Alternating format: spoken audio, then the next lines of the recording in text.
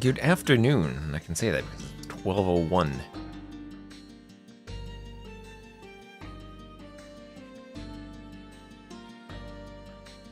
And looks like we're good here. Yes. All right. So I see a draft. Check that out. Right. This is a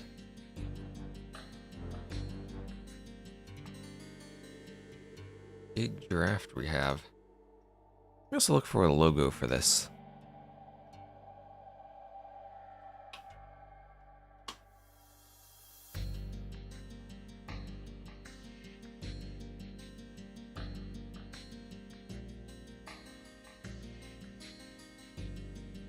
I don't see a logo yet, so let me just grab it from Wikipedia maybe. Probably there.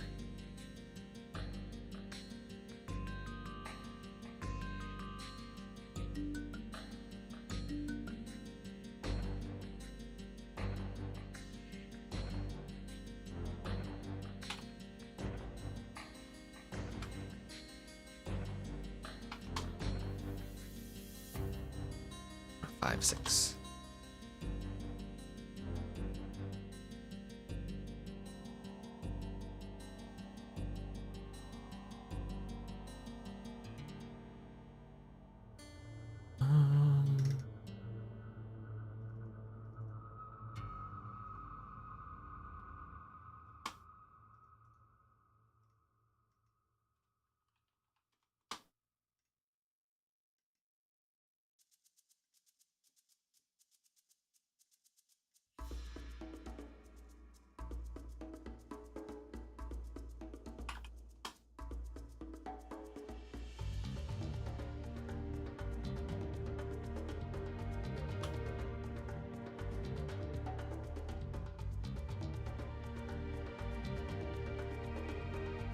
There we go.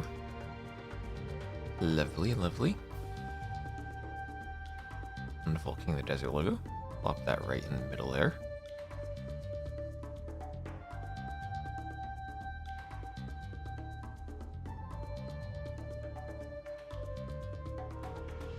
Hello. Say we got Kai World and That's Why Is a Build Kit over on YouTube. And after this, we're gonna have the King of the Desert. Or, well, we're gonna have the King of the Desert show match, and then we're gonna have the wonderful, lovely Stronghold Frenzy finals between Andy and DauT.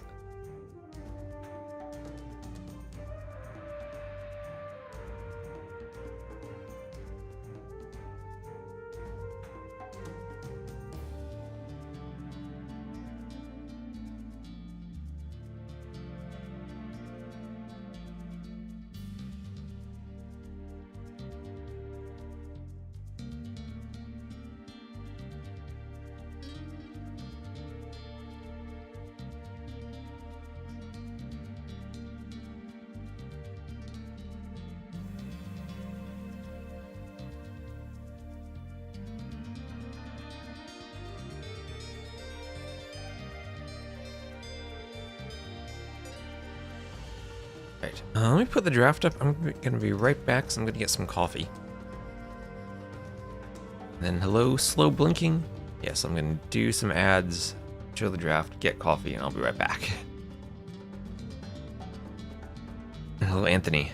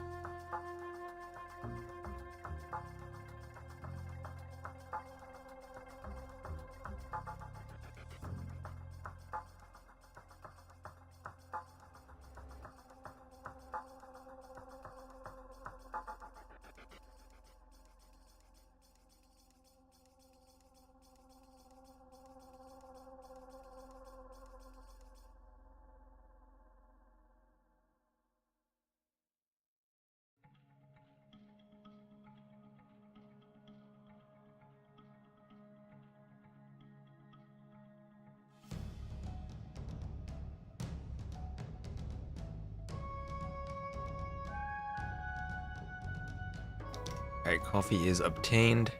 Let's see if they started. They've started. Hop into Arabia.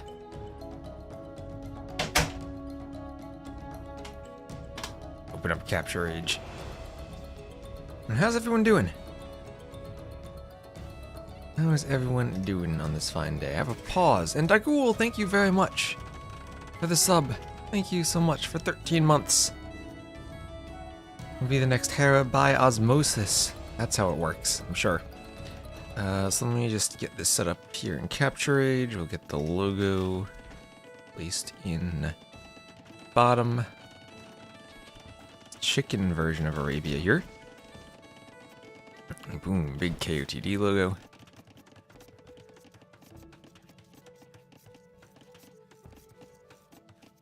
Slide that over against the edge. How's that looking?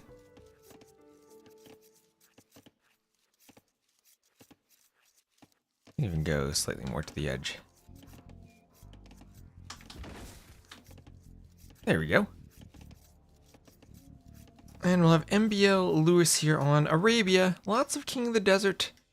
So this is just a KotD 6 Showmatch, again hosted by Memb. And we're gonna have King of the Desert sponsored by World's Edge for $50,000 coming up. So, alright. We ready for an open map of Arabia? Actually, MBL's map really isn't that bad. Wall here, and you go to the TC, and he's already doing that. Milling the chickens instead of the berries, 'cause I guess it makes sense to do that when they're more forward. Yeah, honestly, MBL's map is pretty good, and he is the Celts. Against him will be Lewis as the Tatars. Lewis is gold, good luck walling that. His berries are forward. He milled his chickens too. So milling the chickens is what we're seeing so far. He can wall up to this wood line to the edge pretty easily, but then this part of the map is much harder to control. Am I coming to London? I don't know. I haven't heard anything. No one's like contacted me, so I might just go and watch as a fan. But I've not been contacted to go to it. Is anyone else confirmed to be there yet? So a stable here for Lewis. Let me make sure my coffee's in a spot on my desk where I'm not going to spill it. Rearrange stuff.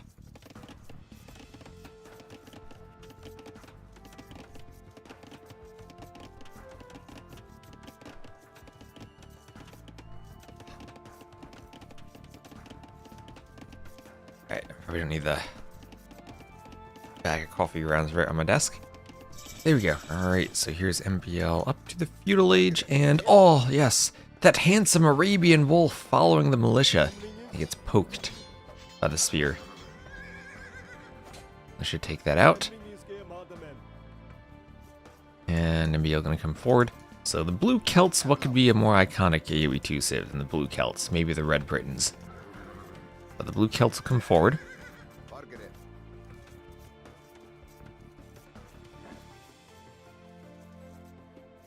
And militia will find the scouts hovering around. Coffee, you've already moved on to beer. What time zone are you in, though? I need to stream. I feel like streaming is better with that coffee. Also on YouTube, hello Tambao and hello Mr. Blazeit. Who are the admins? I think Trezini and Rorimbo, or at least Trezini did the map script. So they usually do the memb events. I did the maps for the first Warlords and for Mango of Shallows Cup. But usually Trezini does maps for membs events. I'm working on the maps for TTL right now, and after that I'm doing the maps for the Brazil LAN over the summer. So two pretty big projects in front of me. I also have a few other modding projects I need to make that I'm behind on. So once we're done with Stronghold Frenzy next week, and Thalassocracy is not as many games or rounds per week, I might have a good week where I can get work done. It's past noon, that's right, it's 12:20 p.m., but I think like an afternoon coffee is still acceptable, right? That's a thing that can be done. Yeah, 50k prize pool indeed. So Man-at-Arms just hovering around. We'll be lucky if he goes longswords. But, so scouts and now archers. Lewis, still kind of trapped in his base, dealing with the Men-at-Arms, but he's going to try to go forward with the scouts. Forward where MBL has a range out and a spear by the berries. So spear by the berries, spear by the chickens, and this spear will have to defend all of this area. This spear will have to defend all of this area. So spear chasing some scouts as they come forward. Lewis decided to engage and won't get a kill on a Vil. MBL just defending with the spears. Always a decision of when to fight spears with scouts. And the problem is it's not just a local decision where you're thinking, oh, I have 3 or 4 scouts, I can fight one spear. It's something where you also have to keep track of the other spears and know when you're getting chased.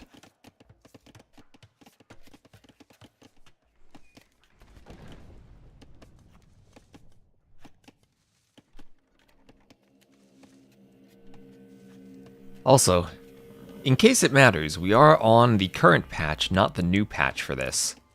So those little pawns, in case someone docks them, will not have hulks on them.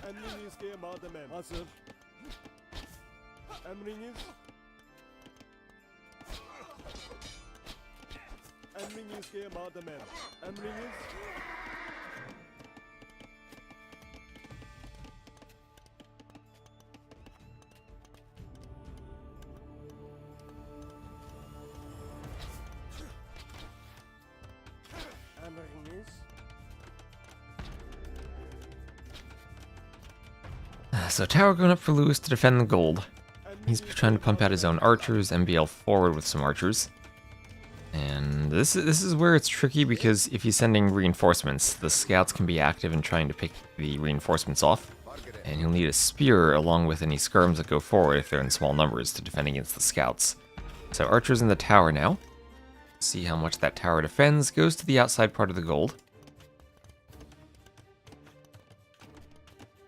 And that's what is probably going to happen a lot on these maps if they are indeed so open, is the defensive towers on the gold.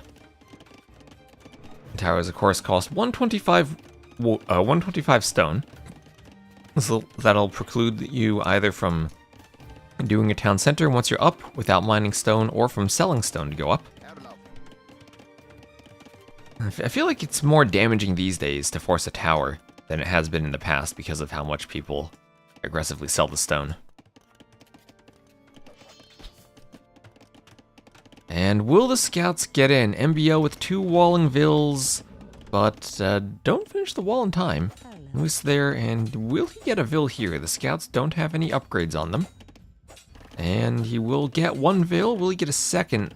Not with that spear there. But she is pretty low on HP, and that wall isn't completely finished. Ooh, but he is not paying attention to the scouts. He gets 2 pokes from the spear. As on the other side, he was trying to break forward and had to dance against the archers while hitting the repair Vils.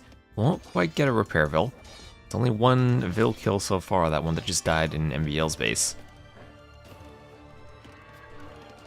Lewis finally getting something done with the scouts.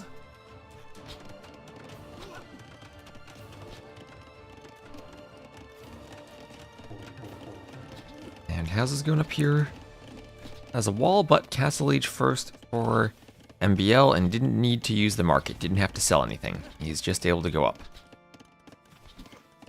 Nice and simple up.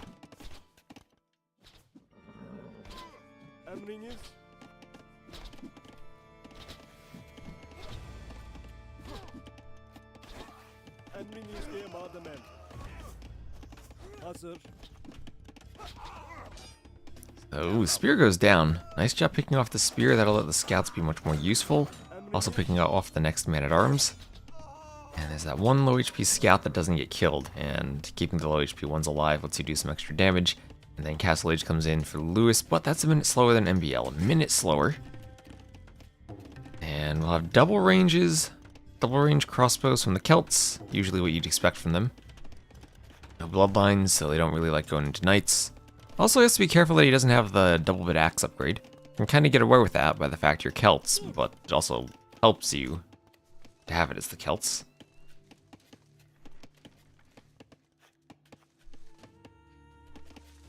I think it even helps you even more, because they're multiplicative.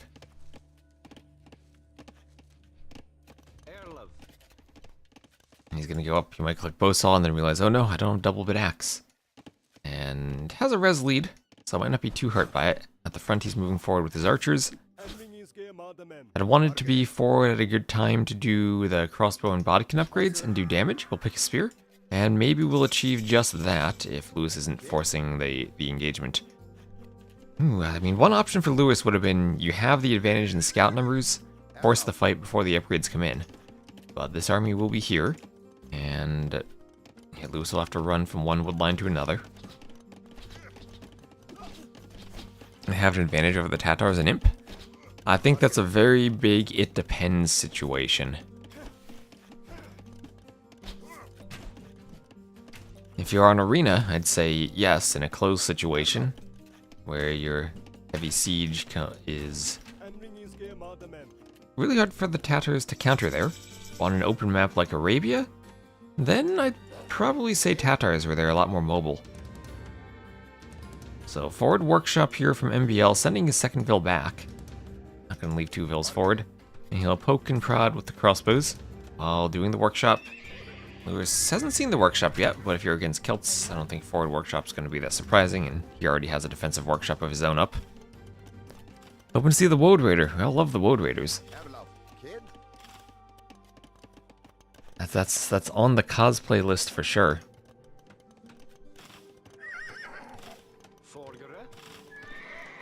TC takes out some scouts as the spear comes over. Ooh, pokes the scout right down.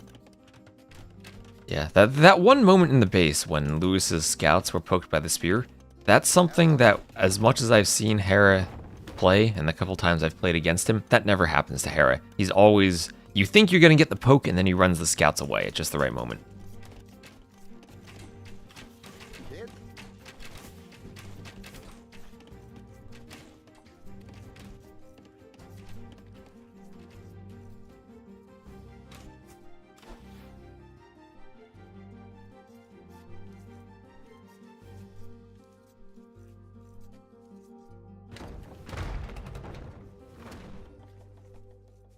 Mangonel takes a hit.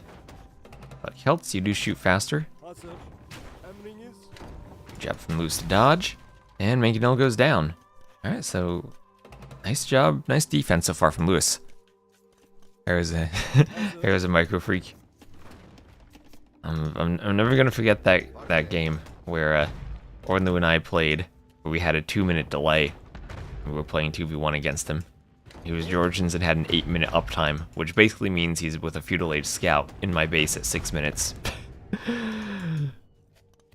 all the timings for, like, you know, at 6 minutes you're thinking, okay, I can build my barracks, like, out here where the stable or the barracks is.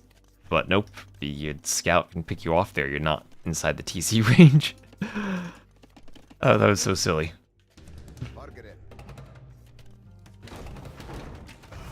And oh, that was a silly shot right there. MVL not microing at the right spot, goes right into the Mangonel shot. And there goes a good chunk of his army. He had 9 crossbows, losing 5 of them on the other side. Does hurt. So he's realized the absence of the wood upgrades, clicks bowsaw.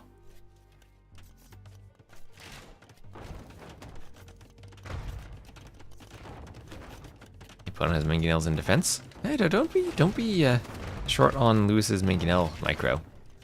This isn't the 7-2 situation where DauT had 7 Mangonels and MBL had 2, and well, you can guess what happened when DauT had to micro. This is Lewis. He's young. He's youthful. He can click the buttons and move the Mangonels around.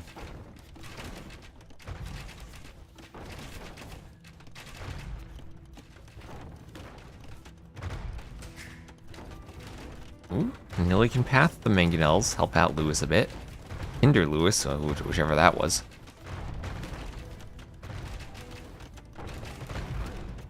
Ooh, gets the repair Vil. Okay, that's only the second Vil killed this game, 1-1.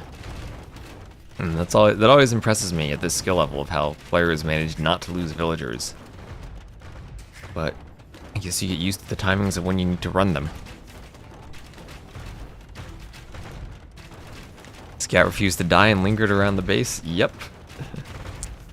And even worse because it was in so early I couldn't even get the walls up in time to stop other scouts from hoovering in my base.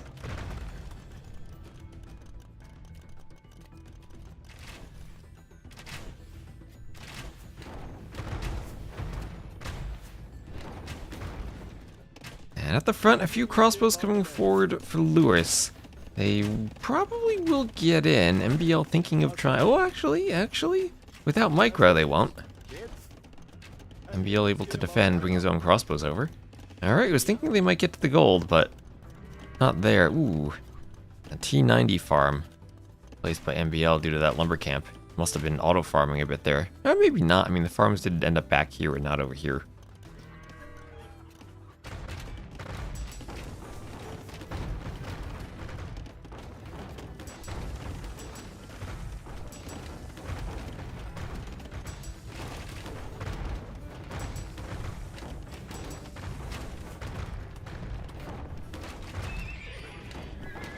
And hello Chicho, hello. What's the plan? The plan is this show match, and then Stronghold Frenzy afterwards. Stronghold Frenzy starts in 2.5 hours.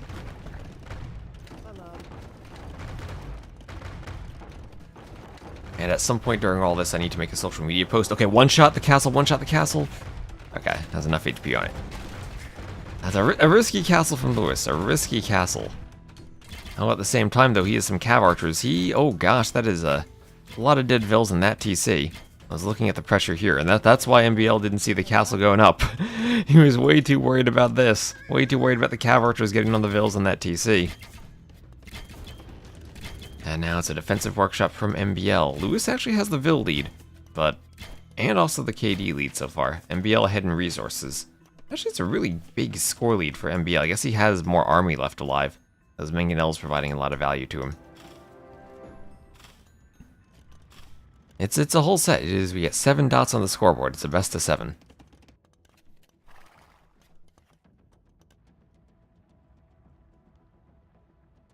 There's ballistics on the way, so ballistics from Lewis. Walled up here with houses, so the cav archers won't get into the back of MBL's base. And Lewis will attempt a second TC now on the gold over to the side. There are going to be a lot of hills around here. The mangonels will come kill the cav archers. And there we go, nice shot from MBL. Lewis just wasn't quite paying attention. That's the micro you expect from MBL.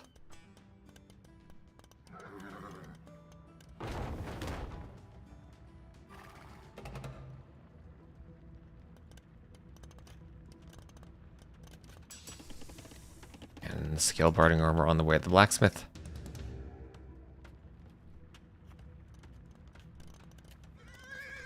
And we'll have, what is that? Some Keshiks. Some Keshiks popping out. And they will help pick off the mangonels. So cav archer Keshik so far. Extra sheep at the TC from Lewis. Crossbows could kill them. Mangonels could kill them. You gotta be careful with the sheep. Mangonels, that's exactly where the mangonels shoot. Oh no. At least they still have food on them now. Yeah, the mangonel shots don't remove the food from them anymore. Here we have ballistics on the way from MBL.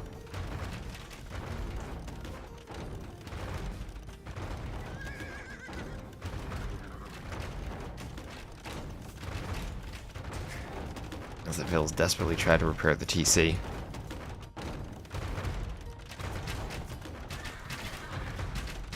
And doesn't get a mangonel shot on the Keshiks. Relying on the crossbows so far, Lewis dodging everything. And the mangonels all go down. And Lewis about to, no, never mind, MBL. Right, whenever I see Lewis play in blue so much, I see both these players play in blue. I'm gonna routinely call both of them, whoever's in blue, one name or the other. So MBL loses the army there. MBL atop the hill wasn't able to get the shot on the Keshiks that he was able to get on the cav archers earlier. And all the mangonels go down. Meanwhile, another cav archer versus crossbow fight down here. Crossbow's trying to defend the Vills, building a TC for MBL. And Lewis will move in with the Keshiks now. And with the cav archers, maybe be able to deny the TC. It's only at 78%. And MBL has to get HP on the houses while continuing to build. House goes down. 3 vills left, 96%. 4 vills, and this will go up just barely. Put both as blue. Makes it so much easier.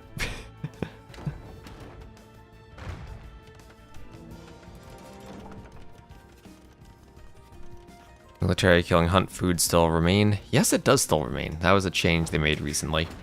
I don't really mind military killing hunt and still having food on it, but I think making the TCs leave food on it was still a step too far. I think boar loring, losing the entire purpose of it being dangerous, is really weird and not a just negative change to the gameplay. So, ooh, who wanted to see Woad Raiders? Who wanted to see Woad Raiders? Castle pumped them out. I love how beautiful this castle is. I love how beautiful it is. It's like the opposite of the Malay or Inca castle. Arabian Wolf going for the Vills as the Scorpions come forward. And that workshop's still there. That's going to help get the castle up. That castle will be on Lewis's other TC, MBL, with the Woad Raiders, ready to do some raiding.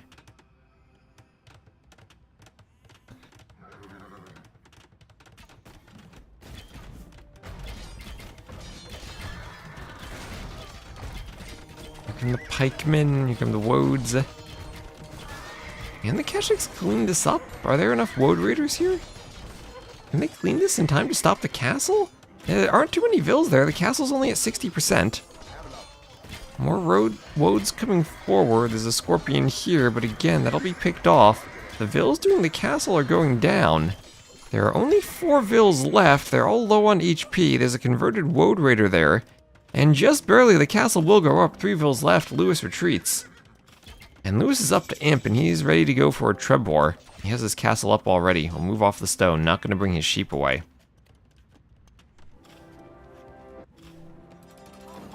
And MBL immediately going to make Trebs of his own. Both civs do have access to Siege Engineers. In terms of HP upgrade, Celts miss Architecture. Tatars miss Architecture and miss Hoardings. Probably wouldn't see more than just Masonry, usually though. They could justify hand cannoneers. They most certainly could, as chemistry is on the way. Do they bombard cannon too? No, just hand cannoneers. And extra long range Trebs, but the range probably won't matter here unless they're somehow going to be on a hill. I don't think that hill can reach the castle. Lewis was thinking about it, but no, he can't reach from the hill.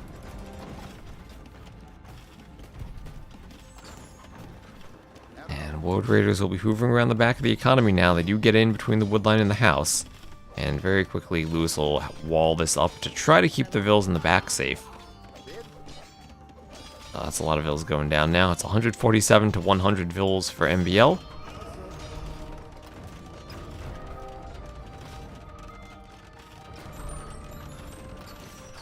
Oh, yeah, that's true. The Celt Trebs, they shoot faster too now. Do they always shoot faster? Siege weapons attack 25% faster. That's what they do now, 25% more quickly. What are we showcasing with this show match? This is a show match for King of the Desert, which is going to be going on as a replacement for the canceled LAN event next month.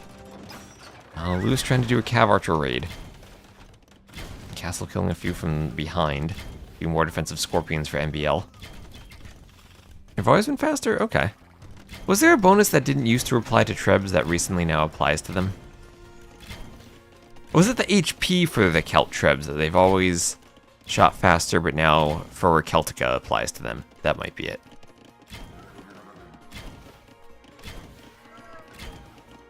And, well, MBL losing some vills, but 152. He has some to spare. He's still queuing more.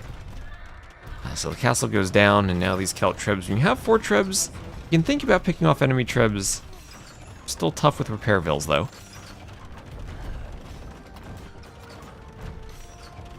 Now, they have 150 now, but for a Celtica, I would give them more.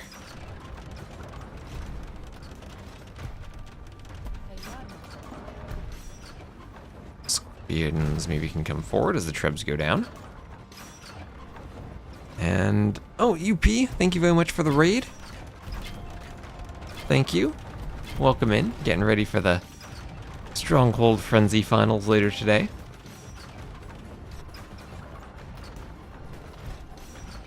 And Lewis not quite giving up yet on the repairs. MBL with 0 stone. 6 on stone, but needs to repair the castle still. 4 trebs don't really pick off trebs all that well. They can hit repair vills occasionally. But it's 50 damage per shot. And you need 3 shots to destroy a treb. And if you have the tiniest bit of repair, then you need 4 shots.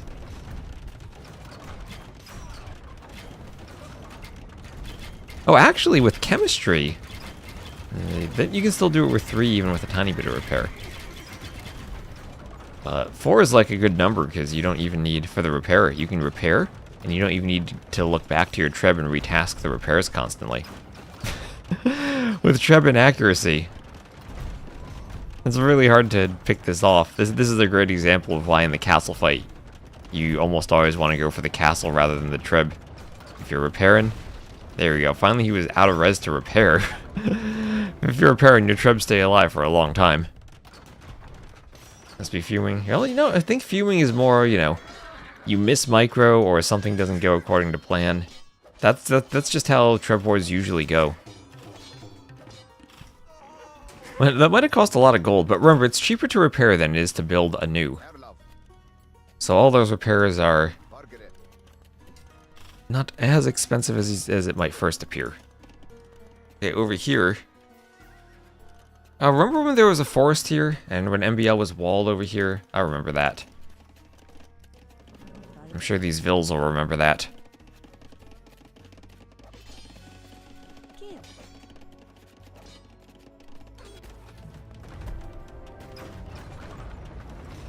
Yeah, so that's I guess a good way to measure it. 3 shots is 100 golden wood to repair. As far as I know, I believe it's the same cost to repair a siege as it is to repair buildings, half of the cost to build it. But now that you mention that, I've never actually checked that out. I should probably try that someday. Does it play all games? It's listed as best of when I saw it listed. I didn't see any details about it other than the entry on the dashboard.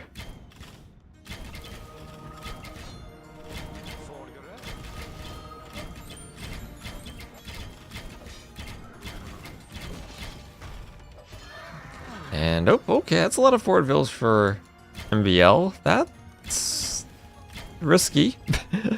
For sure. Here comes some cav archers ready to pick them off. Especially if they get a hill bonus. I'll have to run and make a break for the castle.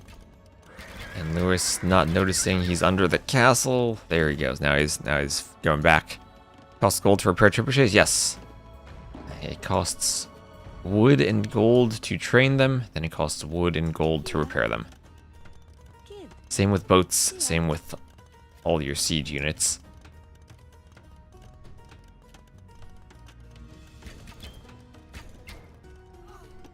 How high can Woad Raider damage get? There's no buff to the Woad Raider damage, right? It's just whatever it normally is. They didn't introduce any weird mechanics to the Woad Raiders, I don't think. So MBL losing some vills. Remember when MBL had a 50 villager lead? Lewis has kind of evened this up. It was a 2k score difference earlier, now it's only 1k score difference. And someone asked which civ I liked more later in Imp. And on Arabia, I said mobility for the Tatars could matter, and that's maybe keeping Lewis in the game. Oh gosh, no one docking this pond. MBL's castle positioning here actually rather nice in stopping Lewis from getting out to the extra gold that would have been on his side. Lewis able to take the extra stone. UP remembers. Yeah, holy eco KD. Remember when that was 1-to-1? So Lightcav's still raiding. Halb trying to run off the edge of the map. There he goes on his Nilly treadmill. I should get one of those for casting. Like, I can cast standing and get my walking in. If my knee ever feels better, I can get my running in. Imagine that, doing my 8-hour cast from yesterday, but I'm like running throughout the entire cast. That would be fun. So Siege Engineer is on the way from Lewis. Hello, guys and young. What's special about this KotD Arabia variant? It's mostly standard Arabia. I think the deer are in different groups where they can appear sometimes one at a time.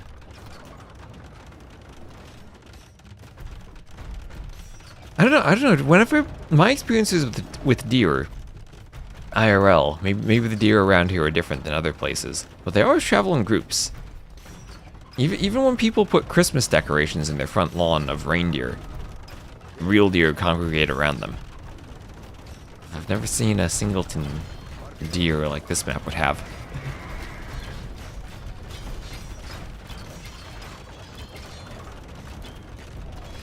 You know, if I'd like the ASMR breathing from the running. That's true. Maybe just like a power walk then. I've gone for longer than 2-hour runs before. Well, 8 hours would probably be pushing it quite a bit. So, Castle on the Hill, Lewis buying stone to repair. MBL doing walls in front of the Trebs to try to absorb some Treb shots. As long as the Treb shots are accurate, Trebs will still go down, and as much as walls are good, still gotta repair. So, nice use of the walls though. You gotta credit him for that. Definitely does help out in the Treb wars. A few Scorpions in the back, stopping the light cap from pushing forward. And Lewis has the Vil lead. And that's another Treb going down. MBL not repairing. And you know, sometimes it's a bit trickier to repair Trebs if you have to constantly repair several different ones, because it requires a lot of focus to move your repair Vils. And the difficult thing in repairing Trebs is that when you repair them to full HP, the Vils stop repairing. So you take your eye off them for a second, and you might suddenly suffer 3 Treb shots. And yeah, we can see the gold that MBL doesn't quite have for repairing the Trebs.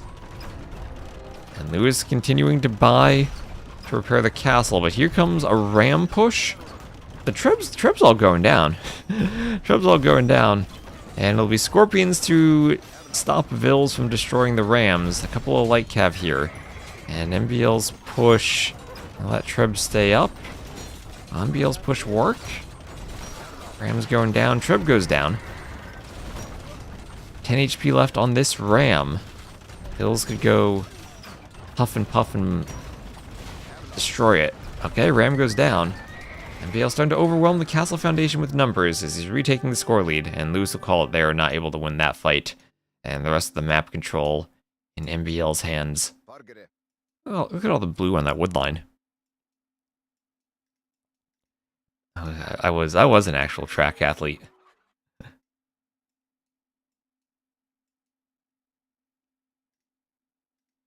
So an hour long game 1. The Celts prevail in the end. Better KD for Lewis, but not enough to carry him. A 21-5 building raising to loss 2. 10k more res collected for MBL at the end. Look at this number from Lewis, 69,969. That is a nice number.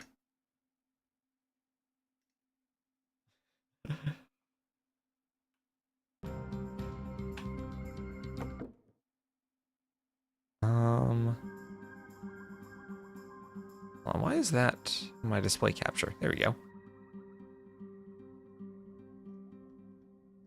To deal with my OBS scenes. Alright. How do I display the draft? I only have a scene for the draft. So give me a moment and I'll bring it over in my browser.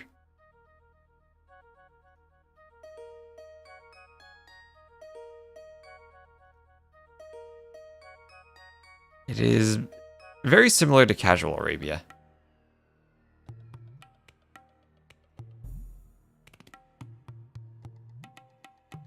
Am I going to be casting KotD 6? I do plan to cast it.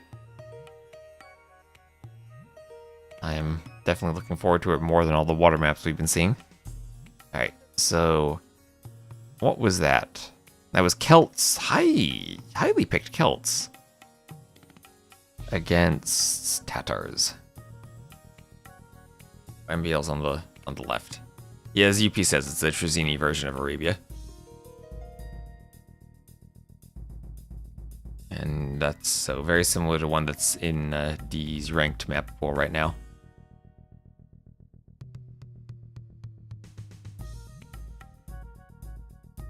Let me see if I can get a good swap the players on the scoreboard for a second and see if I can get a good draft overlay set up here in between the games. They're just in a lobby right now.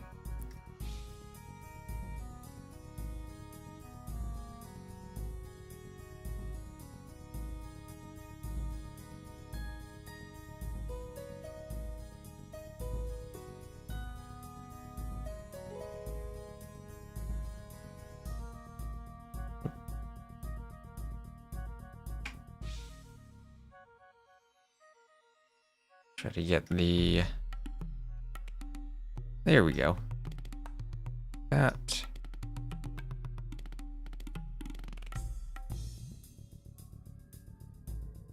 And do a bit of manipulating like this.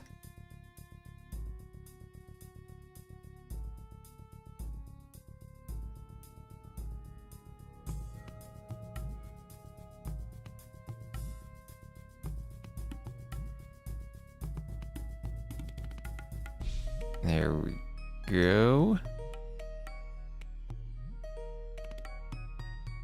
All right. And let's just see if we can go like that. And go like that. Move them a bit closer together.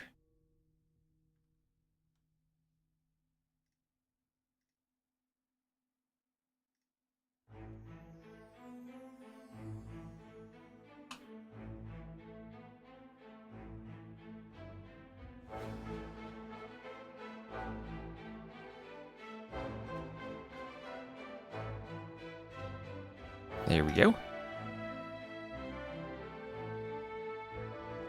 And what was that? Celts over Tatars. There, perfect. Hello, Epic Sea Dragon. Move that down. Try to get it centered properly. That. There.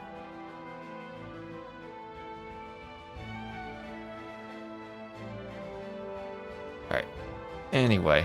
I didn't leave the previous game.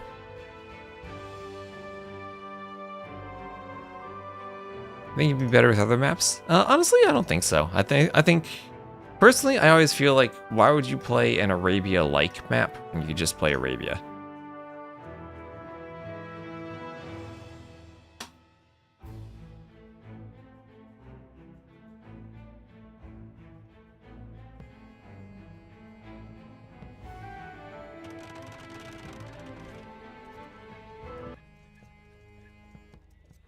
All right, here we are. Game number 2, MBL, or this will be Lewis, is as the red Mongols to the south, MBL is the blue Magyars to the north. Average elo in AoE 2 is 1024.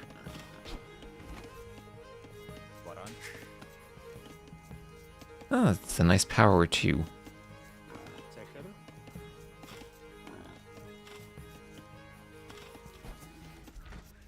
So, Boar's Lord in here for Lewis. It'll be chickens again, or hares rather.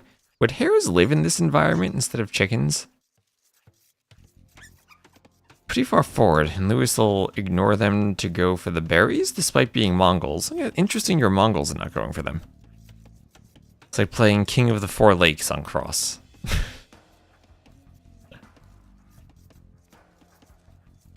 That's my all-time favorite matchup for Arabia, Huns versus Huns. That's the classic Age of Empires experience there, Huns mirror on Arabia. Also, I miss those days of AOC Huns wars. I think there was a lot more like in-game variety. than you had, even with random Civ, and especially more so than with Pick Civ.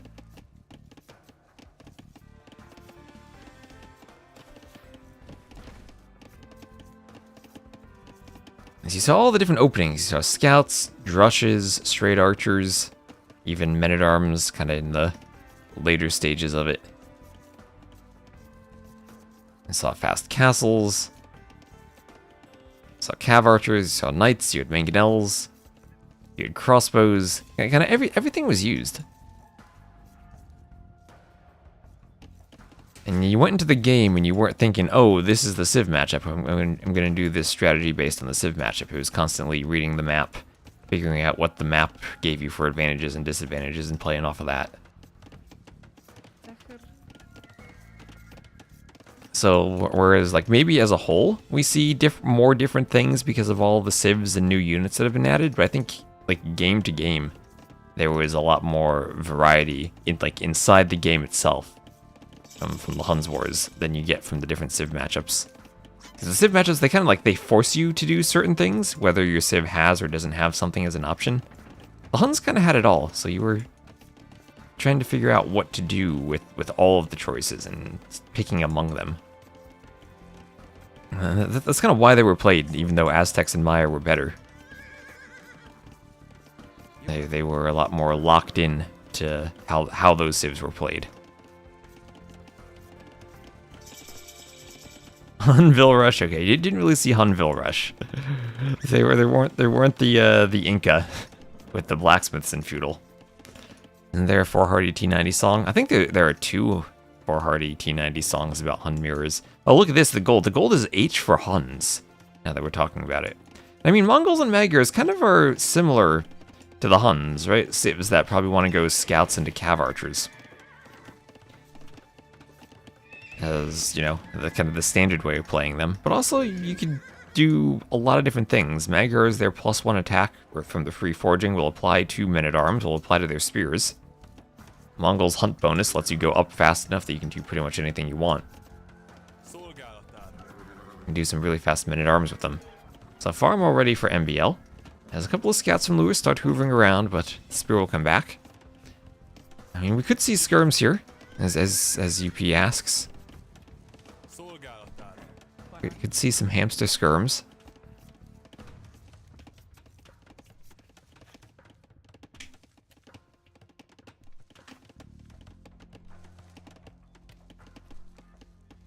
Yeah, out of the shapes that DE can generate, I think this is the least common one. Also kind of annoying if you need the mining camp on one side.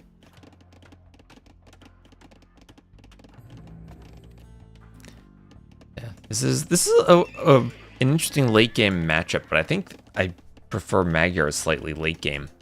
If you can get to heavy cav archer with recurve bow and Magyar hussar. That's the missing armor upgrades there in that situation mean that the recurve bow heavy cav archer are pretty darn good against the Mangudai.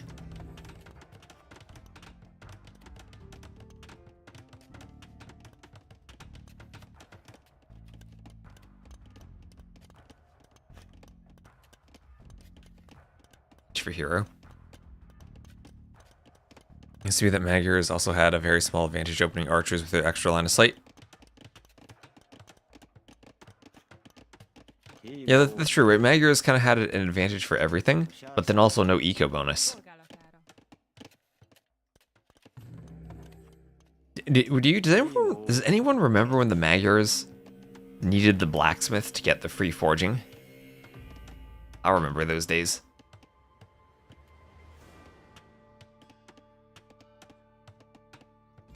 Yep, Magyars get fully upgraded heavy cav archer, all the upgrades, and also all the upgrades for their hussar line too, in case you need to do hussars instead of Magyar hussar. Maybe your castles get denied. But Magyar hussar, I think, is the composition you really do want to stay on as much as you can. How long till the first skirm? Well, no skirms yet. And full walls here from MBL. MBL might even full wall and just try to go up with stables. Maybe stable into cav archer.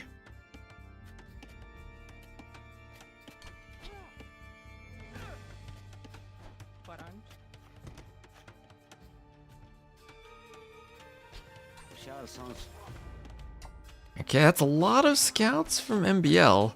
Walled his scout out of the engagement. Still one pesky spear. But Magyar's scouts with foraging will take the fight and win the fight. A nice fight from MBL. I always enjoy playing Magyars. You do have cheaper scouts too. Another spear comes forward. And I think maybe a bit of a micro mistake from MBL not picking off the spear, but does kill the scouts. Well, maybe that was good though. If he kills the scouts and doesn't let them run, if he went for the spear, maybe they could have ran.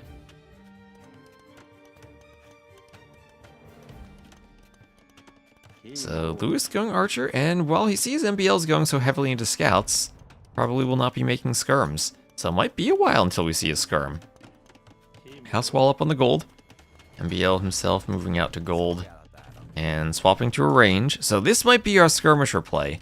If you go scouts, you see archers, maybe you swap to skirms here.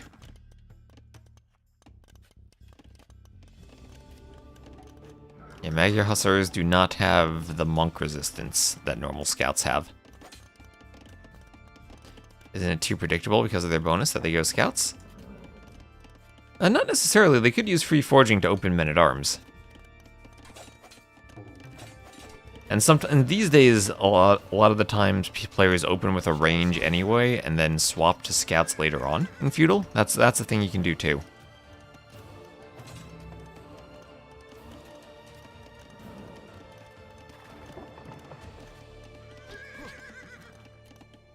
But just because civs can go scouts doesn't mean they always do. Oh, and here is the skirmisher. Here is the skirmisher y'all were waiting to see from MBL. So heavy scouts into an opponent who's going pure archers means MBL then goes skirms. And going skirms, if he keeps track of the archers, should be able to keep the archers here trapped in the base until Lewis hits castle age. That'll buy him time himself to go castle and make sure that crossbows are not pressuring him as soon as the transition comes in.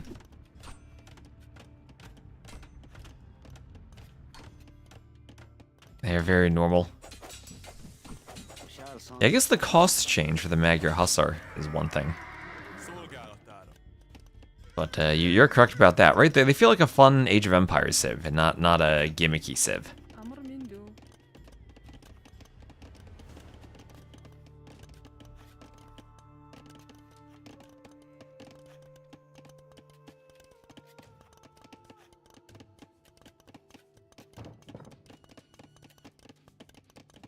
And Castle Age on the way.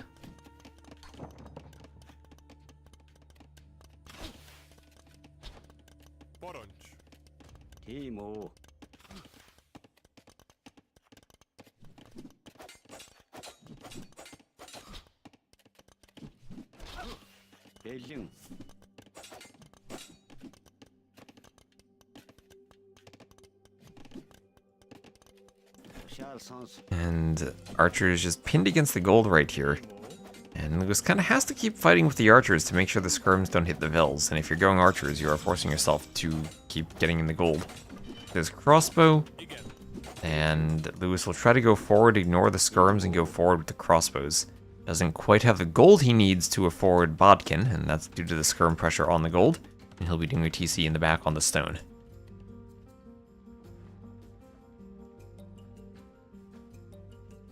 Oh, yeah. Yeah, that's true. If you want to play Magyars, you might end up picking Malay instead.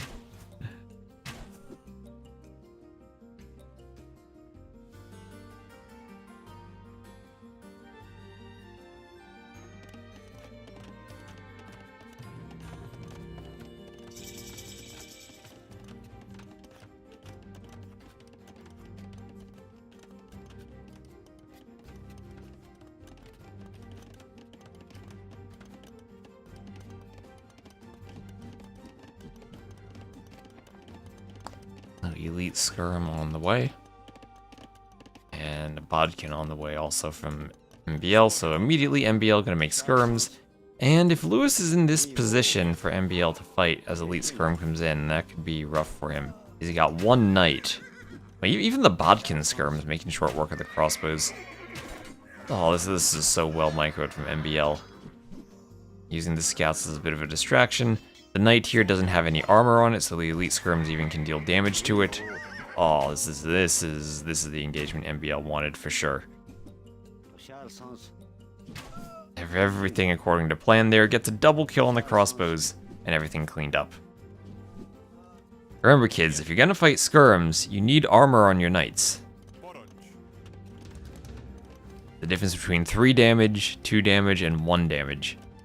Or 3 damage, 2 damage, and 1 damage is then the armors come in. From 2 to +1 to +2. Can Malay get forging faster than Magyars?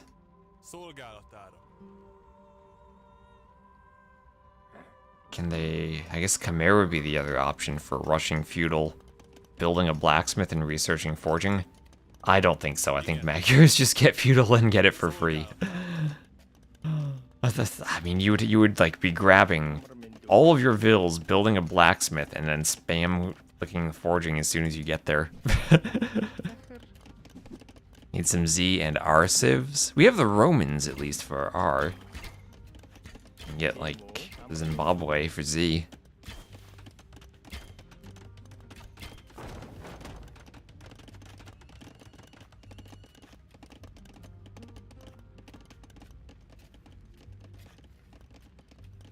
Zulus.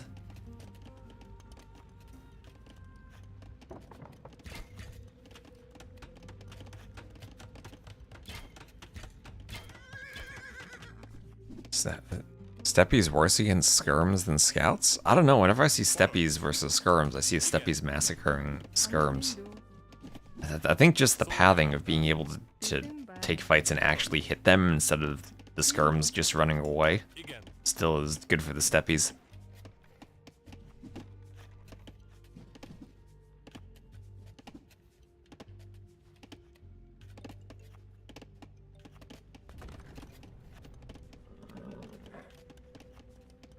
Husbandry coming in for MBL as his cav archers charge forward and rain arrows upon this farm of Lewis. All the villagers gonna stand in the fire and tank some arrows. Defensive Mangonel nillying its way as it paths forward. And we'll town watch on the way for MBL.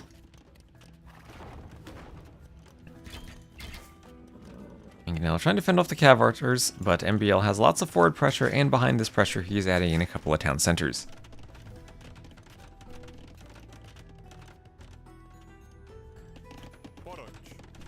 Skirms behind the wood line, keeping the vills down.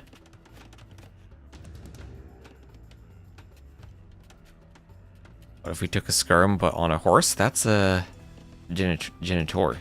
We have that already.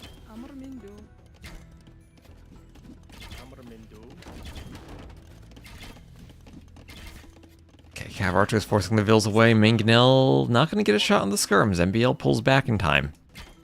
I was looking for a shot there, but nope, he pulls back. Cav archers, looks like one takes a hit here. Lots of defensive mangonels from Lewis, but Lewis now is trapped in his base. Trapped, but having added TCs. So if he can hold for a while, might have an okay eco, but he hasn't gotten too far ahead so far. We'll add in a castle, maybe think about Mangudai. At least the castle will stop this push. Mangonel behind the wall should prevent the ram from breaking through. Maybe before the castle goes up. The stable might go down, though. That's annoying if he then can't do future upgrades, such as bloodlines, which he so far does not have bloodlines. Mangonel shot, MBL pulls to the side, dodges. Ooh, that Mangonel went down in one hit. Thought he had dodged that enough to stay alive, but no. Bloodline's on the way from the stable. No Vill's going to repair the stable, and just as I predicted, stable goes down before bloodlines comes in.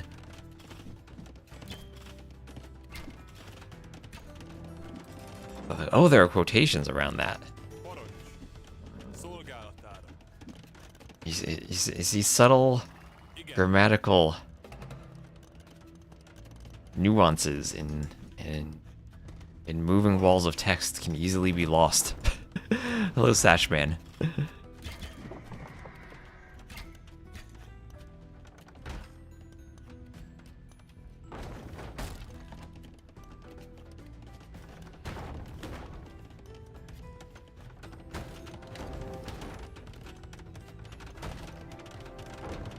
Castle going up for Lewis.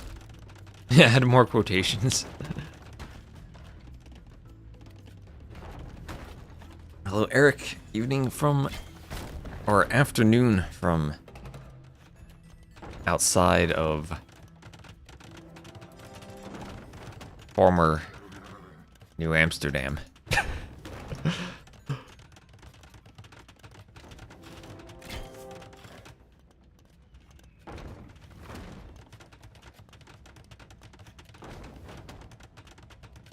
Yeah, /S might be easier. So Mangadai, gonna look to pick off the Mangonel with their siege bonus. And Lewis then will have 3 Mangonels for defending this. Forward castle from MBL. MBL up to Imp, and if he does... What does Corvinian army cost these days? 200 food, 300 gold. He does that, he then will have a trash unit in the Magyar Hussar that itself has an attack bonus against siege. And that's what makes Magyar's Mongols a tricky matchup. Both unique units destroy siege, so you can't really go siege in the matchup. And the Magyars themselves don't have a good siege line anyway, even though they do have siege engineers. So even if you want Trebs to pick off castles, it's hard to do it once the unique units get hopping out onto the battlefield. Best of, I believe it's a best of 7. Viper and Hera would snatch Relic if possible in the Dark Age. Every clown would. Oh my gosh, I just thought of the best Civ bonus. Are you ready, chat? Are you ready for the best Civ bonus? Alright. Skirmishers can carry relics. Think about it. Think about all the relics you picked up in Feudal. Herbal Medicine from MBL, that's actually really nice for putting your cav archers in castles. Yeah, 500% faster. Hello, Dadgum. Yeah, just what we need, more reason to build skirms. Exactly. Thumb Ring, that'll apply to skirms. That'll give them 100% accuracy. Where did the shield and javelin go? Just use the shield as a platter to carry the relic, and like you can just shove the javelin inside the relic, right? Like there are holes there.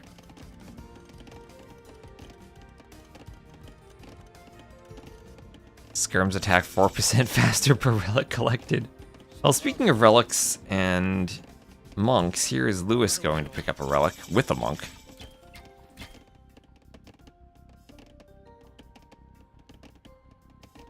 And there it goes. And lots of cav archers for MBL, not all grouped up though. But he has numbers in total over the Mangadai, and Bracer comes in for both of them here. Ballistics on the way for Lewis. But this is one of the tricky matchups for Mangadai though. Like, pound for pound, they're better than cav archers. But the Mongols miss the final armor, which does make them pretty vulnerable. And recurve bow plus heavy cav archer is one of the better ways of dealing with Mangadai. So it's one of those matchups like Magyars and also Sipahi cav archers from the Turks with extra hit points that are pretty effective against the Mongols. And recurve bow. Recurve bow now is absolutely huge for the extra range, outranging the Mangadai.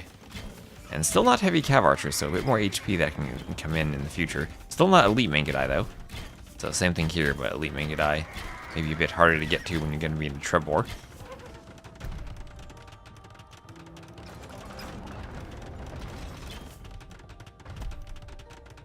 So Lewis actually ahead on resources collected. Remember, he did have a good Vil lead for most of the game.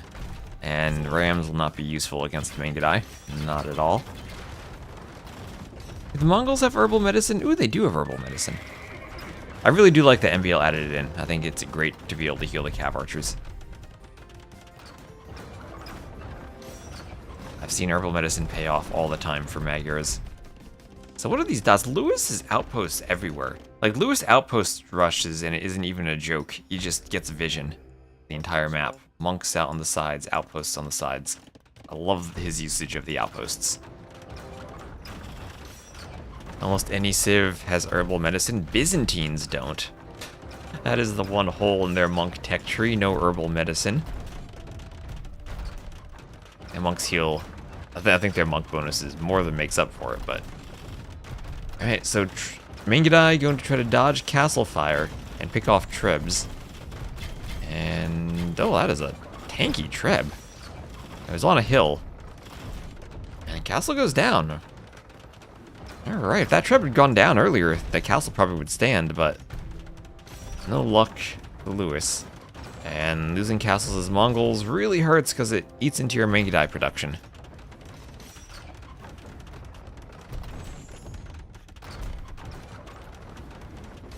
Didn't know they use herbal medicine. It's not all that common, but it's one of those things in the right situation, it matters. Yeah, and look at all the HP these Cav archers have. Lewis still kind of cornered in one area of the map. Doesn't have access to that extra gold, which is right on the cliff. And the Cav archers through the overchop can start harassing Vills and maybe even pick off a couple more farms. There was not a single save without herbal medicine between AOC and Three Kingdoms. Really? The Byzantines are the only example I actually remember. I don't know who else doesn't have herbal medicine. That might be a quiz question. Who misses it? Is the between a strict inclusion, or a strict interval, or an inclusive interval of the endpoints? I'm using Capture Age Pro yesterday. That's because on the Thalassocracy, there's a special version of Capture Age that everyone casting it has access to.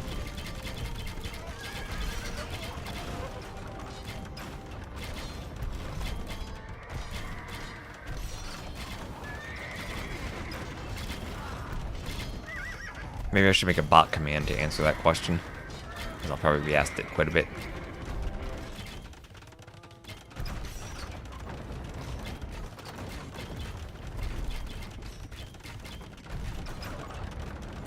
Oh, Teutons. Did they not get herbal medicine?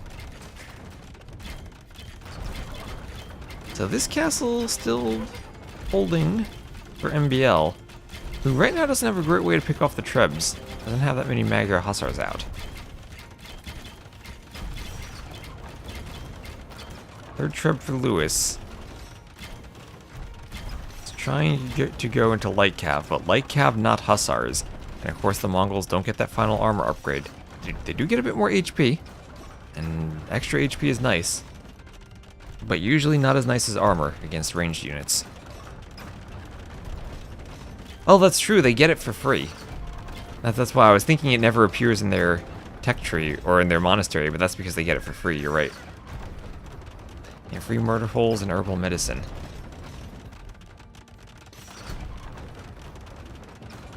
And oh, look at this, look at this. MBL doing a full wall across the map. And Lewis trying to move forward with the light cav and hit the cav archers.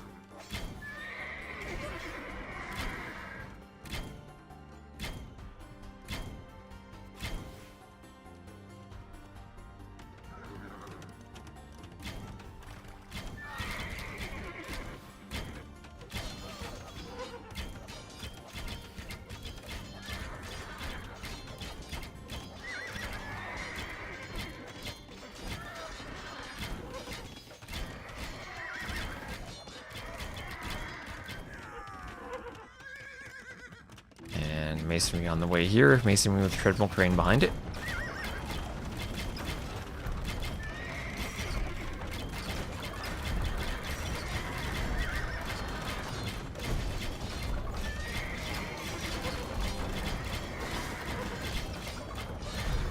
As the Hustlers rush forward. And now we do have heavy cav archer in for MBL.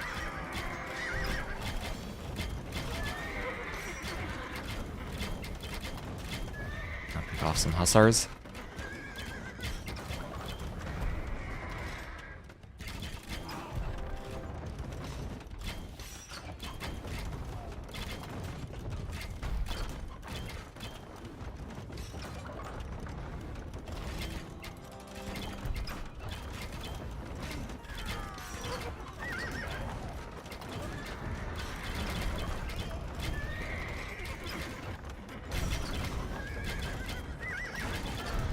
And no, this is the one thing that's hard for the Magyar is when you don't have Magyar Hussars out and you're just going for the heavy cav archer, is that you don't have a great way of picking off trebuchets.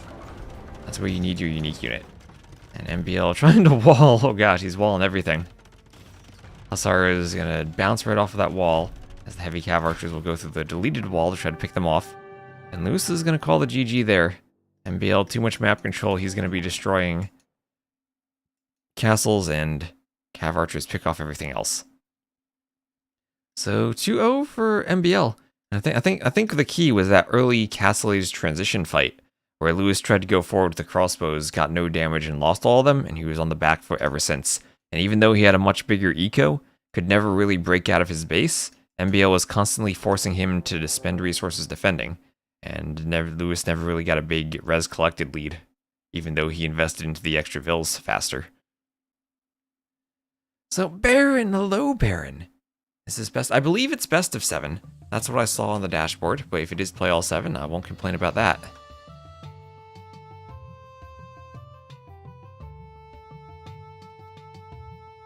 Alright.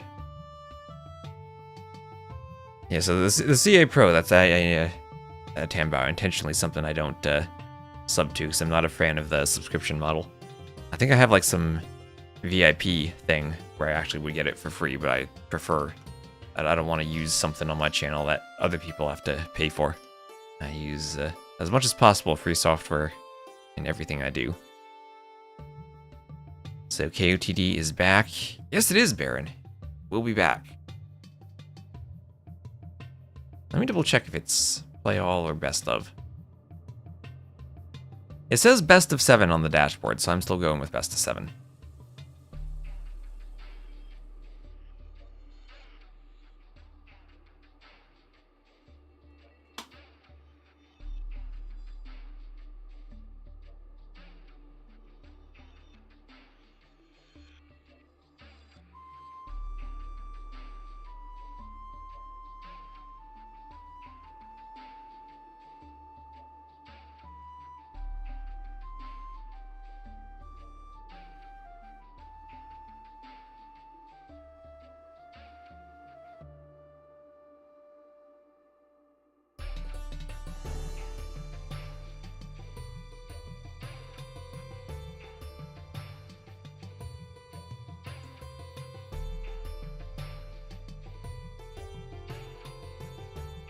Yeah, as Baron says, KotD is back, so go give Memb a follow too, if you haven't already.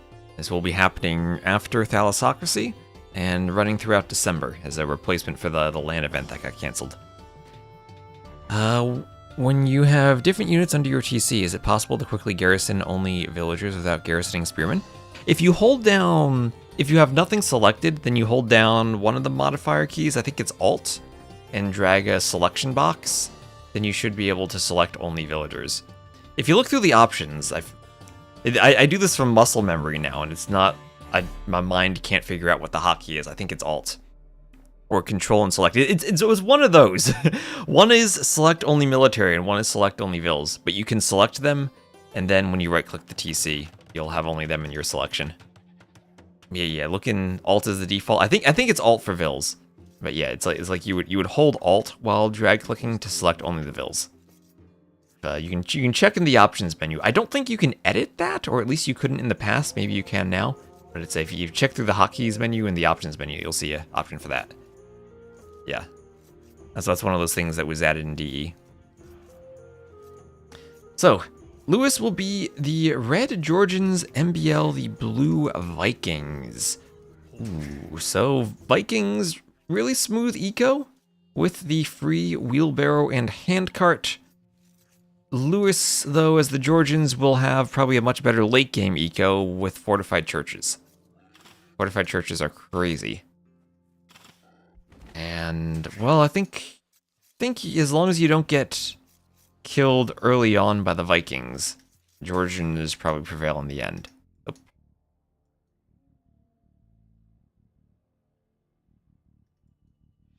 Just imagine myself getting scout rushed and I'll remember. Okay, brief pause by Lewis. He says go. Yes. And we're going.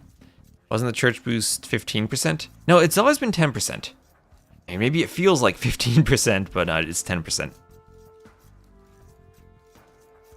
Are there different variations to Arabia? Nope, it's Arabia, and I think mostly Desert Arabia, because it is King of the Desert. Maybe there could be a way to spruce it up a bit. Maybe give some different themes to the desert so it's not always the same desert, but...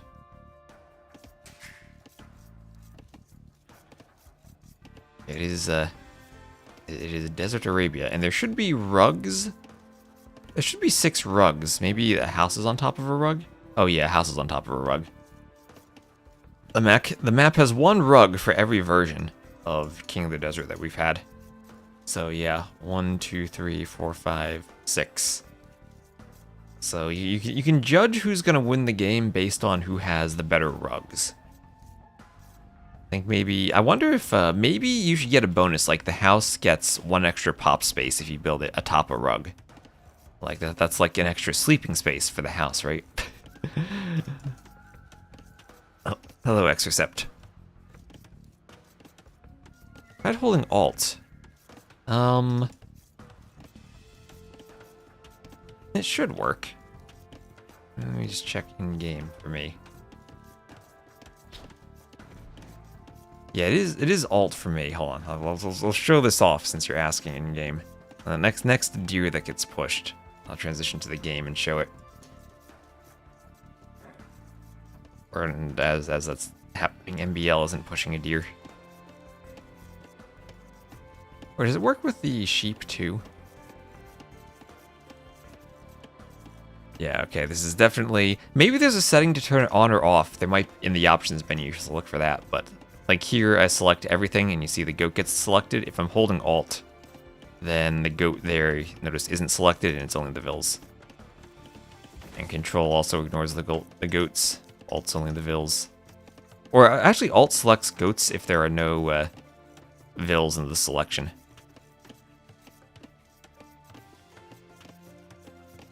Yeah, the rugs can help scout your opponent's TC. You're right about that, indeed.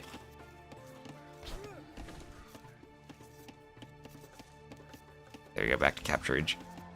So yeah, there might be a setting in the options menu to turn the modifier hotkeys on and off. So make sure you just check for that.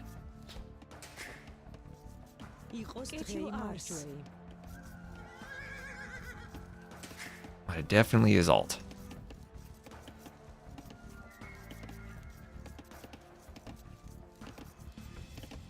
Not having a nomad-style desert.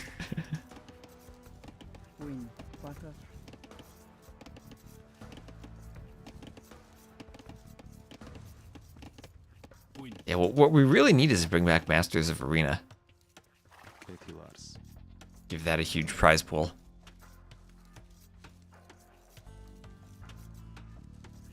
Is there a nomad-style tournament?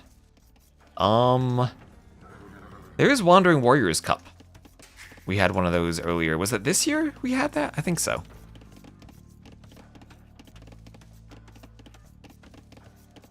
Oh, it's 6 months with my favorite math streamer. That calculates 0,5 years. As an American, I'm never gonna get used to the other convention of using a comma instead of a period for a decimal point. Always is gonna make me think for a moment.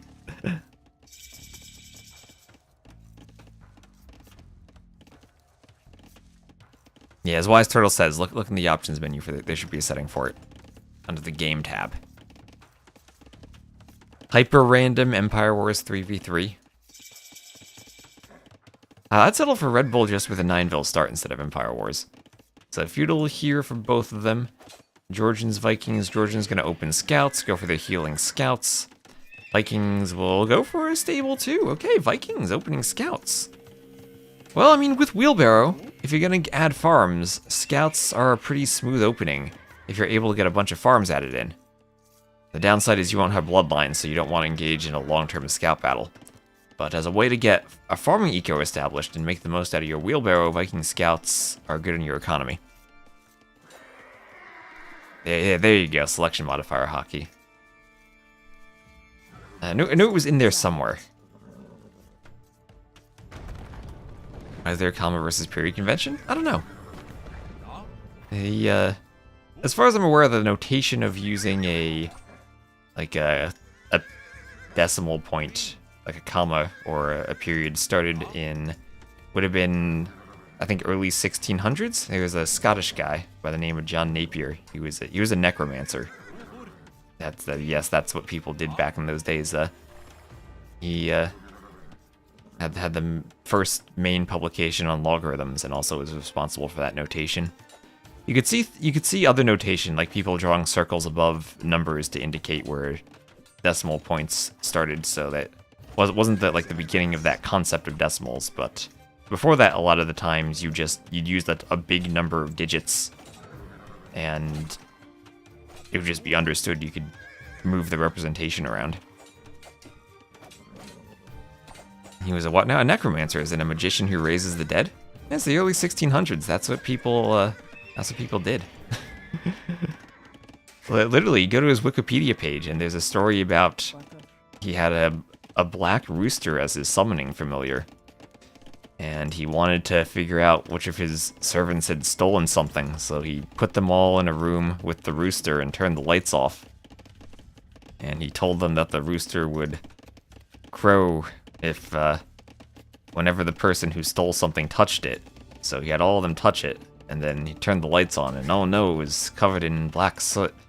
And the one person who didn't touch it, his hands were clean. That's how we identified him.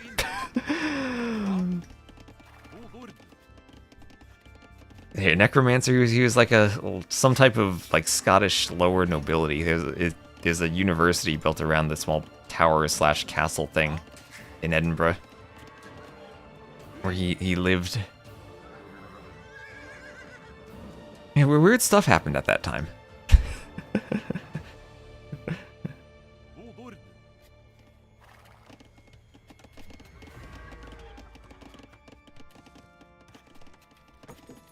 And when you start looking into the history of logarithms, that's what you learn. I just learned that because when the Gajars were added to the game, that's what I looked into. So yeah, also the mill was hurt. I was looking for the mill and like, oh, the scouts must have hit it.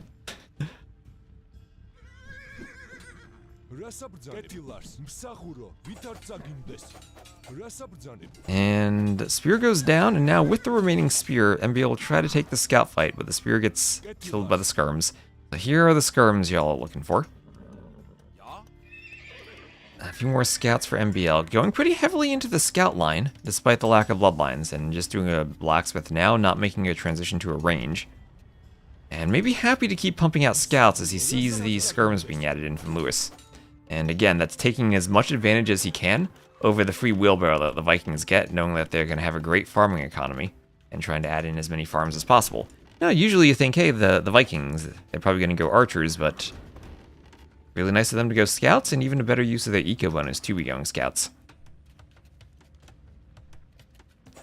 Date formats such as month, day, year, yes.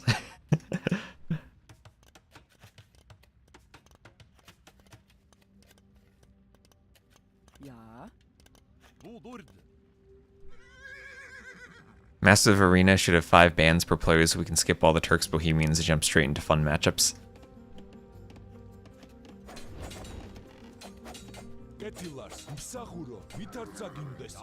Here comes some spears forward. They'll get some pokes. Nope, Lewis turns around. Lewis turns around.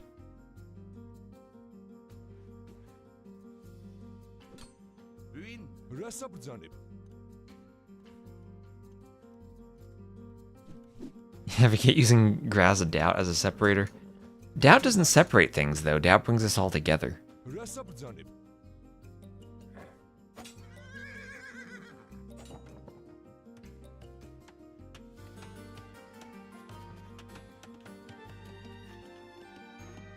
So Lewis denied the berries by MBL, who is, I think, off to about as good of a start as he could have wanted in this matchup.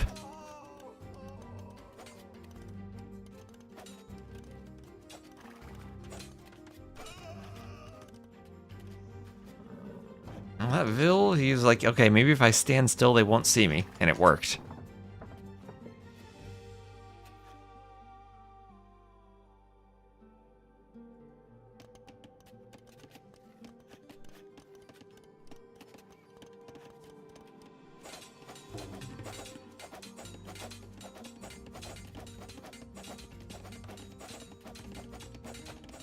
first separator after 3 digits and then every 2 digits. Okay, that is weird.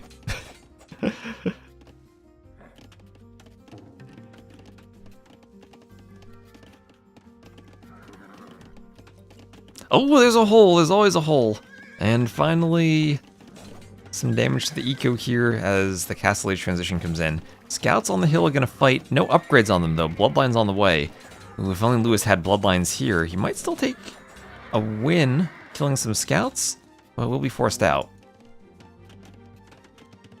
And all in all, MBL, 500 extra resources collected. We'll get the free hand cart. And maybe the only downside is he didn't invest into Horse Collar. That's something I've been noticing with the really fast, like 19 pop up timings. Back in the AOC days, when you do, 22 pop scouts, you'd pretty much always afford Horse Collar. Now, if you want to pump out spears right away, you might skip Horse Collar. And you'll feel the lack of Horse Collar even more with the free wheelbarrow, because you'll go through the farms faster.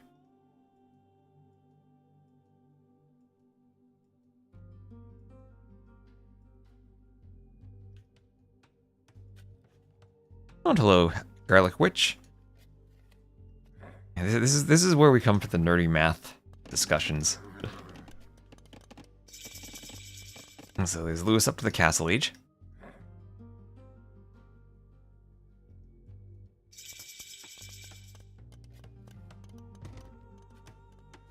MBL will be full walled. Some tournament walls for him. Town center going up by the stone and the wood line.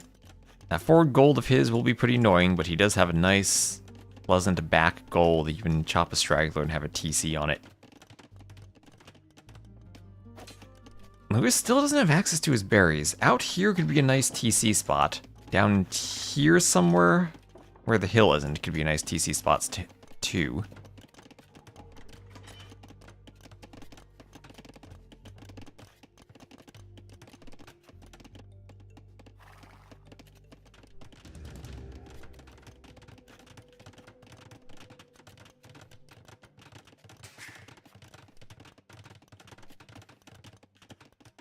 TC going up here for MBL.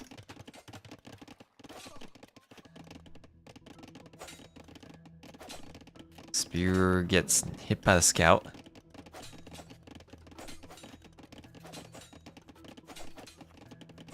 And we'll have a light cav coming in at the stable as a few scouts come forward. There's a small island on a river delta between 2 countries that do not acknowledge its existence. Isn't that like Sealand or whatever it is? Like that country that was on an oil rig?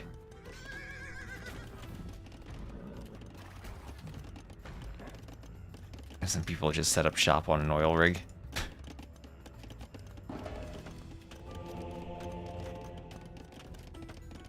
And declared themselves a country.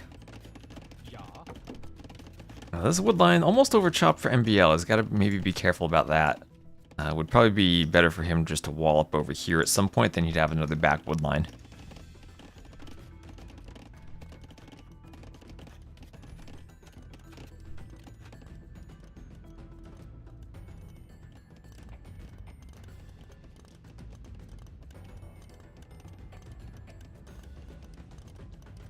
And we have another forward workshop. Okay, forward workshop from Lewis. I'll have a few light cav over here from MBL. Lewis had better hope that Vil stays alive. Lewis should be able to surpass Viking Eco. Yep, that's what I was saying at the start, right? You get the fortified churches all over the place. And in the long run, Georgians probably have the better eco. But at the start of the game, Vikings MBL will be pulling ahead. And he will get that 3rd TC back up on the goal. Oh, he can use the straggler tree. And MBL will go for the Scorpion defense against Cav Archers. So Georgian CA, they do heal. They'll miss a couple of upgrades in Imp. They do miss Thumb Ring. And they will miss the final armor upgrade. But they do heal over time.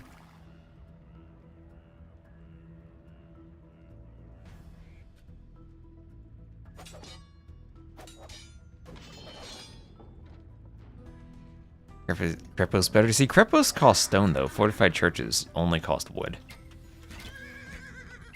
And that makes them crazy. Now some light cav here from MBL. stand grounding their way to a couple of arrows. So there's the workshop. Here comes a Mangonel. And Mangonel pressure from Lewis to try to slow down the Vikings' eco a bit, give himself time to start booming. And a huge Vil lead from the earlier castle time, getting the TCs up.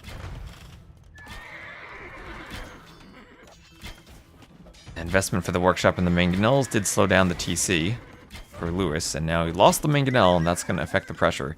And I think MBL must feel like he's in a good spot. He's destroyed a Mangonel, stopped some pressure already. Well, we'll see. I guess it takes more than one Mangonel destruction to stop the pressure, but so far, seems like he's defended pretty well. Won't really have stone access. And does still have a kind of forward TC, but could do another lumber camp back here and move some Vils to the back. And like I said, if he walls over here, he still will have access to another wood line. That's something I feel like... I know I am guilty of this too in my gameplay, but from our point of view, when I cast games, I always feel like there are opportunities for players like to take 1 or 2 Vils and move out, and do layers of walls farther out later in the game after feudal. As obviously you establish your early palisades to worry about scouts or whatnot. As the cav archers from Lewis gonna run right into some crossbows, and that's not what you want with the cav archers.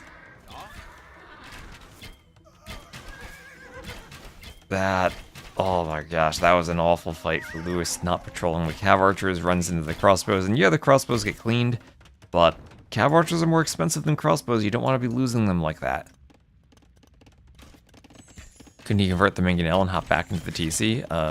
MBL? Vikings don't have Redemption, and they also don't have Sanctity, so Viking monks are pretty bad. Oh, and also, another save without herbal medicine. No herbal medicine for the Vikings.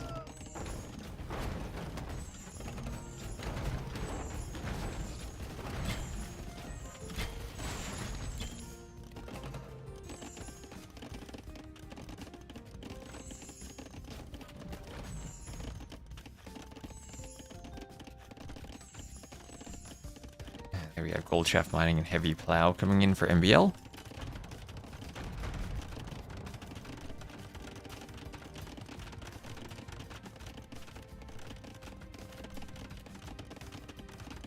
So, let's see. Lewis, down by 2k res collected and down by 20 Vils. MBL going to go for a watchtower. If that becomes a guard tower, it threatens the Mangonels. As a watchtower, not really. Let's see. That's the university. And guard tower feels like it would be a prudent upgrade for him now. Repair Vils forward for Lewis. Group of crossbows over here. Well, this is what MBL doesn't want to do, lose crossbows repeatedly. He has ballistics on the way. Gonna opt for ballistics before guard tower. Okay, makes sense if you're pumping crossbows. So 4-range crossbow play from him. And it seems like he's just gonna go crossbows as much as possible until he eventually can get imp. Opening in the back here, and MBL does have an overchop if any army were to get in.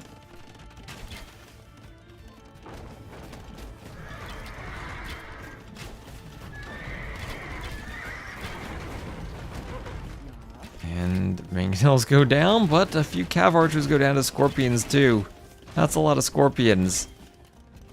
A couple of Mangonels for Lewis going down. He's still down by over 20 Vils. Forward castle though. Okay, this gets interesting. Okay, can the Mangonel one-shot the castle? Oh, MBL opportunity to deny the castle there. Didn't take it. Mangonel has not gotten a shot off for a while. This is, as far as I know, best of 7.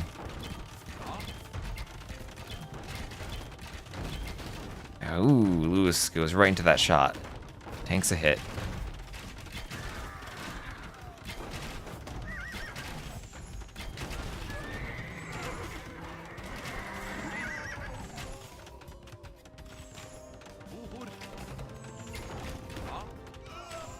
Okay, ooh, Mangonel hits the crossbows. And gets another good hit. Okay, 2 good hits for Lewis. Imp on the way for MBL. Maybe that gives Lewis a brief opportunity to push while MBL's waiting for Imp. And MBL losing crossbows still.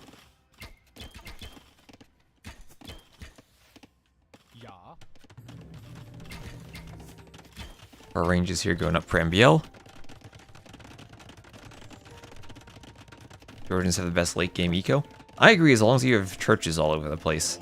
10% faster, everything is great. And also, behind this, Lewis has been grabbing relics. Lewis grabbing the relics, and he's going to go for a forward TC on that gold. And we'll need to keep the pressure up for a while until his eco gets to a point where he can afford imp. Still 3, almost 4k difference in res collected.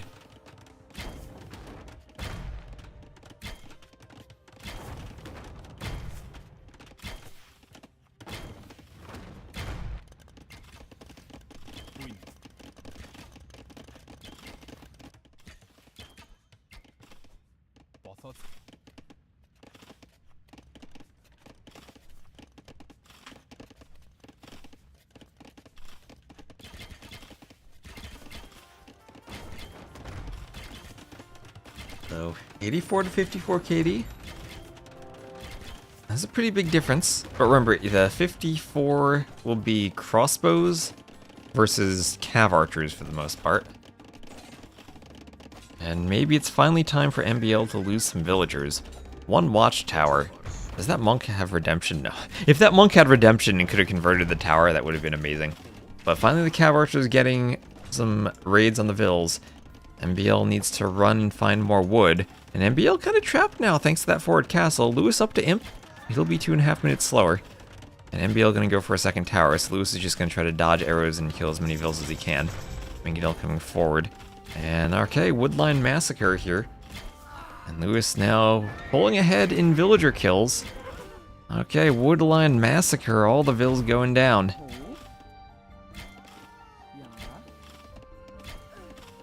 Everything dying. The Bracer, Arbalester on the way for MBL. Imp and Skirmisher. Elite Skirm. Lewis clicked the best unit in the game. And maybe he's about to turn this into a set. He can pull off a win and make it 1-2. MBL gonna be auto farming around that mill. Oh, the disgusting auto farms.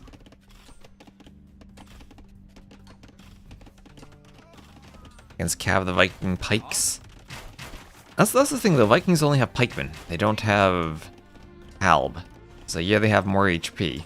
And yeah, they have chieftains, but that still doesn't make up for not having halb. Even berserks. And it's Monaspa time. The only downside of the Monaspas is the castle's forward. There's MPL having elite skirms when you need it. Okay, scores flipping back and forth. Lewis will probably pull ahead once he's an imp. And now he can raid. MPL wide open to raids. Some Arbs not quite able to do damage when fortified churches are everywhere. Literally everywhere. Now that you're an imp, these things are basically free. Although only 8 on wood, maybe not quite free yet. And this will be some dead vills by the TC. Lewis taking the vill lead.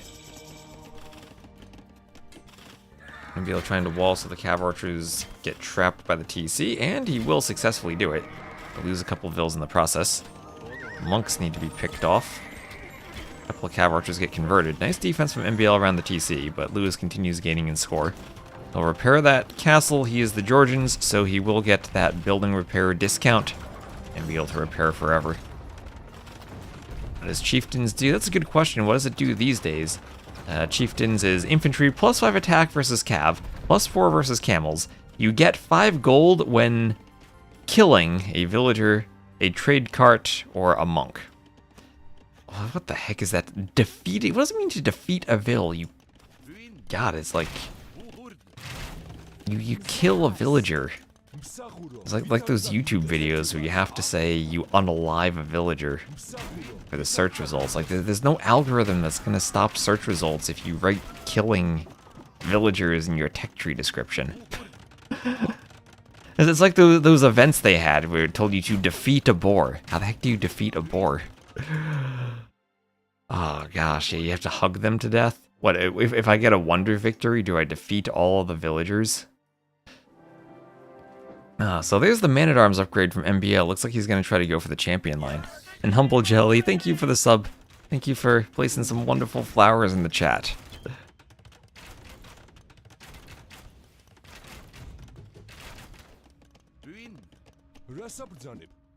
Sorry, Hotkey. He had a hotkey issue.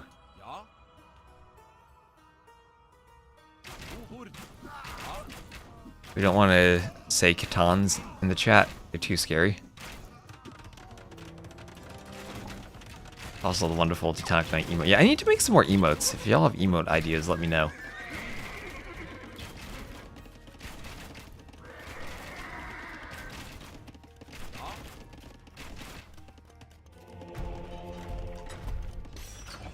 Slightly inconvenience a villager for bonus gold. Alright, longsword's been on the way for MBL, so the score is still flipping back and forth. Right now we're at the point where Lewis will probably have the better eco going forward if he doesn't take too much damage. He's got 140 vills, and he's got fortified churches everywhere. He's got Georgian castles on hills, and never underestimate the defense of the Georgians. Not only do they have cheaper repairers, but also when their buildings are atop hills, they receive less extra damage.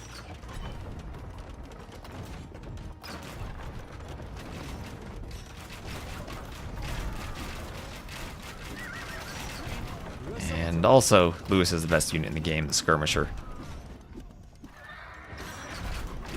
So here come long swordsmen, soon to be two-handed swordsmen, to fight the skirms. They don't have all of their armor upgrades yet, though, so the skirm should be able to fight them back pretty well, especially underneath the castle. And more defensive castles on a hill. So MBL continuing to push with the trebs. If Lewis ever picks off the trebs and stalls out the momentum, then he probably has a clear path to winning. There's chieftains. That'll help the pikes. Is that all infantry now? All infantry? Yeah, all infantry. So the two-handed swordsman champions also have an attack bonus against Cav. I mean, Viking champions honestly kind of good against Cav. But still, you know, if you get fully upgraded elite Monospas in large groups, you're still not going to win the fight. And this just won't be as bad of a fight as it would be for other civs.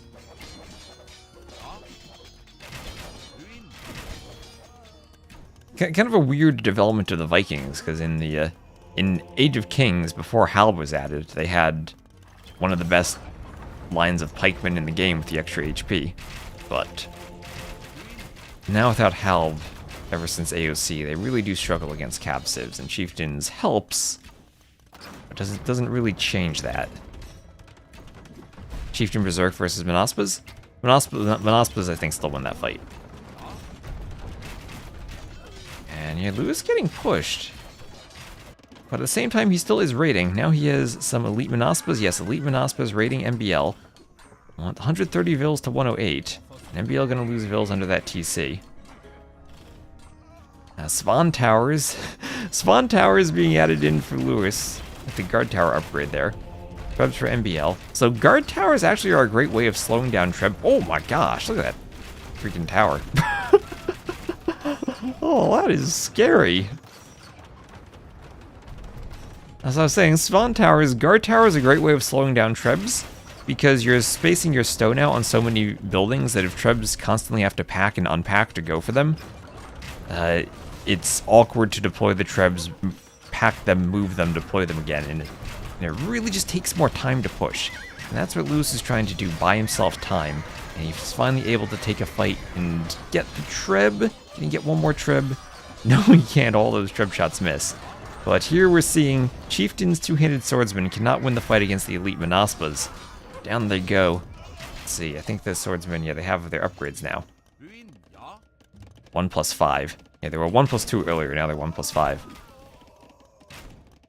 But that's what Lewis needed, right? He has a Vill lead now. He killed a bunch of Vills. He has more res collected. He has a great KD. And he's the better eco going forward. Aren't they the same as generic Halbs versus Paladin? No, not even close. Halbs have a much higher attack bonus. It's only +5 for the Viking pikeman, and it's the difference between pike and Halb is much more than 5. I think that the Halb gets like +32 total, and the pikeman is +18. And correct me if I'm wrong about that. Those are the numbers that are in my head. Yeah, the attack bonus that the Halbs get over pikemen is huge. Against like generic units that are not Cav, you can make an argument for like Viking pikemen with the HP, or kind of like Aztecs with Garland Wars. But specifically against Cav, Halb is a huge improvement over pike. Pike is plus 22, but with extra HP. Alright, yeah. So something like that. Right there. The plus 32 of Halb is going to dwarf the Chieftain's bonus.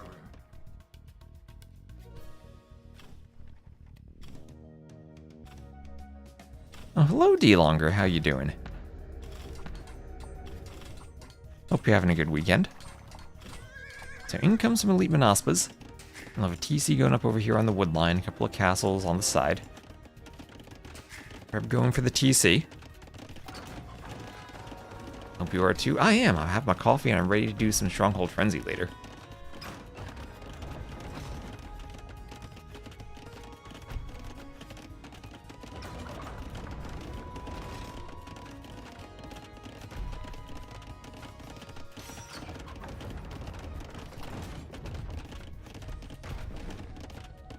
And TC goes down. Oh, the Svan Towers. The Svan Towers are going to hit some vills. MBL has to run. And yeah, I think this is a good game for Lewis.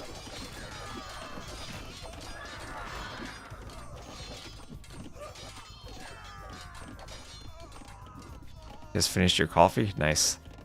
I might need another coffee for Stronghold Frenzy. So we have here 5 trebs going for the castle, but this is the Georgian repair bonus and hill bonus. 5 trebs not able to take out a castle. Here, Vikings. Yeah, they have siege engineers, so 5 trebs with siege engineers not destroying a castle. This Georgian's repair bonus is crazy. This Georgian's damage resistance. No masonry or architecture or hoardings or any HP upgrades on the castle, just pure Georgians. Yeah, and they have access to all of those too. They could do hoardings, masonry, and architecture. The Mospas didn't even bother to pick off more than 1 treb. Just like, 4 trebs, that's nothing. I'll out-repair it. I got 34 vills repairing, too. It's expensive, but not as much for the Georgians.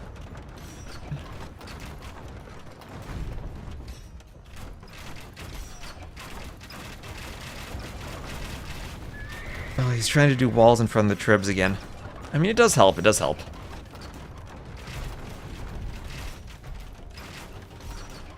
It's where you need Huns for your extra accurate trebs.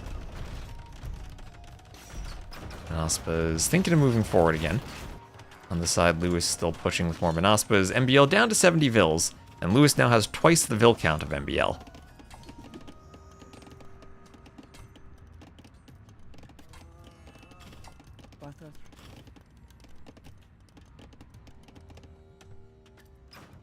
Menaspas raiding, and this is looking pretty GG at this point. Probably as soon as MBL loses the trebs, it'll be over.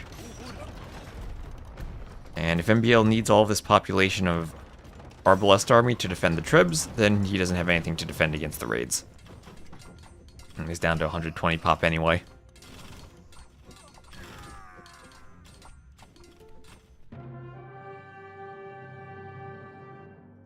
And Lewis will win.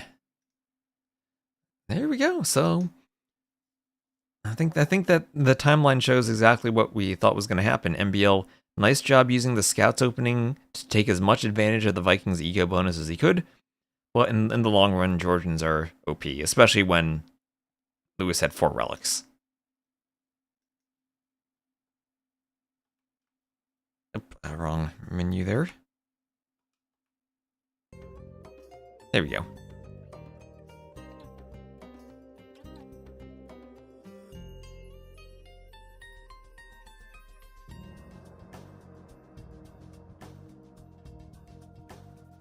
See, you sent me the modification key demonstration. Yeah, you can do some fancy things with the modification keys. So that's 2-to-1 for Lewis improving. Oh, that was the Vikings were the very first pick for MBL, but Georgian's also Lewis's first pick. Really, Vikings, interesting. MBL really going Vikings and Celts high in the draft. I guess the infantry changes. Must be something he likes.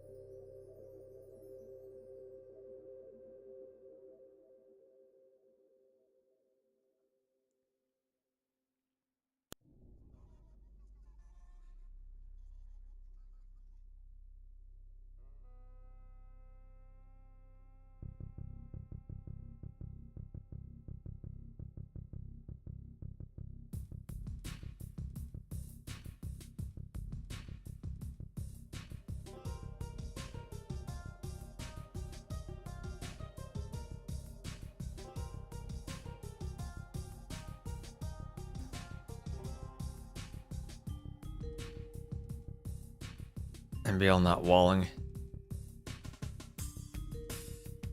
Well, he was walled for the most part. I think it was. I think the main point was the Georgian economy. Well, when you get to Imp, walls kind of are a bit less effective in the long run. Yeah, still in their lobby. Let me go rinse out my coffee cup.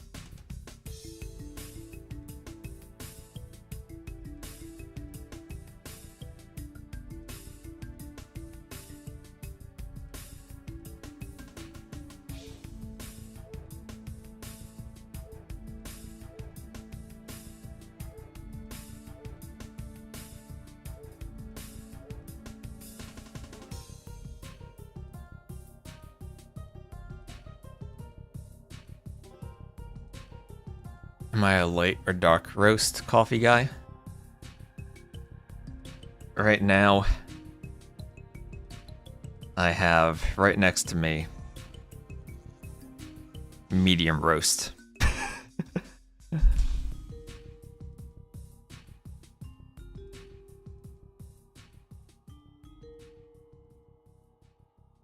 I am literally a coffee for purposes of caffeine, rather than for any specific type of coffee. I use the coffee to help stay awake.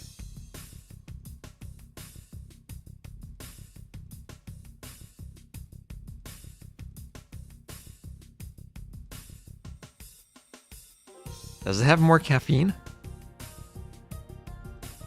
I might need another cup of coffee before Stronghold Frenzy.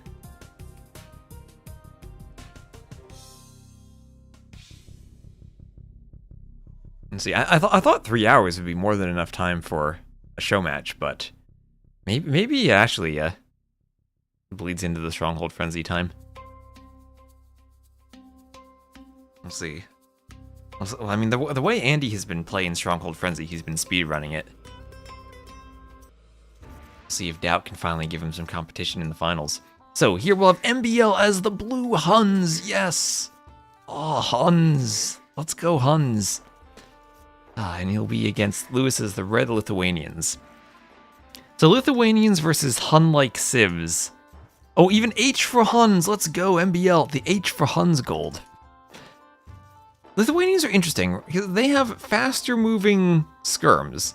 And what is great against Cav Archers? Faster moving skirms. But what are Cav Archers great against? Pretty much everything else the Lithuanians want to do. They're stable. They're Lechai, they're a unique unit. So if you can find ways to deal with the skirms as the Huns, I think you can win the matchup. If you can't, then Lithuanians can shine. Lewis did win a game, yes. Yep, the civs are listed in the draft, so from center out.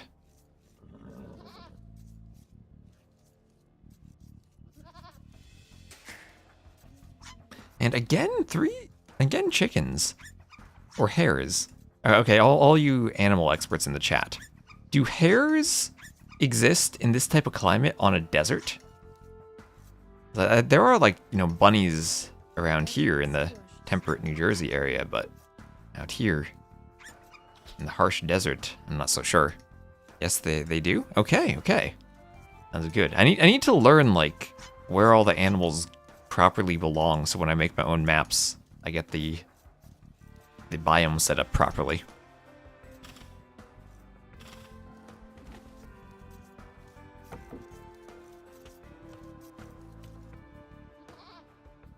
Tarkin burning a house, then it zooms in to show this is fine. I feel like that would work as like an animated GIF, but probably not in the very small size that we have for emotes.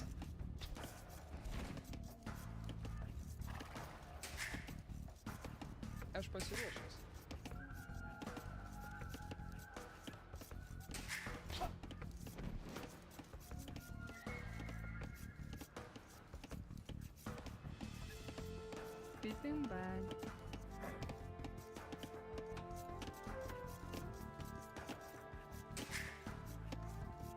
extra boar is being lured in. All the carpets around the TCs.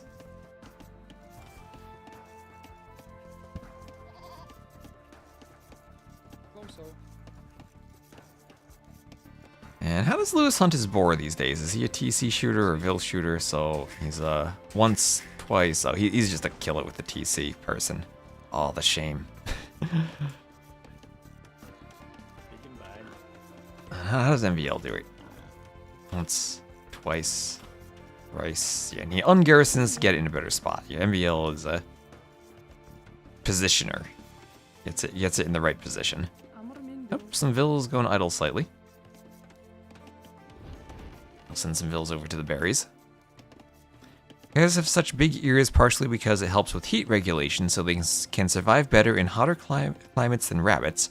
Rabbits' ideal ambient temperature is a lot lower, I believe. Oh, okay.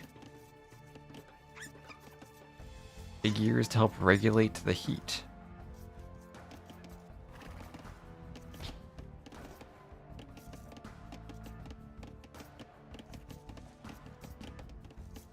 So feudal first for Lewis. As Lithuanians, not surprising to see a fast uptime. MBL 20 population, so 19 Vils and Loom. One of the slowest uptimings you'll see these days.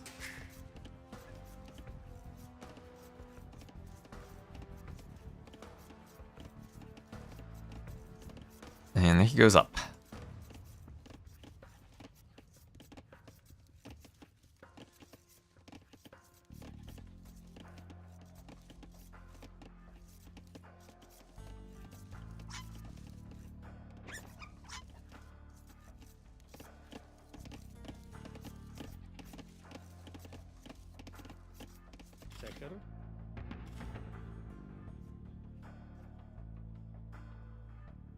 The bigger the animal, the harder it is not to overheat.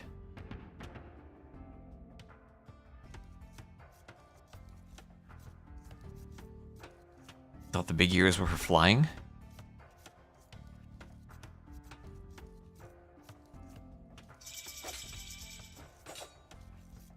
What? Okay, automod. The word square. Why the heck is square automodded?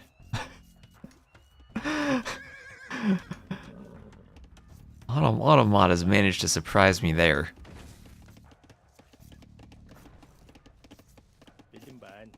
The word square being automodded. That is like DE chat filter levels of... It was space square, and then like the space and the word square were picked up by automod. That was weird.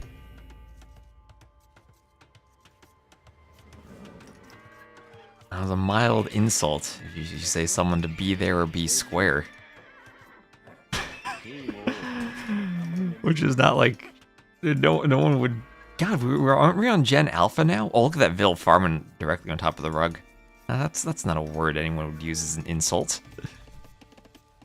Oh, yeah. Oh, the wise turtle found exactly what you'd be automod. How to trigger it.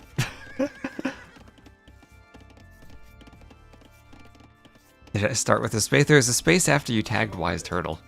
So scouts and spears forward for Lewis. No surprise to see Lithuanians going for scouts. MBL didn't decide to small wall the wood line, decided just to fight it. And as he brings spears over, we'll have to rely on the spears. Faster spears for the Lithuanians, 1.1 versus plain old 1 as their movement speed. MBL will be walled in as well as he can be by the mill as the spear comes over. Won't get a poke though. And he'll be adding in some farms, this time with horse collar.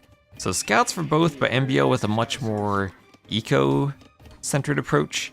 Going up later, doing horse collar, and defending with spears rather than being ultra aggressive with the scouts. Now it's his turn to get forward though. No spears in the eco, all the spears were forward. And Lewis will have to rely upon walls for defense. Walls and Vil numbers in case he needs to fight. It is a low HP scout, but if they find the Vil over by the hares, maybe that becomes a hairy situation for him. Let's see, with the hill, nice hill usage from MBL, picks a Vil, and we'll try to get some hits on the scout, but loses one of his.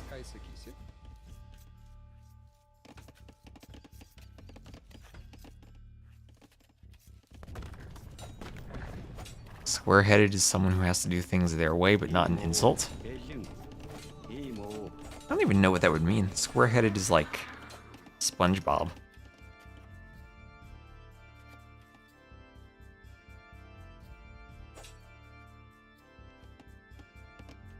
Gen Alphas can be as old as 15? Oh gosh. I feel like Gen Z needs to extend more than that.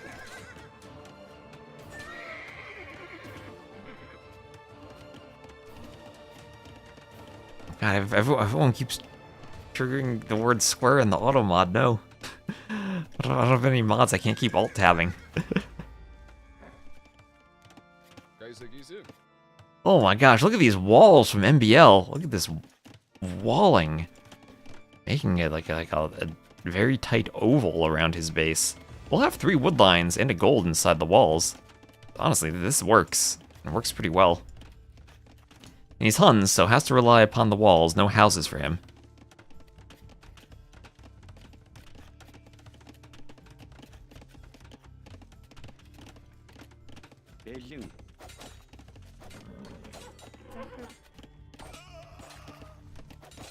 Scouts fighting Vils. As more scouts come over, maybe this is Lewis able to get a couple of eco kills. 1-to-1 eco KD so far for both of them. More scouts here for MBL, but he'll have to pull a couple of Vils to try to fight. As long as he's pulling Vils, Lewis will be able to get a better eco setup, but Lewis decided to fight there. And fighting the Vils on the mill might have been a mistake as he lost a couple of scouts and lost that advantage he was building. And now a range for MBL.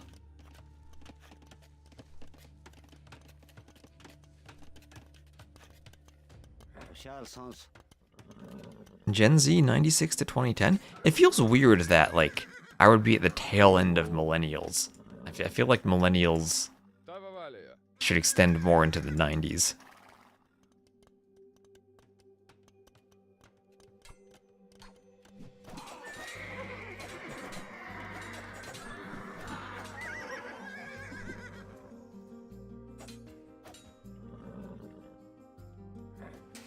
So wheelbarrow on the way.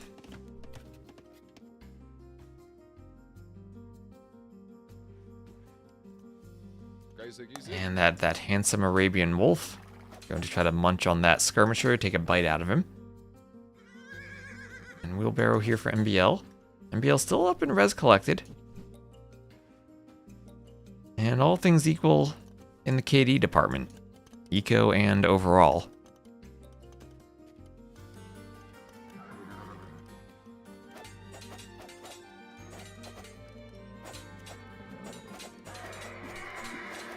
And I think this is still that spear distracting the skirms was great for the scouts. Lewis there, still distracting the skirms. Imagine those skirms were like focusing on the scouts this entire time. Might have been a dead scout or like half HP down from the scout.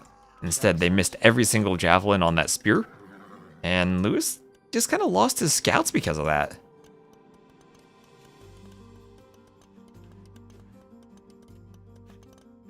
So MBL fully walled, as you might expect in a tournament game. So this isn't like, well, I guess he walls all the time, but this isn't like Viper on the ranked ladder. This is tournament level walls. And then we'll have Castle Age on the way.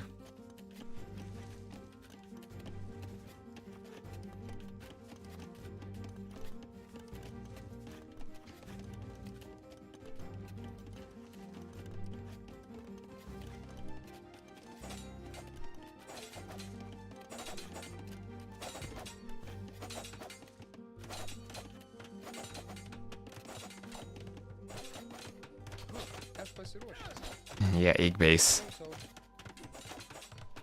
The potato walls. So pressuring the gold, that'll force a tower up from Lewis. But tower means you need stone for TCs. Lewis does at least have stone inside of his walls. He's managed to wall to the edge of the map. Keep everything secured in the corner. So sometimes just having the TC in the corner means you have a much easier wall off.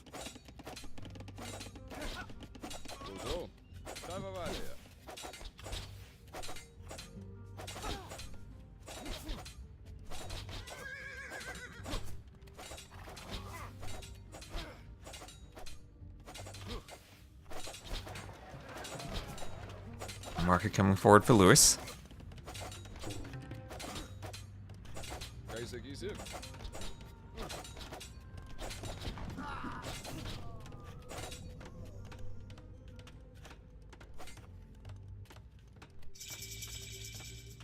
And MBL up to the Castle Age, as we'll have Botkin on the way for MBL. And another town center for MBL. MBL playing racing sim with those walls. He does usually race them up. And Bloodlines, Bodkin, that indicates we're going to get Cav Archers. We'll probably see Husbandry. But 2 TCs right away for MBL. He's going to look to try to apply pressure and get his TCs up before Lewis does, while slowly going to Cav Archers. If he can go Cav Archers, maybe he can control the relics. So from the Lithuanians' perspective, we have 2 relics that should be pretty easy for Lewis to grab.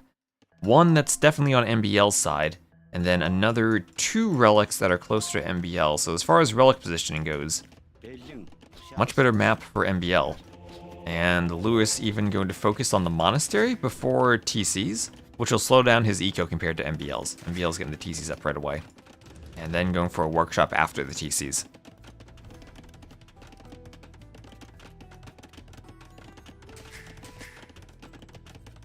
And now TC's on the gold and on the wood line. And the fresh wood lines, not the ones that have the lumber camps and the idle villa for MBL. One villa just chilling there, watching everyone else go to work.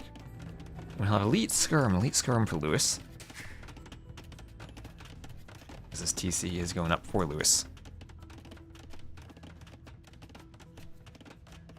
Looks like a race car on the minimap, like the front over here and the little spoiler in the back.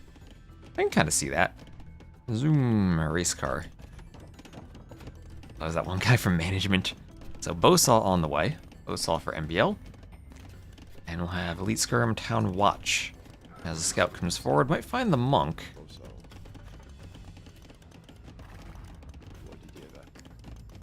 MBL just missing the monk there.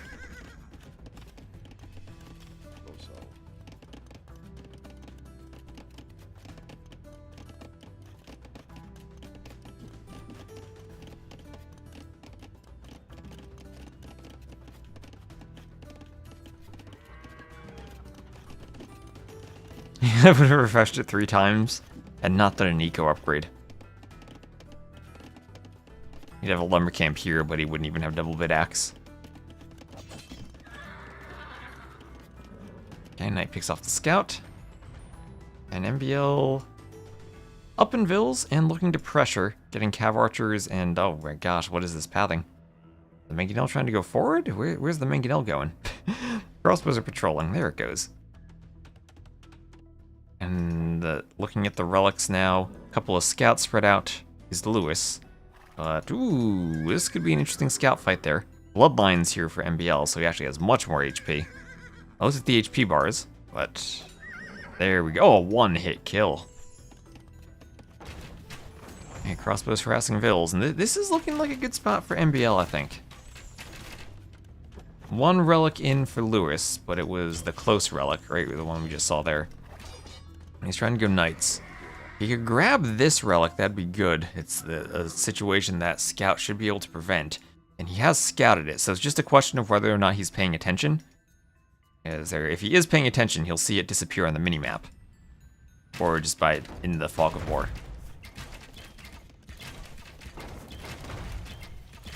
You heard MBL is not that good with Mangonels? Well, let's see. Oh, look, he's dodging already. I think you might have heard incorrectly.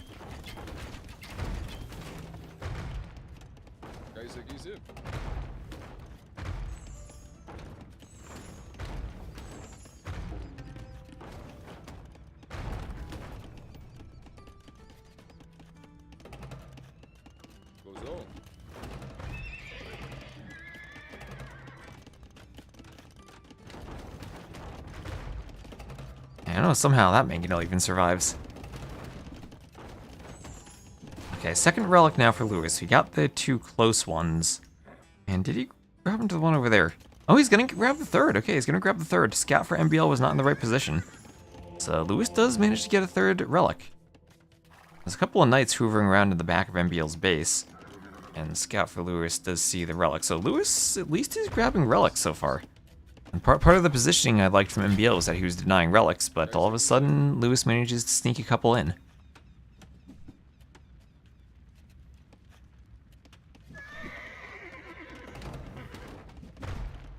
Mangonel did get 1 extra shot on that stable.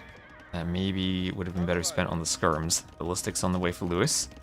MBL's gotten a 20 lead throughout this pressure. And Lewis has been on 2 town centers compared to MBL on 3. So again, MBL continuing to pull ahead.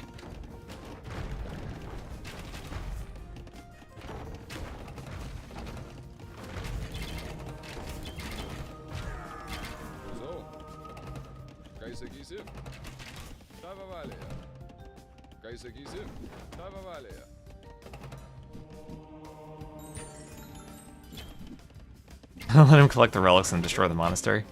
Oh, there goes the mangonel. So some of the forward pressure being thwarted by the skirms.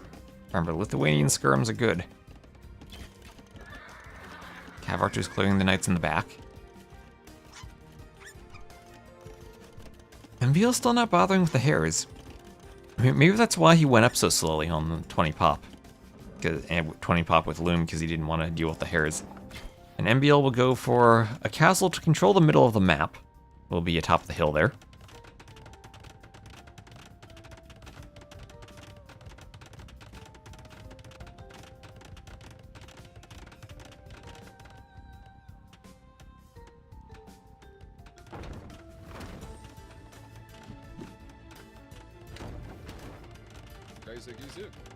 Mangonel getting a shot on the skirms.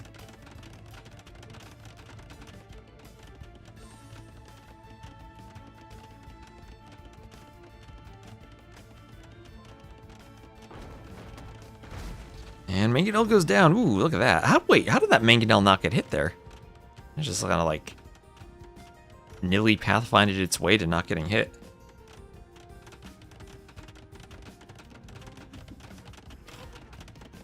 Okay, castle there. Mangonel does manage to turn around though. An imp on the way for both players, but first for MBL as he's also doing handcart. And eco upgrades in a much better position for MBL too as he'll get that forward castle. Stables on the way for him. And remember, better accuracy for the Huns for their tribs. This is best of 7. Best of 7. And one day I'll have to like somehow like just put an OBS overlay on top of capture age so the number of dots is easier to see. That's my dream. One day I will hook up the scoreboard so that the capture age scoreboard and the out of game scoreboard sync up. And I only need to click one button. So MBL trying to stone wall. An valiant effort, but the skirms and Leichai might get in before they go up. That one scout to harass Vils here could be devastating. And yeah, just around 30 seconds too slow on the walling. He will go for a gate here to prevent anything else getting in, so nice gate usage. At the front of his base, I mean, there is some stuff coming in, but I don't think it's a big enough army really to threaten him. And I think if he brings the Cav archers over, he probably stops it. And he does have marauders on the way. Oh, he might be going Tarkans. Might be going Tarkans. Tarkans could be great for destroying castles. Is it Marauders time? It is Dave time. Yes, it is.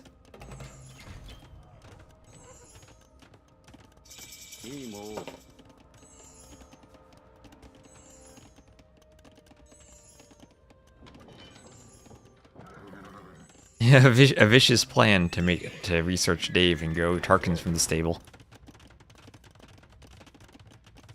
Does capture age allow customization? No, unfortunately not. Which is a downside. I mean, I could probably like hack at it somehow to change it, but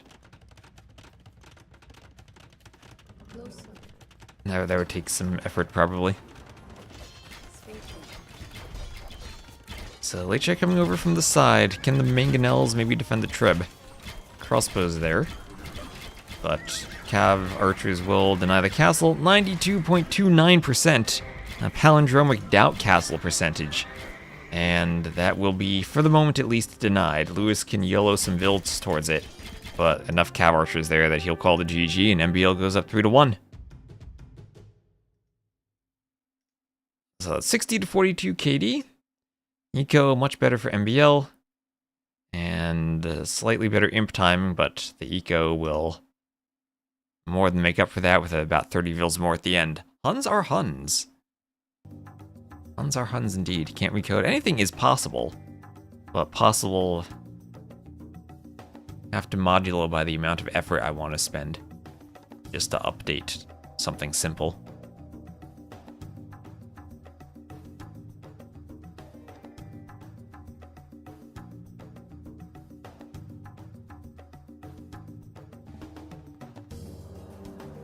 And scoreboard. Thank you, Dahek, for the follow. 3-1 for MBL.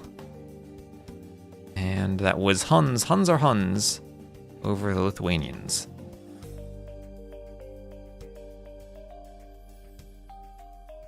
No need, we have AI now. It's true, we can just vibe code a capture age extension.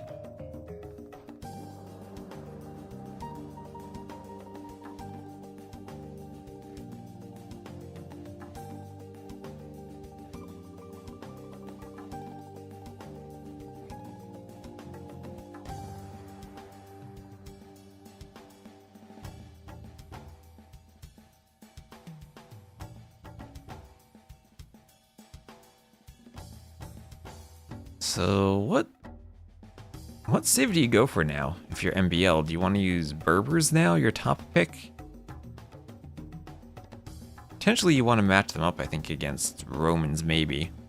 And you're thinking maybe Lewis goes Romans now.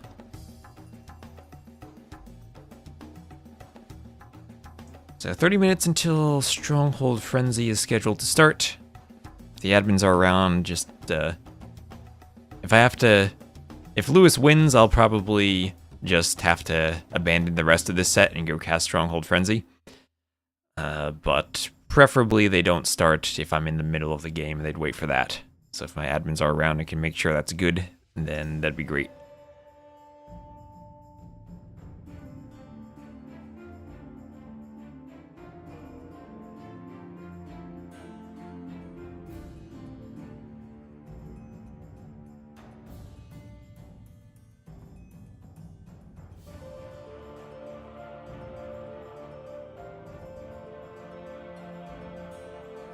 The guy at work responsible for AI integration showed us how AI can read and reply to emails and summarize the most important emails, etc. It could make short videos reading the emails if that was your preferred method.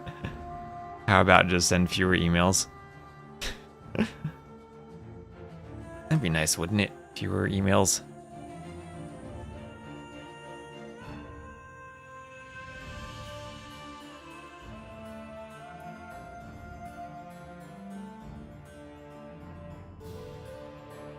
Do Berbers get hand cannon? Let me double check.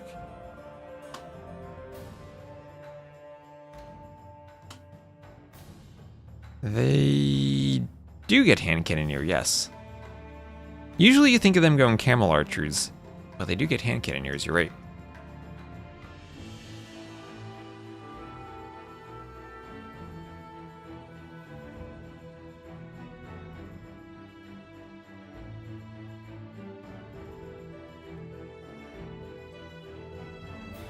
Everyone loves the only emails I love are strong bad emails.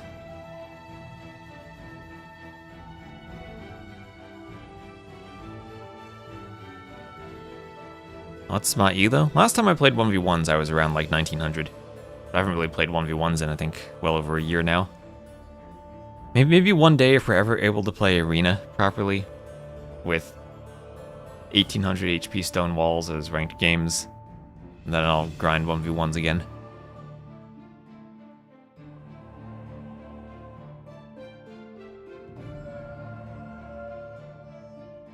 Romans without bracer. Well, the Romans would go Scorpion there, which is why Berbers having bombard cannons could still be nice.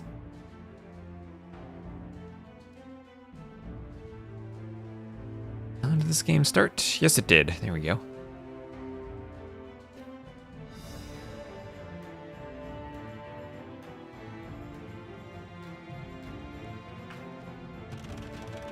And here we are. It's Berbers Dravidians. Okay, MBL has the blue Berbers to the north, Lewis has the red Dravidians to the east. And he'll be luring in a boar, doing a lumber camp on the wood line. And it'll be another non-deer map, a bunch of hares. So very hairy maps we've seen today. I don't know, is the map supposed to give you hares every time? I thought it was a bit random of whether you got hares or deers, or hares or deer.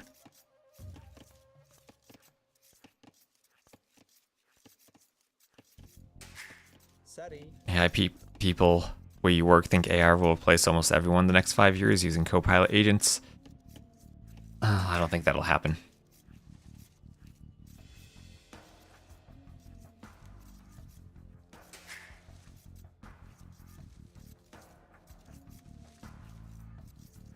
There are specific things that AIs will probably replace,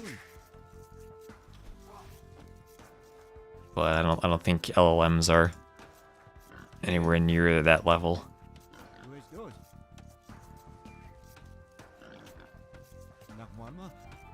All right, Boarlord for MBL.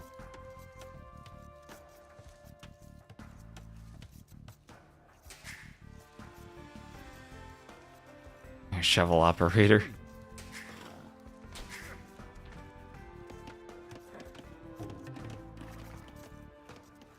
And they use loom for Lewis.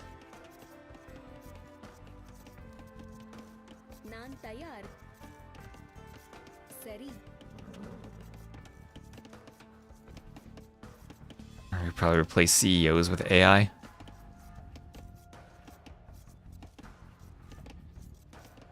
So once again, MBL 20 pop up. And I think that these 20 pop builds are his adapting to not having the deer or hares to work with. So again, 20 pop with loom is going to be a really slow uptime.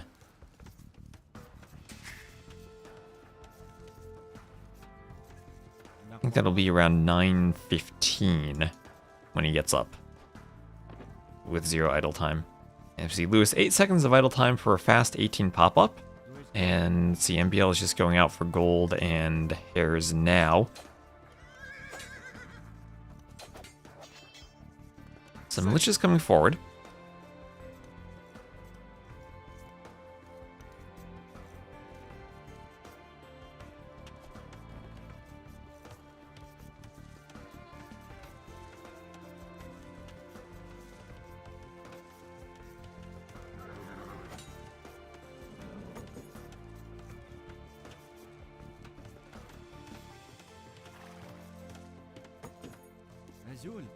And ooh, that the Vil for MBL might be picked off. Your 3 militia. MBL doing his own militia. Alright, he has all the Vils together, so he's ready to fight with them. And men-at-arms will be in much faster for Lewis. This is the disadvantage of the uptiming difference. That the men-at-arms upgrade won't be in time for MBL. So there he is, and doesn't have the gold to click men-at-arms because he was fighting with the gold Vils, but if he actually can clear militia before the men-at-arms upgrade comes in, maybe he doesn't need it. And I think he will. Lou's trying to run away and wait for the upgrade, but 1 militia dead, another essentially dead. It'll only have 5 HP left, and he actually cancels men-at-arms. He cancels men-at-arms. So good job from MBL defending without needing the men-at-arms upgrade, and the fact he was up later will give him a slightly better eco so far.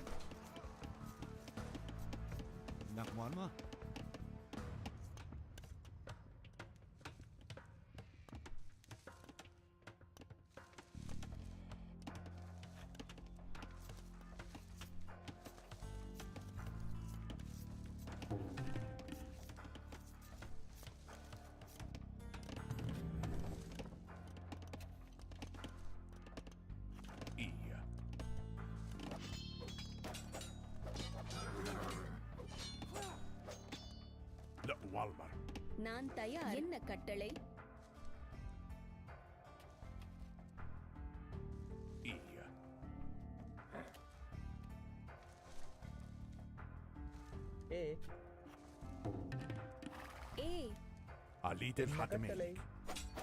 And Militia keep coming forward. And we'll be harassing the berries now. So leftover militia from MBL able to do a bit of eco damage. Force the archer from Lewis to defend instead of going forward. And that'll give time for MBL to do some large walls. Look at these walls. Where's he gonna go now? Over here to the edge of the map? I guess that's the shortest wall he can do. See, that's a weak scout, so won't threaten the Wallingville there. And it'll be an archery range over by the gold. So super awkward map for MBL. But also a bit of an awkward big wall for Lewis.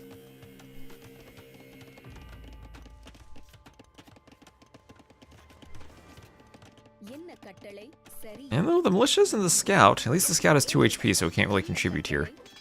The villa out there on the hares ends up in a hairy situation. As the militia try to get a kill. Scout over 2.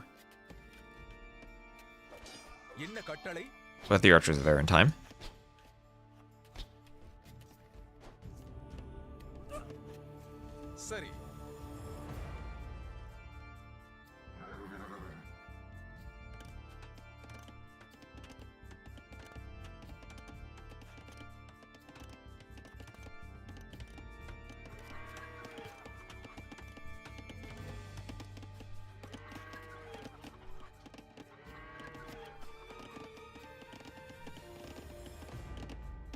And there is Fletching on the way from MBL.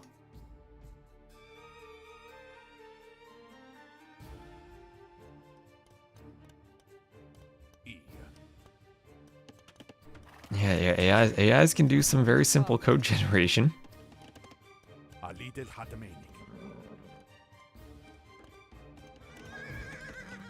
But having LLMs write large amounts of code is a recipe for utter disaster. There's some things like unit test generation that it's legit extremely helpful with. And then some, edit predictions when writing code that it can be useful for. But by and large, you got to be careful, because if you need to debug the code, it's always much harder to debug someone else's code than it is to debug your own code, and that goes for code written by the someone else being an AI. Or an LLM, I guess, more specifically. I don't even like to call on LLMs AIs. It's more or less like, I feel like the terms big data or large language model are much more descriptive of what they do. And AI overly anthropomorphizes them.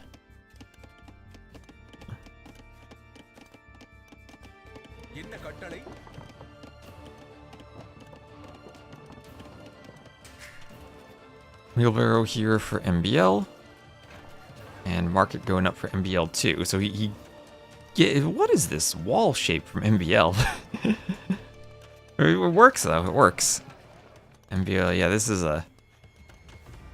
an interesting, this is like an AI generated wall for him. Is AI and ML the same? No. I would say like ML is a subfield of AI.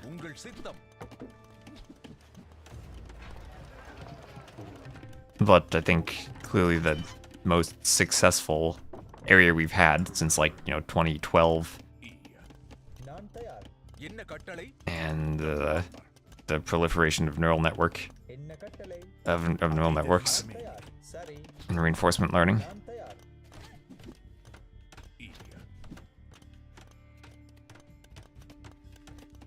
Yeah, as you recognize, are easy, medium, hard, and extreme. And back in my day, we didn't even have extreme AI. So, walls deleted, stable at the front for MBL. He'll be up to the castle age a bit slower than Lewis, but with a much better economy.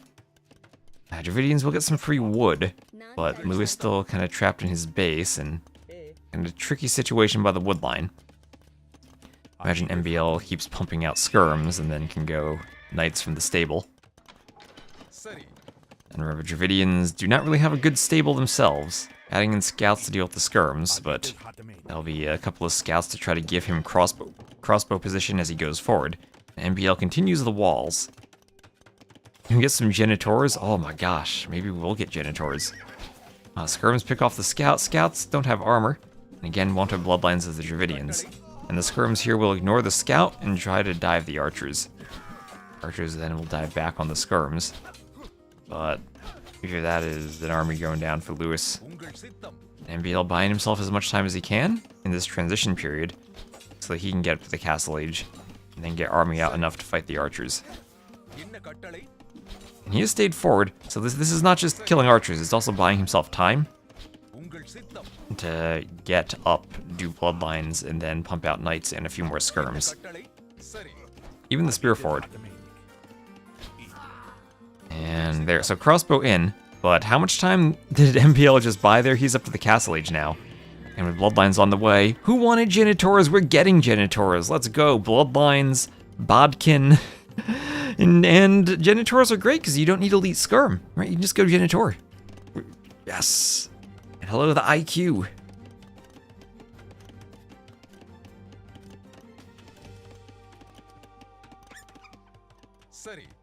Oh, but you know what we have? We have a Dravidian battle elephant. No bloodlines, and let's see, no armor upgrades for it just yet. So without armor, skirms will probably still be decent against it.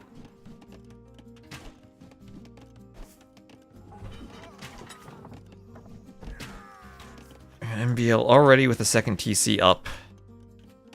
It was a bit slower to get his going. So camels too, as the Berbers. Okay, camels will help deal with the elephants a bit. Don't really want to go too heavy for camels against elephants.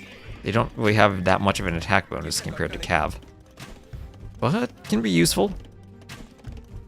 And more Genitors on the way. Have a lot of 70 hit points, honestly, is really nice. He's going to try to dodge the elephants and dive the crossbows. And have camels fight the elephants while the Genitors pick off the crossbows. And cheap Berber camels against elephants, that certainly is a strategy. And I think it's working for him. He has a monk behind this. And having killed the initial army, I think MBL can afford to add TCs and boom now. Has 2 on stone, so we can get another TC. He did end up, selling stone go up and bought it back for the first TC. And conversion on the elephant. MBL now has an elephant.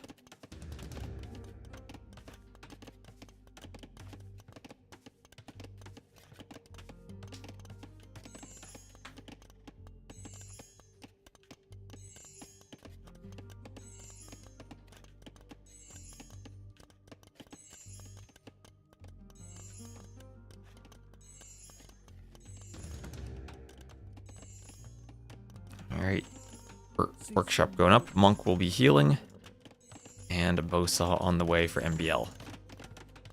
Yeah, looks tough for Lewis now. Tried to push against skirms with the elephant, but then ran into Genitors and camels.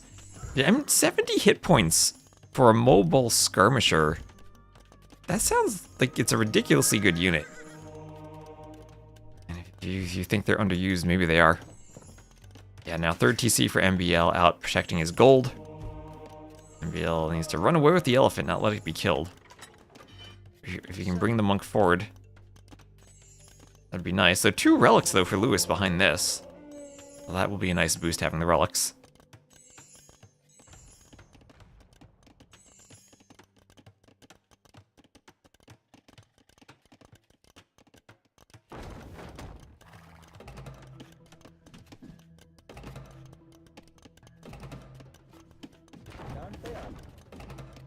சரி நான் தயார் சரி என்ன கட்டளை உங்கள் சித்தம் சரி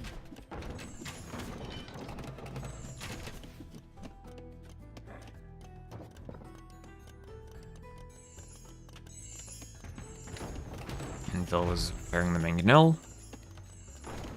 And another relic comes in. That'll be 3 relics for Lewis. Let's see, scout in the corner, 2 HP, but not going to find a monk. Pressure from MBL. In all these games, MBL's had a great balance of pressuring while booming behind the pressure. And has been excellent at dodging mangonels.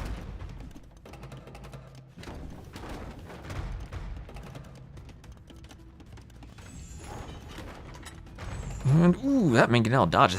Lewis dodges the mangonel shot there. And has another mangonel inside the workshop. He'll look for the ideal time to ungarrison. And forcing a tower. That's a tower in lieu of another TC. Ooh, nice pick off there of MBL's mangonel. Do Dravidians get redemption? No, they do not. They do have atonement, but no redemption. And Berbers, oddly enough, do have a great monk tech tree, aside from the lack of sanctity and the lack of block printing in Imp. But if Berbers had sanctity, they'd be a great monk civ. At least Castle Age monk rushing. Kind of like the Turks then. That's a lot of crossbows there, but you're going crossbows into a unit that should counter them. Knights for picking off the mangonels too. Gotta be careful without armor, but they'll get the kill and then run away. Or the defeat, as the algorithms would have you say these days.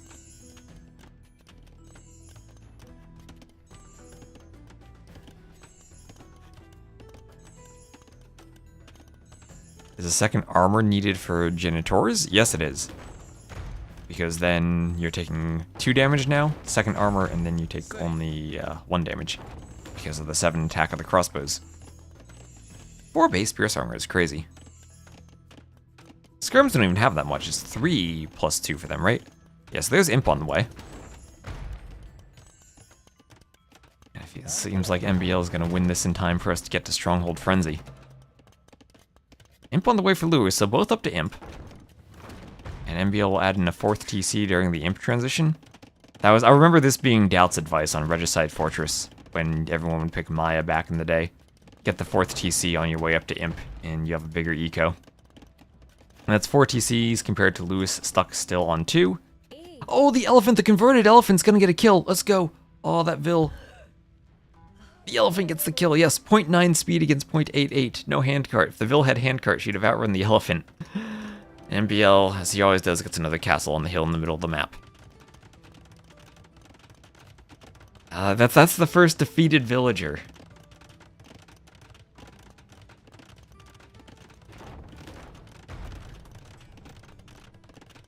Oh boy.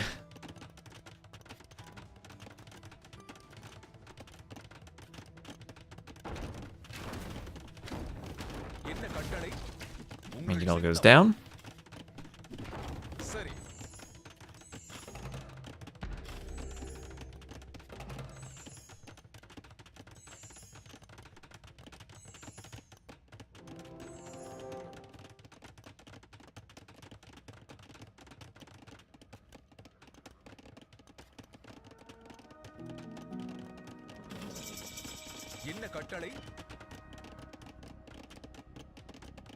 Usually run faster without a wheelbarrow and a handcart, and you run fastest when chased by an elephant. I don't know if you could actually outrun an elephant, though. So, Imp there, Elite Genitor. Do we have separate Elite graphics for these things? Okay, we'll pay attention as that comes in. We'll have Arb on the way. Lewis is going to YOLO some Vils forward for a castle. And split the crossbows against the mangonels as the Genitors come in. Mangonels land a couple of hits, but Bracer crossbows pick off mangonels. Monks in the back will be hit by the Genitors. Don't have the best fire rate. And a couple of conversions will come in. The Arabian Wolf going to help deny the castle, or at least slow it down. And, oh wait, does the horse color change when they get elite? That is weird. That is not the change I would make to an elite unit. Yeah, they're riding lighter horses now. Yeah, you can see that with the converted one. The horses are much lighter. What the heck? That is a weird change to the graphics. That's wrong. Cav archers are supposed to have dark horses, not light horses. That's how AoE 2 works. The color of the horse is a subtle indication as to the type of unit it is. The white horses, like the knights, are the heavy cav. The dark horses are the cav archers, and then the tan horses are the light cav. This is a light cav horse, not an archer horse. What is this, DE?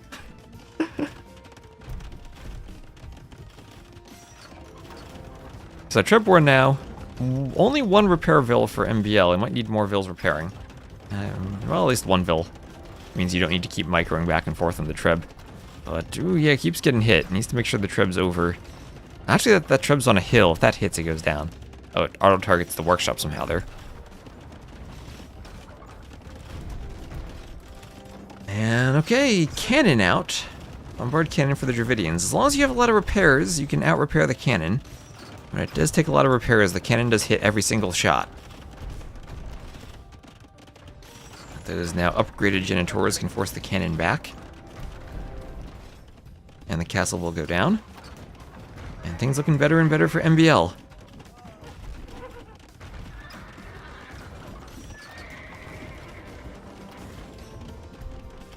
Trebs getting hit by Trebs.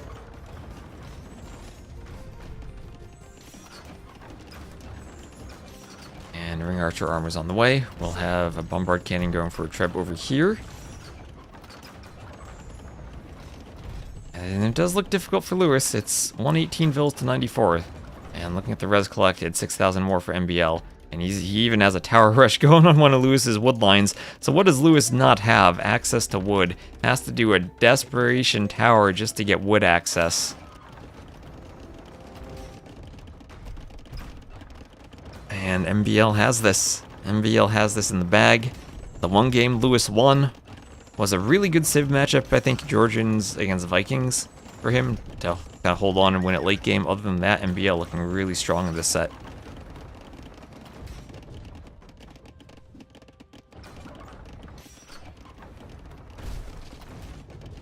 Trip goes down. Vills start to get picked off.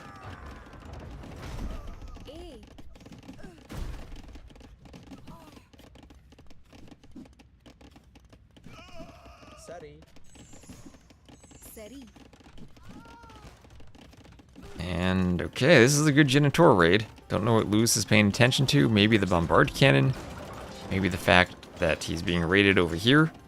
Oh, he's losing a ton of vills. Now it's 132 to 86.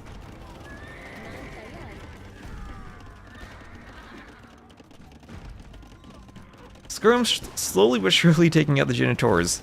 They at least do take the bonus damage from Skirms, but the normal Pierce attack of the Skirm is cancelled out completely by their Pierce armor. What's the HP? 75 HP for the Elite Genitors. That is nice. Now they can go for the cannon. And 4+4 attack. That's even more than the Skirms at 3+4. This unit feels pretty darn good. Does it play all 7? Nope, it is a best of 7. At least from what I've seen on the dashboard, it said best of 7.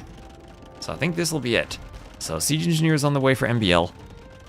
So after this game, I can go get myself some more coffee, and then we'll do Stronghold Frenzy.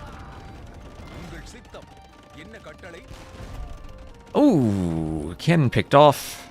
Both cannon picked off. And chain barding armor and conscription done. Siege Engineer is, ooh, will the Treb hit the castle? It one-shots the castle! And that is not what Lewis needed at this moment. He wanted a castle to protect his cannon from the Genitors, won't get it. And now Cavalier is being researched for MBL, that'll let him overrun the remaining Skirms. And if you can make the Cavalier switch, that'll end the game. Oh, never place your castle foundations when your enemy has siege deployed. As it's a big risk. And a risk that did not pay off. There you go, cannon trading each other again.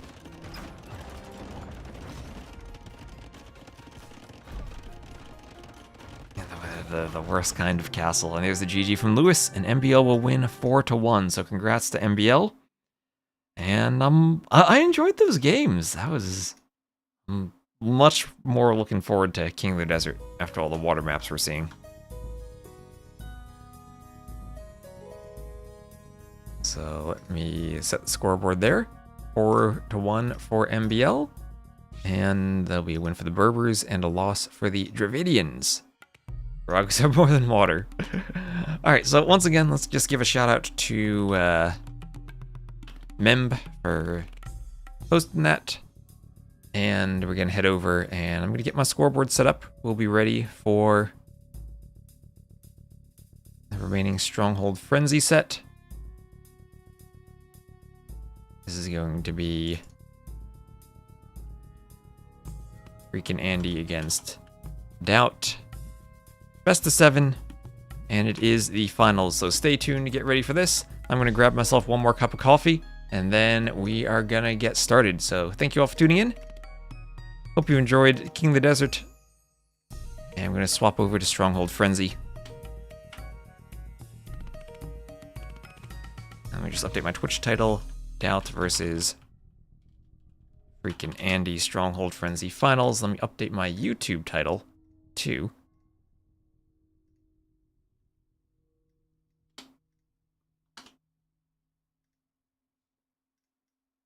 And I'm gonna get coffee and I'll be right back.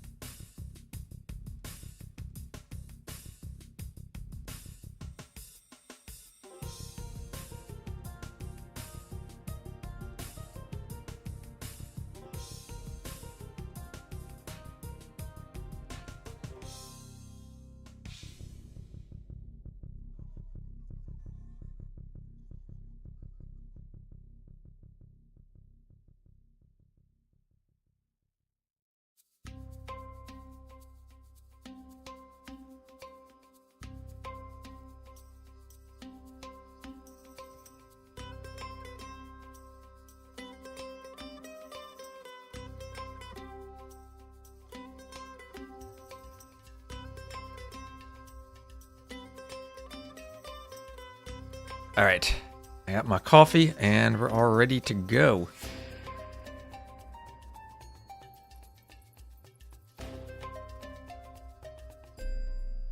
All right. Is community cast afterwards? Afterwards, I think I'm probably gonna raid the deathmatch tournament.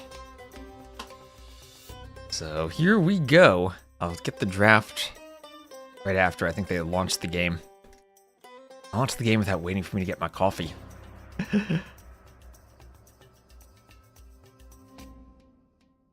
So welcome everyone. Let me get this up and say finals on Stronghold Frenzy 2. And okay, oh, they played with the spec delay. I didn't miss anything. Perfect. They timed it perfectly. They knew exactly how long it would take my coffee maker to make 1 cup of coffee. Perfect.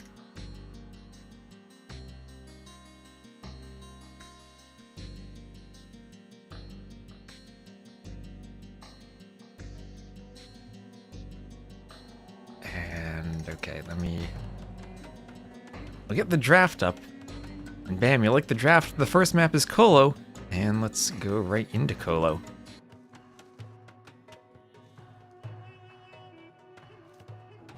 Alright, so, Grand Finals.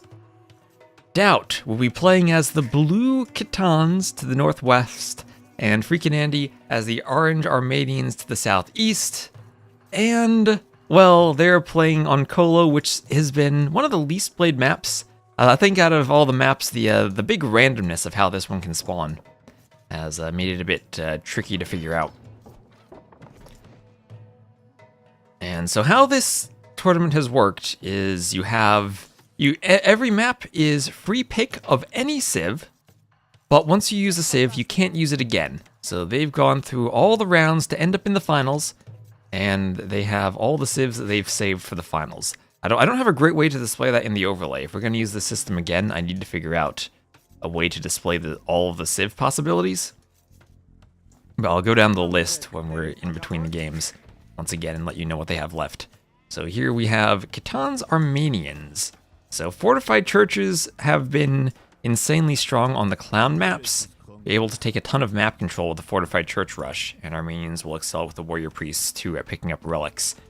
And if you look at the relic positionings, we'll have 1 in the middle, 1, oh no, that's a mill, 1 to the west, and let me go to eco mode. Where are the rest of the relics? 1 over here. Are there only, yeah, I guess there are only 3 relics on this one. Oh, no, there's a 4th, and, oh, never mind. There's 1 on each corner and 1 in the middle. So slight advantage anyway for Andy having this relic. Yeah, and Andy has, if you've been watching, Andy basically speed ran the tournament to get to this point. He has been, like, he 4-0'd Kingstone in about 1 hour in the semifinals. DauT has had a bit of a rougher road. I guess, importantly, if we get to Sardis, he has used Saracens already.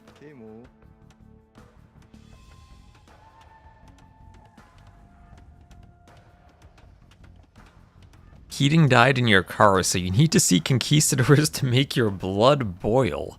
Now that is definitely a request to see a specific strategy or unit to keep you warm.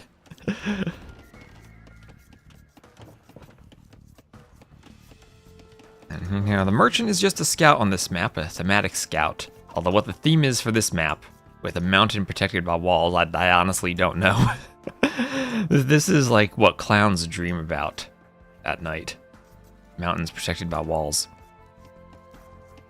You have gotten the tournaments confused. That is the water tournament. This is the opposite of water tournament. This is Stronghold Frenzy, featuring walled and closed maps.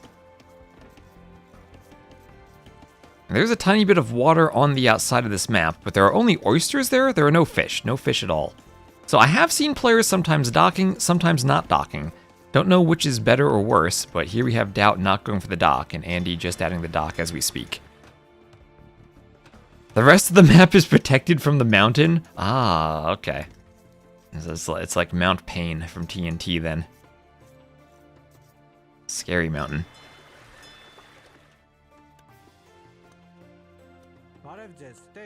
Yeah, also, this is the current version of the game, not the version with the Hulks. Not the version with the bugged shoe tech tree. Is there a wall around the mountain?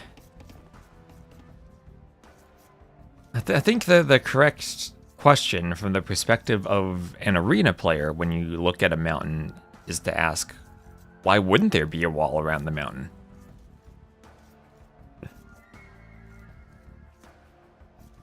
Yeah, I mean, think about this. Think about if Sauron had built a wall around Mount Doom in The Lord of the Rings, they wouldn't have been able to destroy the ring, right? You just got to think ahead.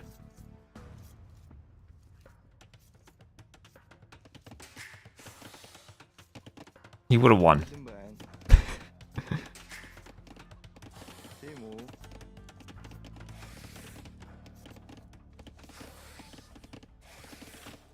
So Komodo dragon with lots of HP, shot and killed by the TC, but keeps all the food on it. 200 food, so these things have a crazy amount of food. This is like a reskinned deer as a Komodo dragon. So it has 25 HP, 200 food, and can be pushed in by the merchant to the TC. As I said, the clowns really, they cooked on this map. they had some fever dreams of predators with food, and they added them here. Yeah, but like the wall was too far away though. Like the black gates, like you saw what happened there. The Agalos started hoovering, and that was a problem. They had walled like this right around it. No chance they get in. What's Stronghold Frenzy? A tournament featuring walls around the player bases and walls around the mountains. It is a closed map tournament by the map makers who had done the maps for Sudden Disaster and some various other John Slow events.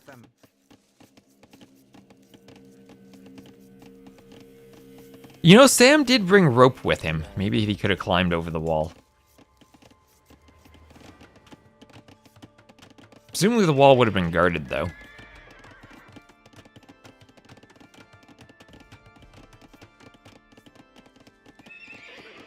So, some scouts on the way. I mean, think about this, too. Right? Shelob's lair was the downfall of Sauron because he had a hole in the wall. Right? He made the mistake of leaving a hole in his wall. And that just explains all you need to know about Age of Empires right there. Don't leave holes in your walls. Had a hole in his wall, a gallows started hoovering, and he didn't wall the mountain. So Market Blacksmith for Andy, looks like he's gonna fast castle. We have seen feudal play be viable on this map, particularly with all the food you would get from being in the middle and taking the Komodo dragons. But it looks like here it's gonna be Andy going for the FC and DauT going for a bit of a feudal boom with the Catan farms. And maybe he has to go for quite a few scout cabs to make sure that Andy doesn't get forward churches. Why not wall the ring so Sauron can't get it in the first place?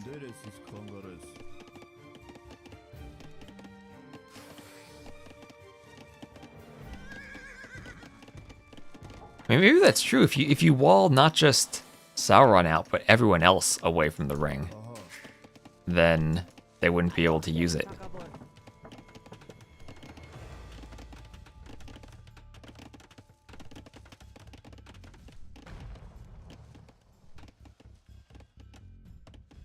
Can you see what Andy Vills are doing? Oh, we can see what Andy Vills are doing in the north. He's captured a mill, and he is mining some oysters with the mule cart. He's up to the castle age. And they'll be collecting gold before getting ready to do some fortified churches. So this could be the downfall of DauT, who is maybe going for a tower rush. Tower rush, is that going to work against someone going FC fortified churches? He can just church to counter that.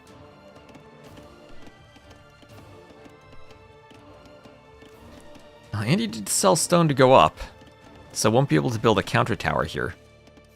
But DauT, maybe he needs some outposts in Town Watch because it will be pretty tricky for him to deal with forward fortified churches. I think maybe if he sees that, he just needs to grab all the vills and YOLO them to fight the church. But harder to do that against Armenians than it is against Georgians because of the warrior priests that can come out.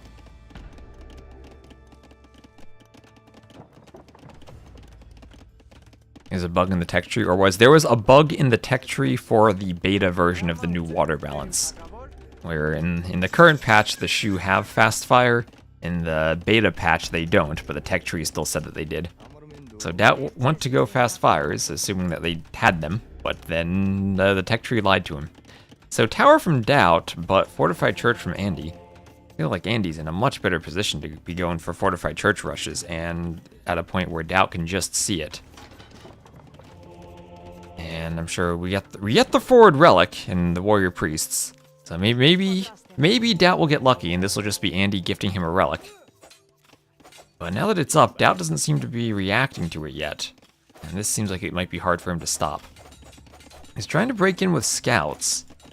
And if he does get in, I mean, that will be devastating for Andy. And he's not in yet, but Andy has to... Oh, he is in! He is in! A couple of scouts going for the dock, not going to find a Vil, though. And DauT is in. He's in with scouts. But at the same time, Andy is in on his base. He destroys a fishing ship with a scout. And his Vils are going to keep coming forward. And right now, Andy with the church. Still, he's got the Vils on the inside. DauT's going to continue pumping out scouts. So DauT, he has forging, so he has an upgrade for the scouts. And scouts should be useful against the warrior priests. And against the monks, too. So DauT doing another tower. We'll be trying to cover this gold. Lots of weak Vils from Andy. Andy will be mining stone and going for a counter tower. So DauT doing some counter damage. 3-1 eco KD. Especially picking off a fishing ship is nice. Because you get that basically for free when you're not going water yourself. Trush doesn't work on the cart civs. That is true. It is harder to trush a mule cart civ. And I think even more so to trush a fortified church civ, because the fortified church should stop the tower. Interesting, Andy's going for a tower instead of a church. I would have thought one church stops this. Maybe he's just so autopilot mode of tower versus tower. And that'll be the third fortified church for Andy. Now it's starting to leak to the outside of his base. There's a lot of scouts, and well, that one relic firing arrows will be annoying. But it is only 3 Vils. So Armenians do have redemption for the monastery, and sanctity is on the way. So DauT has to, I think, worry about redemption soon, because if they convert a stable, then not much DauT can do if he can't produce scouts. Hello, Mr. Bunny. Can a fortified church stop a castle drop? Maybe. Just might be able to. Oh, okay, DauT gets another Vil. Weak Vil not garrisoned in time by Andy. And DauT with scouts, fighting, but fighting and then healing are the warrior priests and the monks. Oh, monk almost runs into the TC. But these things are so annoying to deal with. Workshop for Andy, and he's going to continue the push. DauT trying to add more scouts, and taking away a lot of the farming space for him is rough.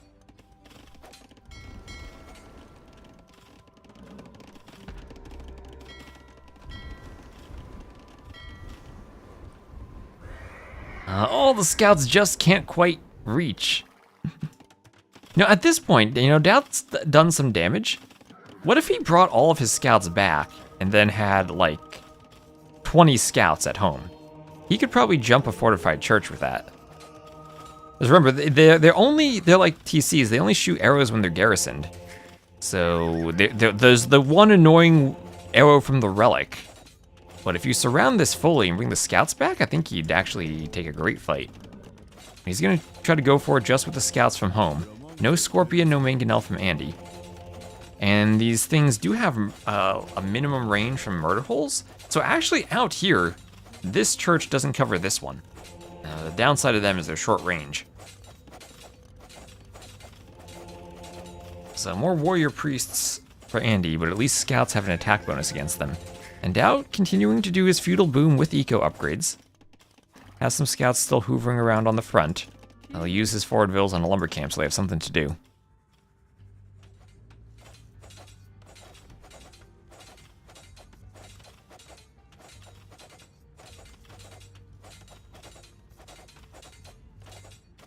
Armenians don't get 2 Mansaw.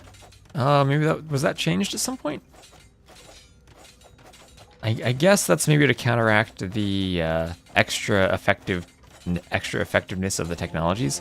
So Vil's walled in for repairing. That's why I thought you want scouts surrounding it. But down up to the castle age. If he gets to the castle age, then probably in a good position to do a workshop. And doesn't even need to mangonel this down. Honestly, you could just kind of leave it there and expand out here like he's doing. Castle age leads to a TC up here. Yeah, I'd say 2 TCs out there, or maybe 1 there, 1 in the middle. It will be tricky if Andy then tries to do like more churches around somewhere. But I doubt DauT's still trying to fight on the water, destroy fishing ships where he can. Take a fight against the fire galley with all of his scouts and clear it, which he does successfully, and then he can go to the fish if he sees him again. Maybe he has to worry about demos. I'd honestly be kind of worried about a demo, but he can go for another tower out here once he has the stone. Does have to be careful that he is up to the next stage and doesn't let the TC go down. Andy has to repair the ram. Other civs take pastures like farms. I think there were some bugs with stealing farms and pastures, and I'm not actually sure what the current state of the bug fixes and stealing stats are. So, okay, lots of monks in the back, but not enough arrow fire from the fortified churches to provide cover. And that's actually nasty. You can hop on one side and hop out the other. But the garrisoned TC gonna lay down some arrow fire. And DauT still surviving, and if he does light cav and iron casting, then again can come back and swoop up and take a better fight again. Eco so far much better for DauT. Mangonel forward for Andy. Like I said, I think DauT just does light cav, iron casting, brings another like 5 scouts back. Oh, he's doing a forward workshop. Another church for Andy. These things just never stop. They're too cheap. They get built too fast. Husbandry. I probably would have preferred iron casting or even armor over husbandry.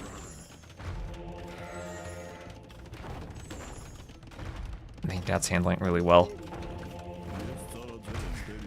Yeah, I think the good thing for DauT is all the churches are concentrated into one spot, and they're not really spread out, controlling large areas of the map. And DauT adding in stables here, actually. Adding in stables.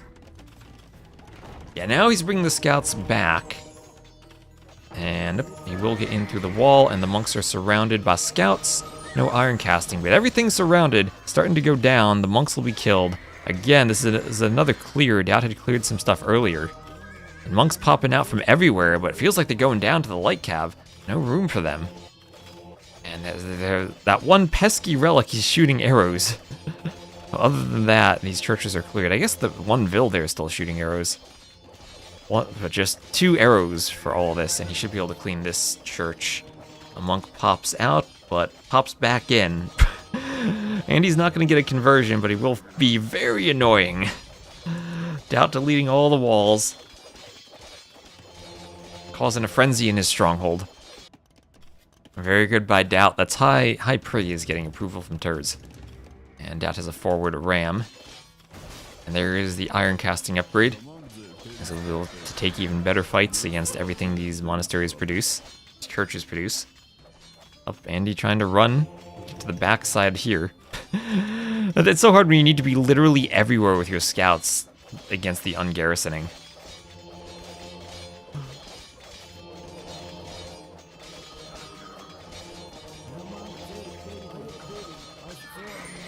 Ooh, a conversion finally. Lucky conversion there. One church almost down. Now continuing to pump the light cav now.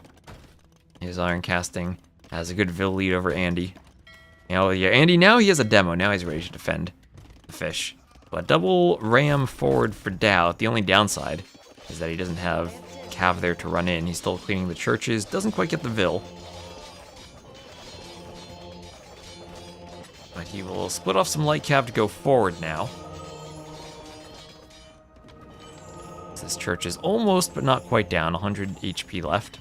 More light cav being queued for DauT, as the ability to build pastures without a mill is really nice for him.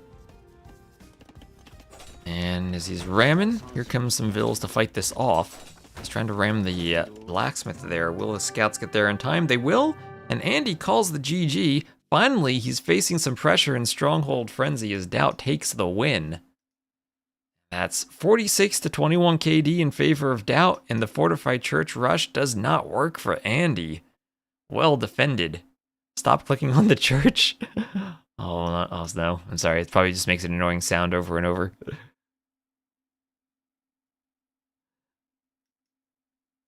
And well done for DauT.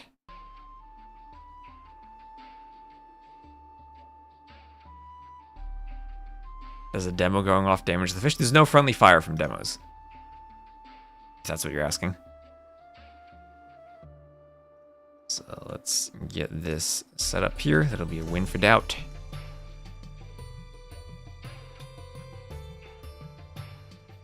Put the 2 there to mark it as a win for DauT.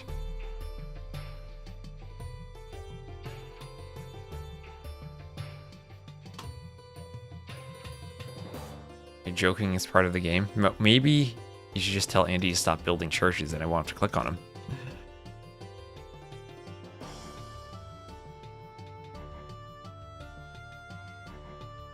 Alright, so I'm just gonna read out the list of available civs remaining. Oh gosh, there are dozens of civs remaining. I don't think I can even do that.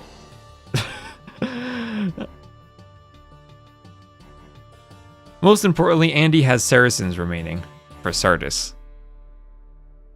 And Lithuanians remaining for Nagome. Alright, I'm not going to read a list of 20 plus civs for each player. Because that's not going to be helpful for anyone. Like I said, next time if we do a setup like this, we need to figure out a good way of tracking civs that's good for an overlay. And I'm not sure, because now there are 50 civs in the game. Having like 50 icons on screen I don't think is viable. So I'm not sure what to do. Well, that'll be a good UI design question if we use this civ system again.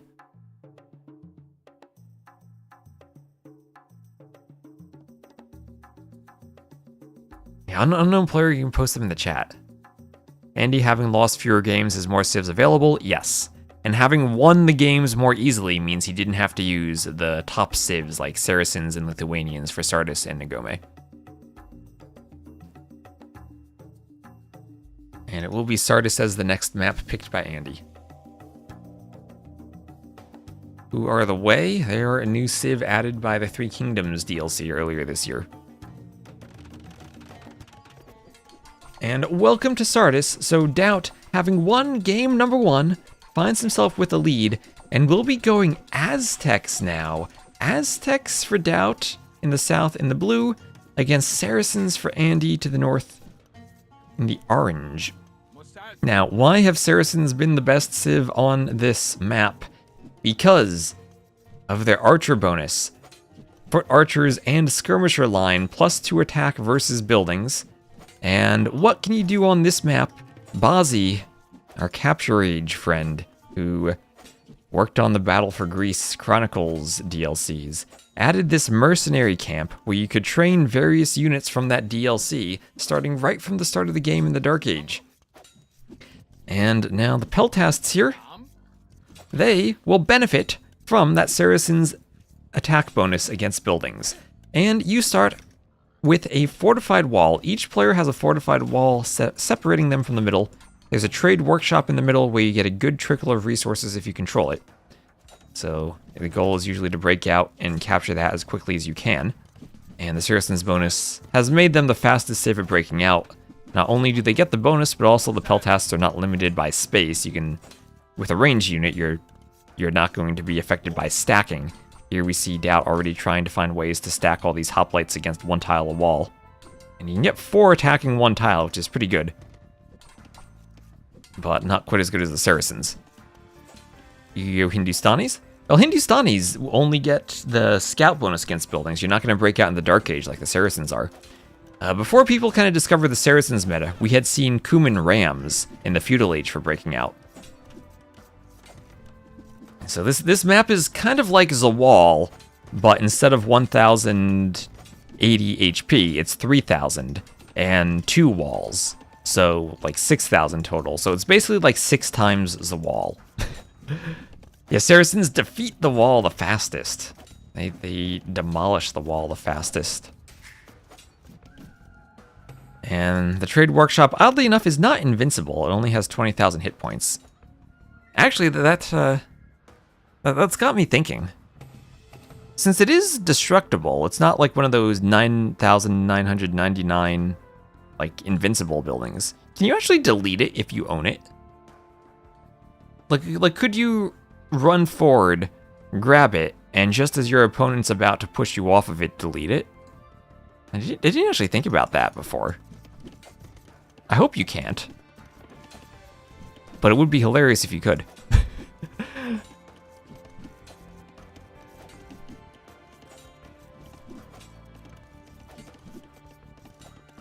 I don't think you can, but never tested it.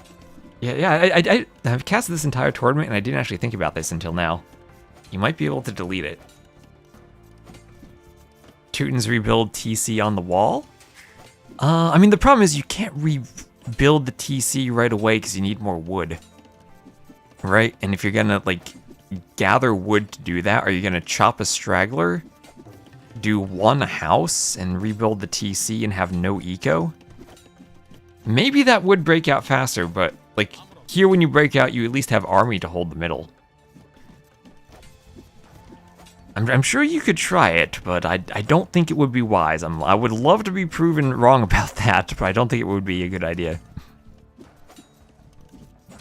Whichever, delete the TC so you can rebuild it and then shoot arrows at the wall with the Vils. As TCs do have 5 pierce attack. I guess the problem is there's enough pierce armor that it would only take 1 damage per arrow, and that's not going to be as much bonus damage as the peltasts are doing. Are they good versus the unit DauT has? Well, DauT's doing his own peltasts, so that's a wash. But against the hoplites, they only have 1 armor, 1 pierce armor, so yes. These things have 6 pierce attack. Which is crazy good for a Dark Age unit. Think about feudal archers with fletching only having 5 attack. And you might actually be able to stop DauT from breaking out. DauT's almost out.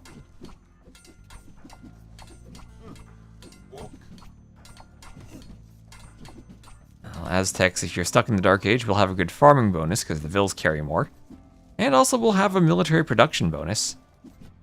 Right? What is it? Military units train 15% faster. I don't actually know if that applies to these units. If it does, then that'll be nice for him.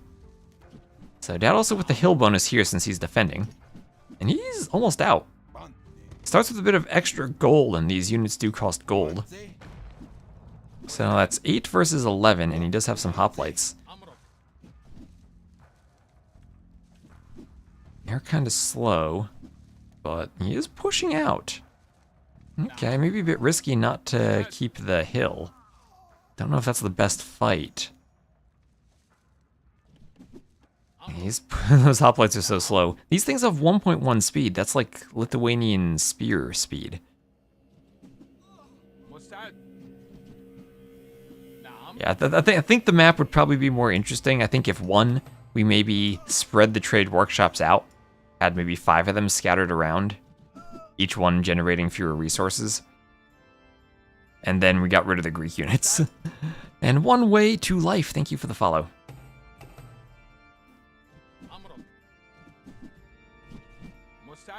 Well, I'm in DauT, doing about as good a job as I've seen at trying to counter the Dark Age from the Saracens. If only there were a way to maybe make this neutral if you were both fighting over it. But Andy's sending more peltasts and even some Vils forward to do a lumber camp. And his numbers are just dwarfing DauT's right now, 14 to 11. DauT getting a bit surrounded. And he's gonna call the GG. And Andy will tie it up 1-1.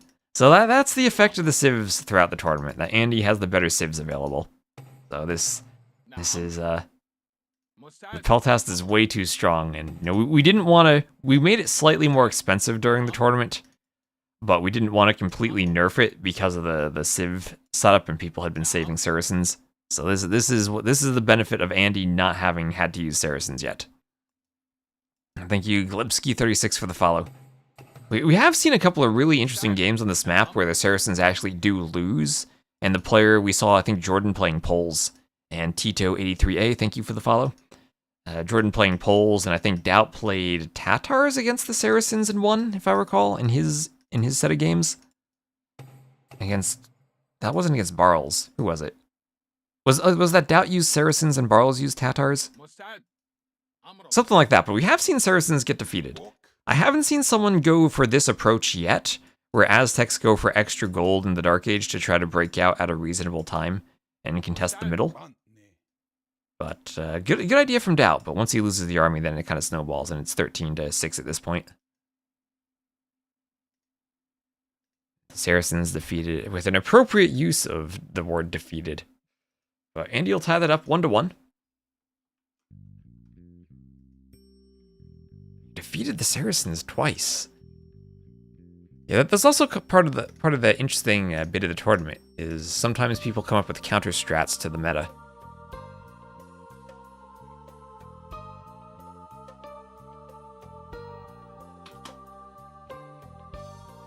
And the next map will be Narak.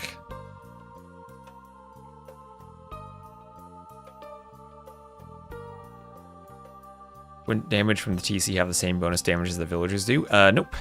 They are different. TC arrows have their own sets. And hello, Rom101. Welcome, welcome. Yeah, I also am streaming on YouTube if you want to watch in 4K.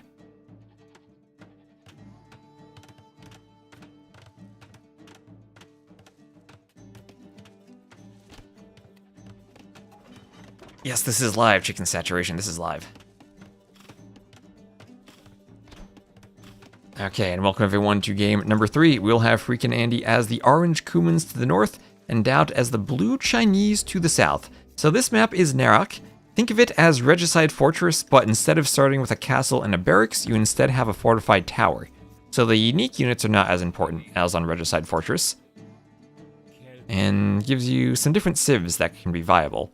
There are, in terms of relics, 6 total on the map, 1 over here to the east, just in front of DauT's base. And then the other 5, 1, 2, 3, 4, 5, all spawning to the west.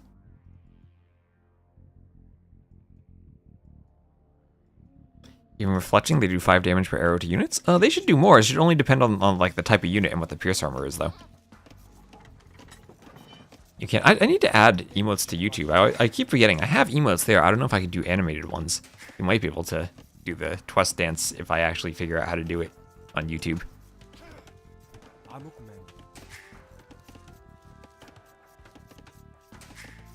But yeah, YouTube's nice because I can stream in glorious 4K, 60 FPS there, no problem.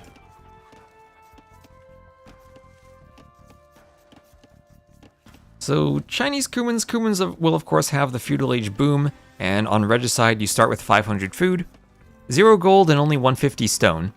So you can't do loom right away. That matters sometimes on Vil fighting maps. And you need to mine 50 stone if you want to do 2 TCs right upon hitting the castle age.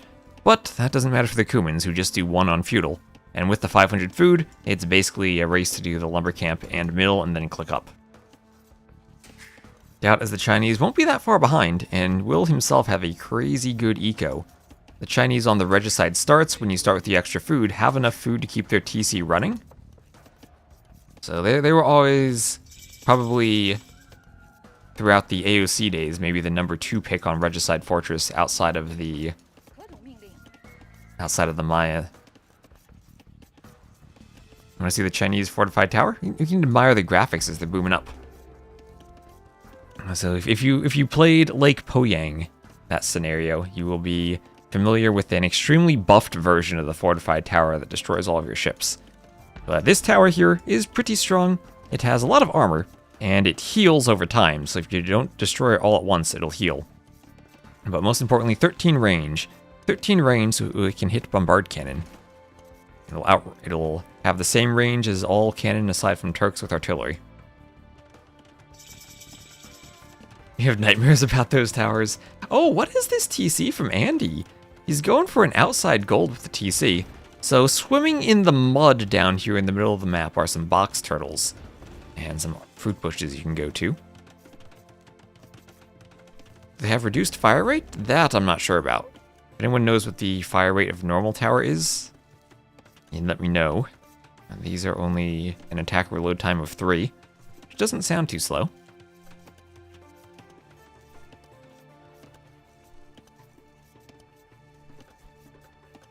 We'll get more arrows with Garrison? I believe so.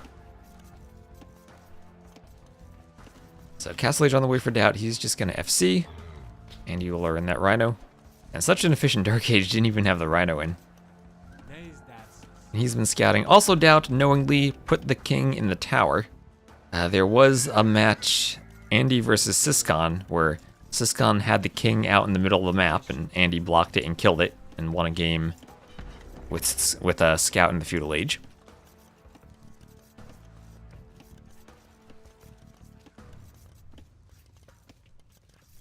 And you're getting pushed into the TC.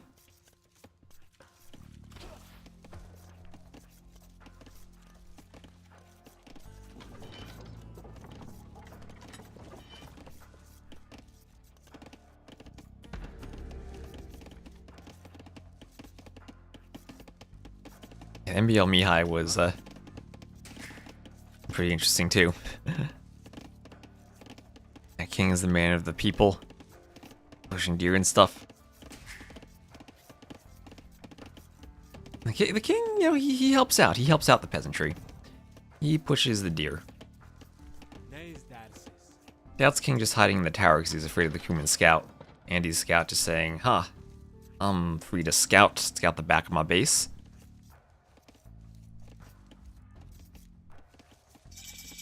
There we go. So it is definitely, remember, it is regicide, and king snipes can be a thing.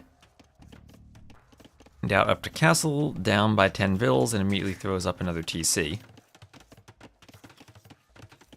And needs a bit more wood for a third TC. But in terms of res collected, still is pretty far ahead of Andy.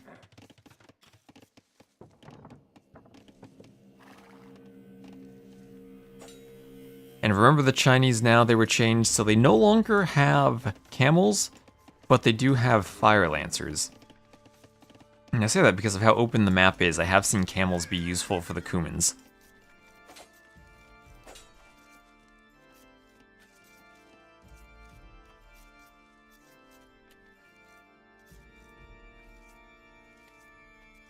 You still think the Kuman tower looks better?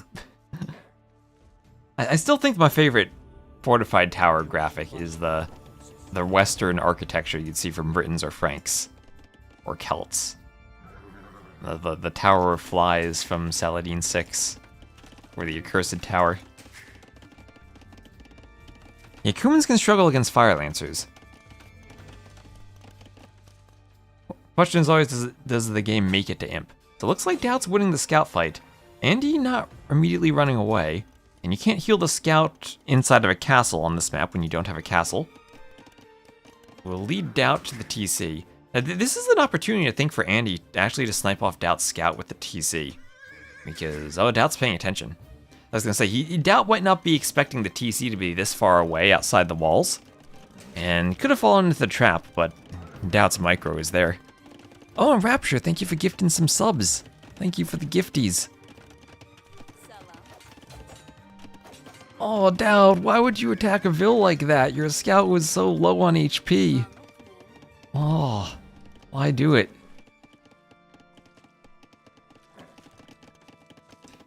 Well, now Andy has a scout alive with 8 HP left. Can't really pick a Vil, but can do some scouting.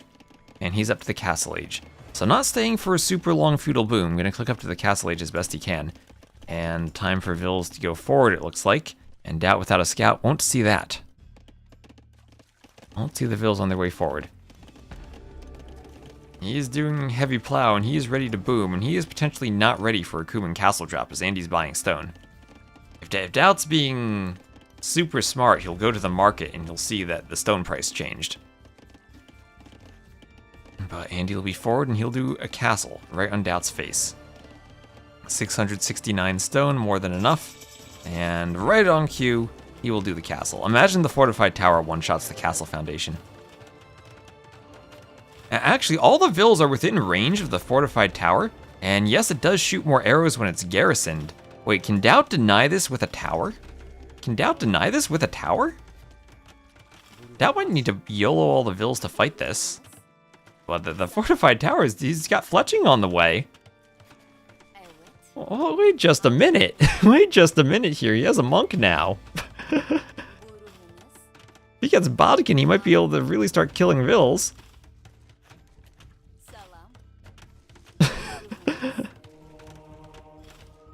He's got Bodkin on the way, and he has to be careful here. He might have built that a bit too far forward.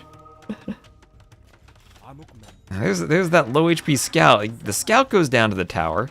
Somehow Andy keeping all the Vills alive. He gets a Vill at least, and he gets a conversion, and gets a scout. So that was at least a bit of a costly castle. Yeah, has to be careful about that Vill on the bushes. And now it's time for Kipchaks. And now if you're the Chinese and you're booming away, how do you stop this? Because Andy has a lot of stone, and he's ready for another castle. He could get a few Kipchaks and place a castle over here. DauT doing loom himself. Looks like he probably lost that Vill on the berries. And he's gonna keep his king in his TC now. Yes, very alive.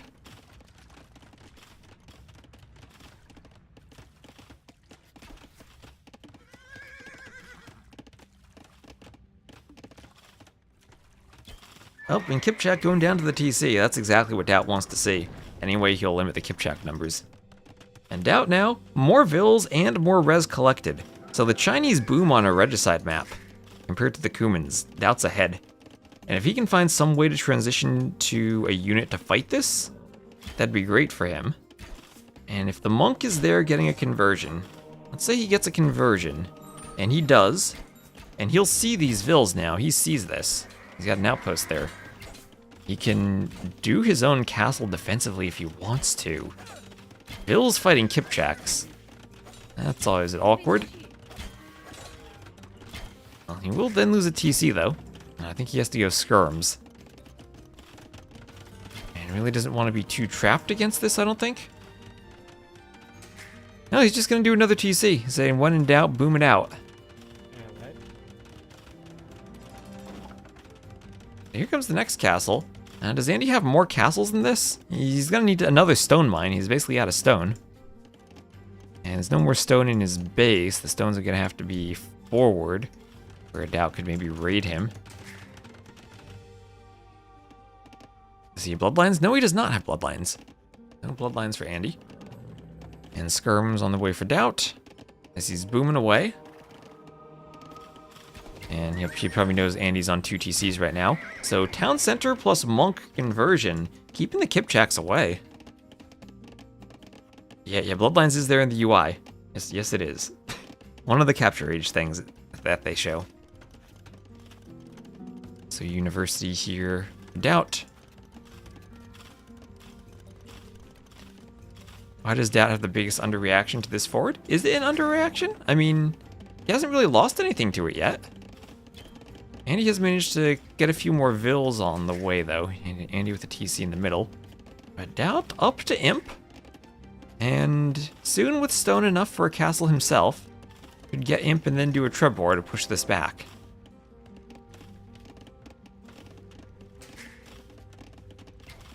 And this TC, even though it's hit by the castle, can still keep producing some Vills for a while.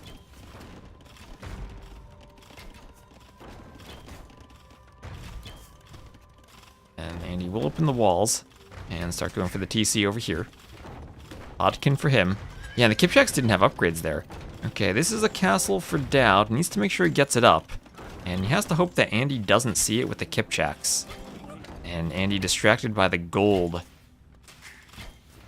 might not see the opportunity he had against the DauT castle. So DauT adding in skirms. Skirms good against Kipchaks. And this will finally be a TC going down. Andy should probably lose the mangonel. Okay, he sees the castle and turns around. I was going to say he'd lose the mangonel to the castle. There's a ram. But DauT, a minute away from Imp, is getting ready to go trips. He will be down by about 20 Vills. And now Andy's taking the eco lead. But it's not like he has a tiny eco. He has Imp and 2 more TCs working on his way up. Whenever Andy clicks Imp, he's then going to have to spend TC time on that too. Does DauT need ballistics here? Well, he's doing it, and that will help to hit the Kipchaks. If you don't have ballistics, then it's hard for the skirms to get kills. And it's hard enough with that mangonel there.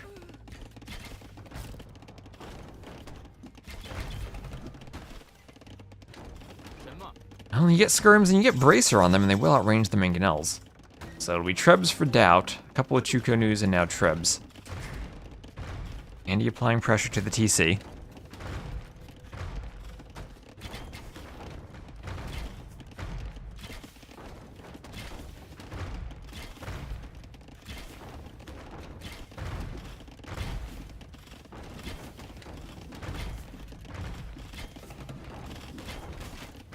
Chukonu's going for the mangonels.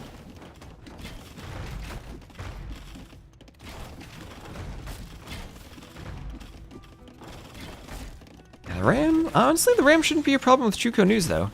Right? Chukonus do a lot of damage to rams. Chukonus even able to clear mangonels. And now the Trebs are on their way for DauT. King's in the castle, so the castle is a safety area for him. Good Vil lead, though, for Andy. He's pulling ahead on resources. And in that situation where you want to be with the Kumans, where you have your forward castles, and you're not letting your opponent move out. The worry is just DauT gets enough Trebs out that he can stop this. DauT gets 3 Trebs, and this gets really hard to maintain. Bracer's in for the skirms. As I said, that means that skirms do outrange the mangonels, and you can't push that back.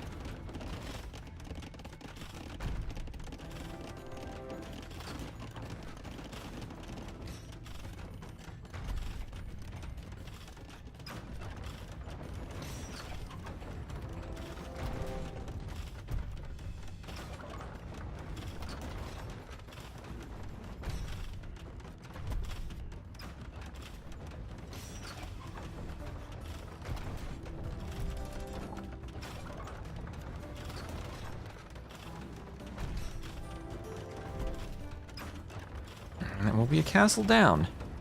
The one castle down and second castle will have 4 Trebs, so that probably won't last. And Andy will be losing the forward castles, and he'll lose them before he's really able to pump out Trebs. Chukonus, are they OP here? Chukonu versus Kipchak is an interesting matchup. One where, I mean, they both shoot multiple arrows. Kipchak's definitely easier to micro, and on this map where map control is so crucial, and with how open it is, maybe a bit easier to use, but if you pay attention and use the Chukonus in the right spots, they're deadly.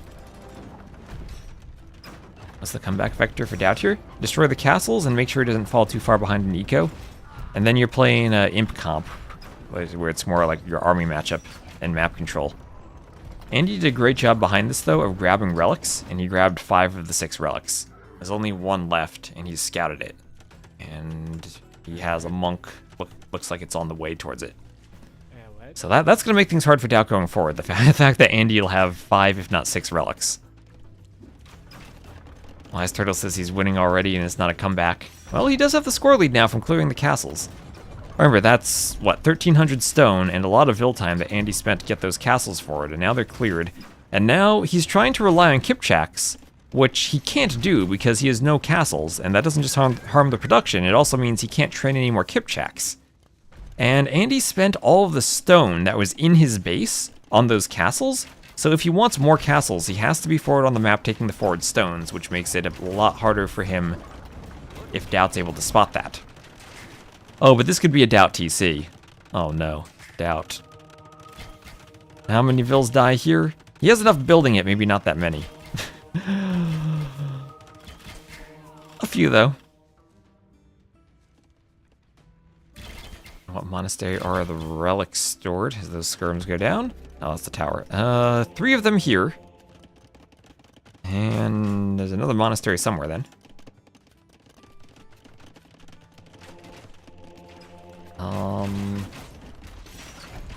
Wait, he only has 3 relics now. And DauT looks like DauT grabbed that one.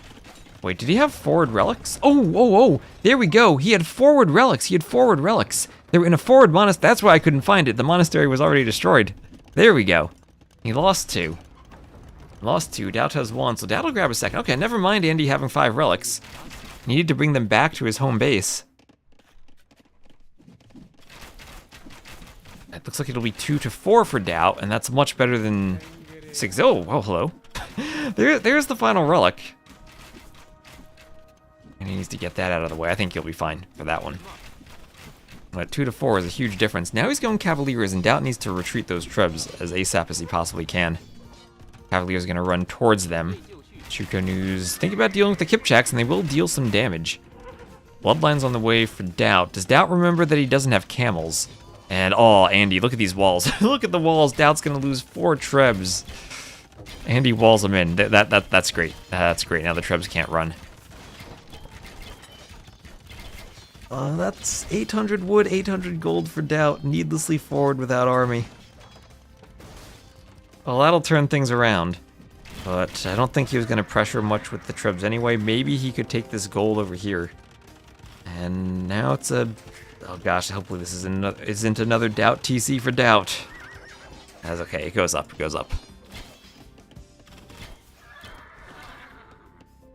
The Kipchak numbers keep dwindling. Andy finally has another castle for more, and he can start making his own Trebs. Stone is at a premium now, after all the stone that Andy has mined. And I guess both saves going to be going Cavaliers for the moment. Or DauT adding in Light Cav, actually. The Chinese don't have Hussars, right? Yeah, they don't have Hussars, but they have otherwise fully upgraded Light Cav for raiding. And yeah, that's what I'm thinking about. Does he add in Halb or Fire Lancer? For now, it looks like it's just Light Cav and stables. Only 34 farmers, though. Ezekiel will be idled as some Cavaliers keep hovering around, and Andy up just about 6k resources so far. Yeah, that's going to lose 2 TCs with that Treb out there. As much as losing the Trebs hurt, I think not having the Halbs in time to fight the Cavaliers is also going to hurt, and perhaps even a bit more.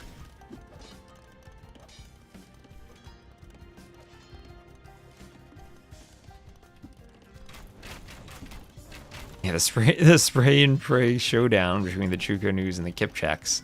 That's a great way of putting it. You just need those... well, I don't even know what save. Is it the Shu who have the Chuko New Arbalests? Might be them.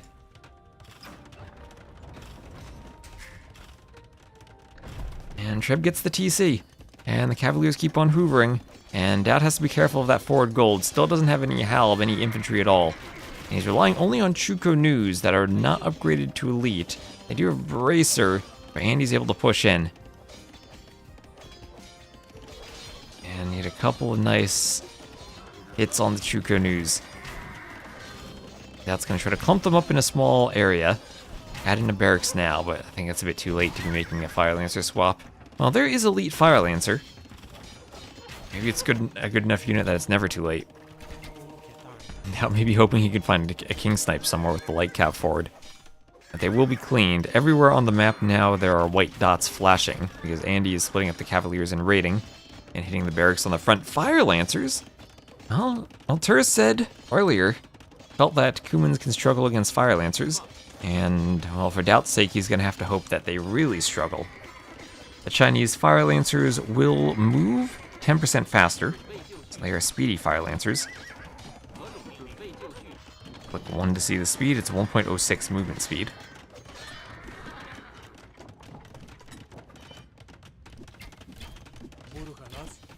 Yeah, would this is a Civ matchup where I feel the Chinese missing camel really can be felt.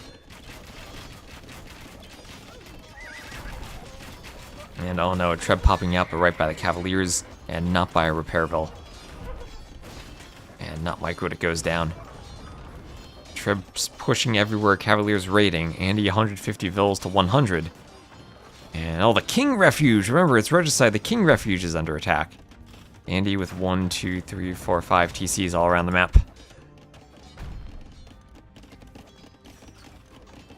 I mean, Fire Lancers are great here, but the question is, 200 pop versus 100, are great Fire Lancers enough?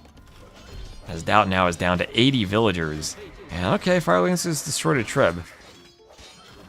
And DauT will call the GG, as I don't think there's enough production to get enough Fire Lancers to win that.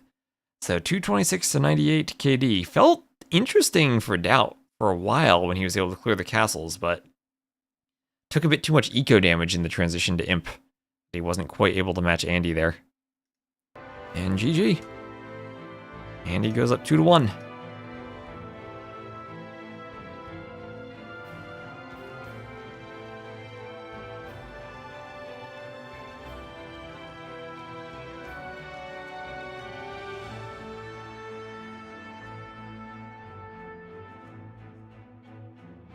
Yeah, teching to light cab first was a bit weird, but by that point maybe it was a bit too late.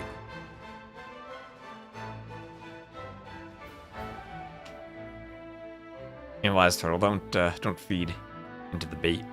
And thank you, ZipD, for the sub. Thank you very much for 12 months.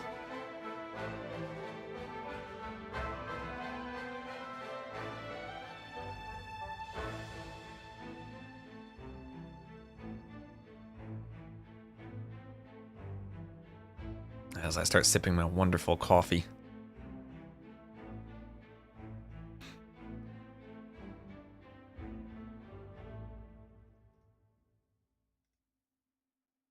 And hello, Lang Xander on YouTube.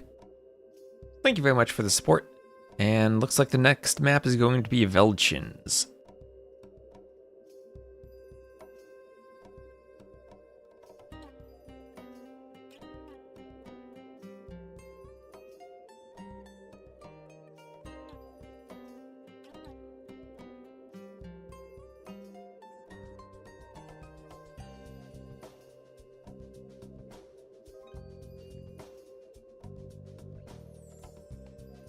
Yeah, Andy, not only seed 1, but flying through.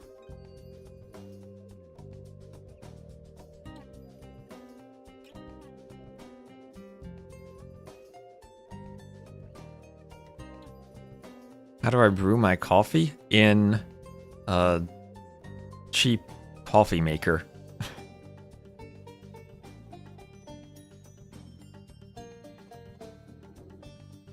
On the counter in the kitchen. And Jamrock, thank you very much for using your Prime. Thanks for the great casts. Well, hope you all have been enjoying. We have just over 600 people watching on this stream between Twitch and YouTube, so hope you all are enjoying Stronghold Frenzy. And we still have the community leagues I'll be casting probably a bit tomorrow and throughout the rest of the week. I think I've casted 2 of the 8 community, or 7 or 8 community leagues that we have. And Cataphractic, thank you for the follow. Turs, closed map tournament. Aw, the best thing though is having Turs in the chat. Hello, William. Greetings from Woburn, MA, USA. Fellow American in the chat. And Giga Mini, thank you for the follow. Your name makes me think of making a Giga Coaster on Roller Coaster Tycoon that leaves the station and immediately loops around and returns.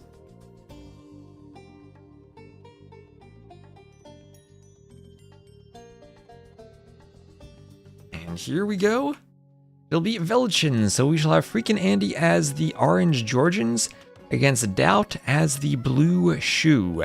So this map has 5 segmented areas in the middle separated by these fortified palisade walls. In the very middle is a relic with some stone, and each of the other areas are various resources from gold and cows and hares and foxes to a couple of predator wolves. And some rock terrain separate each of the passage, or each of the sections in the middle.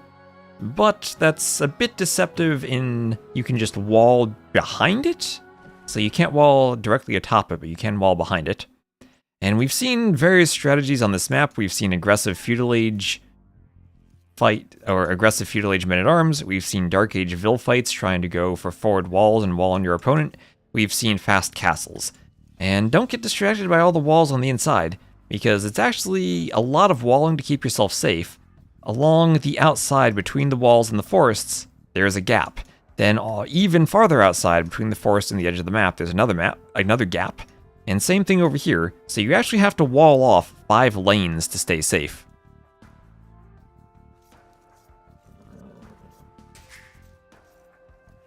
And that will be moving over to put a lumber camp on that wood line.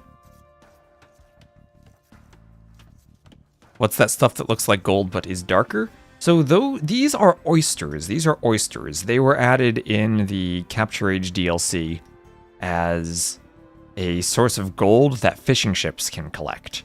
Usually they're on water, but you can put them on land all the same. And we're gonna have a Vil fight in the middle as Andy comes forward with the mule cart, but attracts the attention of a wolf. As I said, Vil fights for forward walling.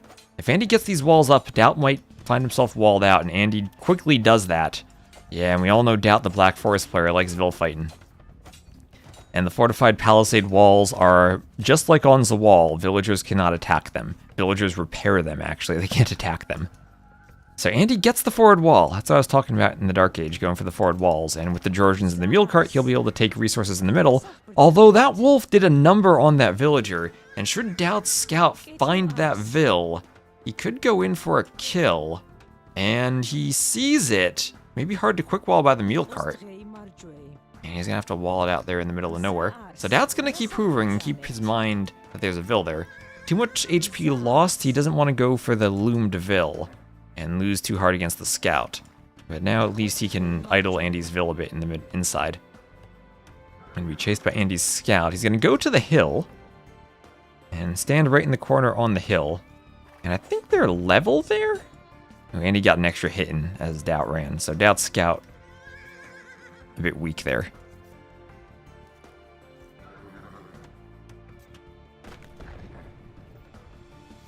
I'll run towards this hill. And actually, Andy isn't walled back there, so DauT's scout still actually could get out, but he's just going to take a fight on a hill and get as much HP down off of Andy's scout as he can. But that does mean he's not going to see what Andy's doing, other than the fact he does have an outpost, and Andy now will have that weak Vil able to go back to the middle. Now, if DauT ever wants to, he probably could send a few Vils to Vil fight the Palisade. Dark Age Palisades don't have much HP, and Andy won't be able to wall behind it directly thanks to the rock. If he times it right, maybe he'd be able to break through. But without the scout means it'll be harder to scout what happens on the outside. And we have seen, you can wall the outside off. You have to be extra careful though, because the oysters, you cannot build on top of them, but you can also walk across them. So you need to make sure you don't use the oysters as a part of your wall. We have seen players so far this tournament not realize that. They'll wall off to the oyster, and because they can't build on top of them, they'll think they're walled, but really it's open.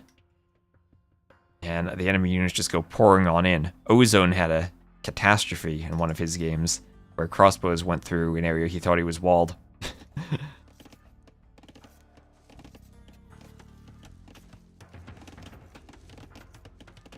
Barracks going up for DauT. By the Georgians, so that he had the mule cart for Vil fighting in the middle and getting the forward walls, while not leaving the Vils idle, so he can take all the hares in the middle.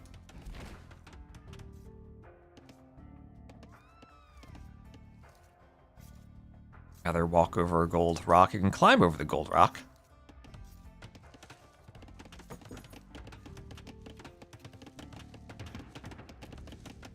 Some militia in the barracks for DauT.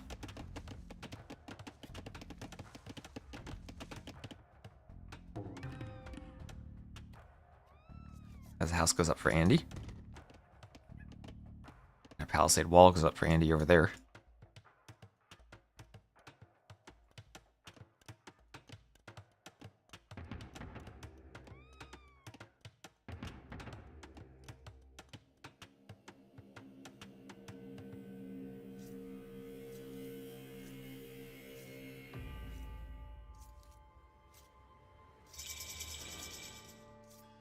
What civ do I prefer here? I honestly don't know.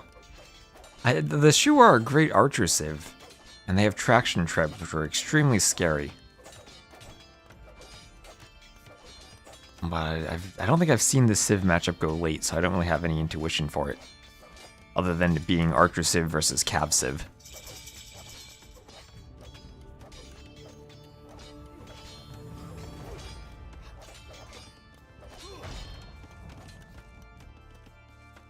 And Men-at-Arms break through the wall for DauT. He comes forward. We'll have Andy going for Men-at-Arms too, but only has 2, doesn't have 3, and Andy will wall up here in the middle.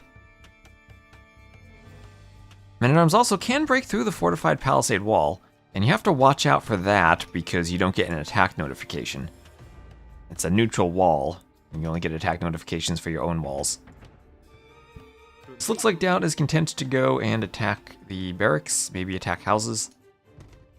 Just do something to force Andy to keep investing into the Men-at-Arms. And remember, the Shu eco is great early on, as DauT needs to notice this, and DauT will maybe have a hill bonus here. Both players running their weak Men-at-Arms away. And DauT with the micro, winning the man-at-arms fight. And yeah, the eco bonus for the shoe is that they generate wood, or they generate food in addition to wood. And DauT will bring archers forward now. And clears both men-at-arms, spear out for Andy, but DauT will be able to push through this wall. Now, res collected actually ahead for DauT, despite the fact that Andy had been in the middle for a while. Andy gonna think to stone wall this. Archers for DauT don't have fletching yet. And we'll see how much HP Andy can get on the walls. Only 2 men-at-arms breaking through the palisade. And DauT will be uphill when he attacks this. Another archer forward. And Andy will have to retreat. And DauT continuing to push into the middle. We'll have an outpost going up here for Andy.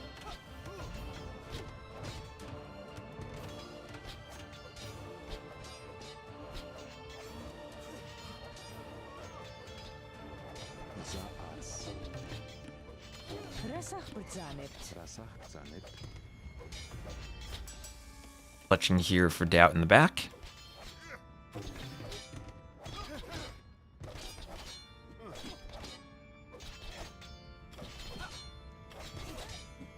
And, oh, Vil fighting a wolf. Will the wolf win? Will the wolf win? No, that's close. It's close. Down to 6 HP. But the army's through. Did they get vision from the neutral walls? Nope, not at all. Only from their own buildings. Players do start with 1 outpost on the neutral wall near their base, but they don't get vision from the neutral walls. And, well, Andy now stonewalling. Well, it's a good thing he had 3 layers of wall to work through, because DauT is pushing forward aggressively. And this is also the spot where outposts would reveal, or DauT to attack the neutral wall, so Andy has good vision. Repairing fortified wall takes a very small amount of stone. Yeah, it should be, what, they cost 5 stone each, so it should be 2.5 stone to go from like 1 HP back to full health. So yeah, very cheap, and even cheaper once you reach the castle age. Yeah, and we see this here. Well, here's a fun fact. Repairing the neutral walls actually costs nothing. I can't click it for some reason, because there's a fortified wall behind it, and Capture Age wants to click that. But DauT is through? DauT is through, I think? That's open? He might be through. Andy doing a tower just to try to keep him out. Oh, do gates suffer from the TC thing where they're more expensive? Oh, wait, Andy's back here. Oh, Andy went around the side. I totally didn't even notice that on the minimap. I was looking at the men-at-arms. Andy went around the side here. Went around the side, used the map. And even though DauT was walling, it was too late, and he got a forward archery range up. And now he has several archers in DauT's base. And just like I was looking at, all the forward units. I didn't notice the archers around the side. And the archers, oh my gosh, look at the gap behind that wood line for archers to get to. And DauT going to gate. Do everything he can to trap the archers against the skirms, but that gate will go down quickly. And DauT's trying to skirm his way out of this. And he does have a nice res collected lead so far. See, both players with fletching. DauT doesn't have horse collar, Andy does. There's armor for DauT for his skirms. Andy's microing a bit more than DauT is, and Andy's gonna add a stable. At least DauT has a 1 HP Vil, so he's able to see it. Oh wait, there's a wolf there. DauT could run into the wolf. DauT could run into the wolf. DauT sending some more skirms over. He's gonna do your house. Oh yeah, I never realized that about repairing gates, but you're right. It's the same thing as the TC, since there's multiple buildings connected, you're paying for the stone for each building individually.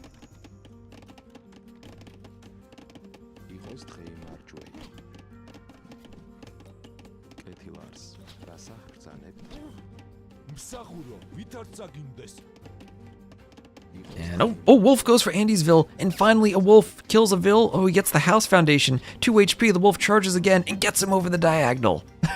Finally the Wolf gets a Vil kill. And it's not DauT's Vil. I think DauT lost the Vil over here somewhere to archers anyway, but it wasn't to a Wolf. So Andy clicks up, DauT will be right behind him. around 30 seconds different. And DauT with 1,000 more res collected and 3 more vills on their way up. So, nice attempt for the forward from Andy, but with the range, DauT able to do the best unit in the game, the skirmisher, to counter it. Who made this map? So all the maps in the tournament were made by a combo of Bazi, UnknownPlayer, Marintho, and Welcome to Rapture. And it's essentially the same people who made the Sudden Disaster maps. For this one specifically, let me double check my handbook.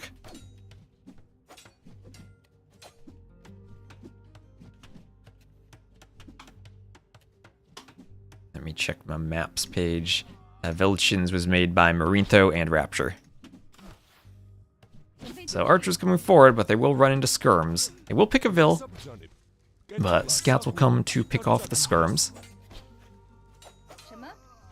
什么？ Gettillars.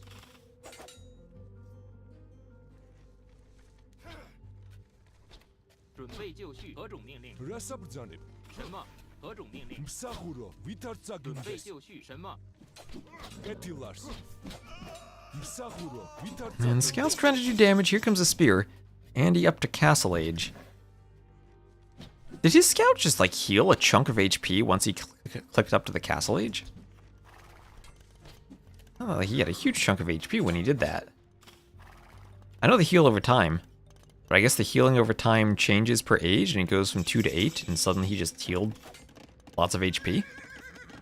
Okay, we'll have to look at that. That was interesting. And TC, ooh, scouts. Imagine the scouts one-hit that TC. But that TC will go up for DauT. So 1 TC for DauT, 2 more for Andy. 什么？ Skirm's still cleaning everything here. The scouts being quite annoying. But DauT should have that cleaned.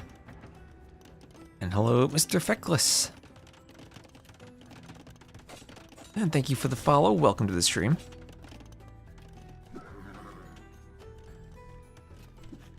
何种命令？什么？准备就绪。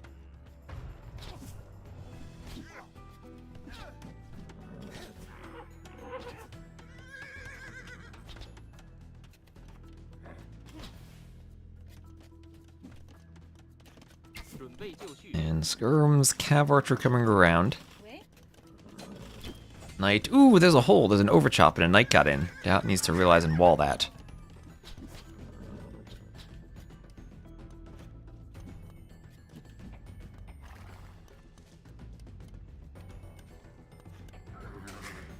And a town center up here. Vil's fighting the scout. And Andy's boom has been a lot cleaner. It's been a lot cleaner so far. No doubt about that, with the fact he hasn't had army hoovering around his base. But now DauT can get the TC up. And enjoy the fact he still has a res collected lead and won't be really that far behind on Vils. Even though Andy did do the TCs a bit earlier. Downside for DauT will be maybe in the long run, the fortified churches will give Andy the better eco. And now someone was asking, how does this Civ matchup go when it goes late game? I'm not entirely sure. I feel like maybe the Shu have a cleaner early imp transition and early imp push than the Georgians do. There's a hole around that stone wall. Oh gosh, I didn't even realize that. Andy walled the rock, but there's a hole there. And it feels like this is a map where if you wall up enough on the sides, the mobility of the Georgians won't really be that effective. Can you take those farms? No, this is just a terrain. This is a terrain farm, not a farm. Yeah, you can't go and take them. Did he destroy the wall there? I've totally forgotten what happened earlier. He destroyed this wall here, and that's why there's a hole there. I guess that would have extended to the wall. I was just thinking that would be a different piece where there's no wall, but yeah, DauT must have gone through there with the men-at-arms.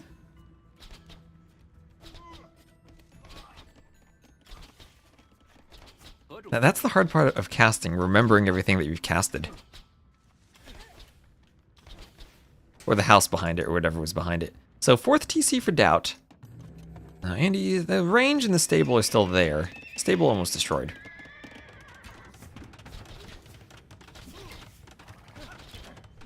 Cav Archer for DauT, Scorpion for Andy.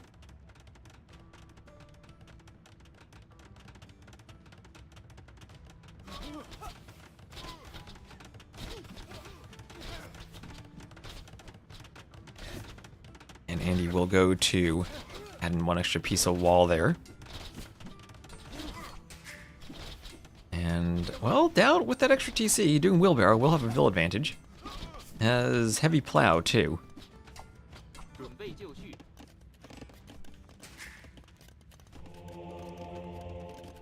Andy for military, as DauT does have a good number of archers.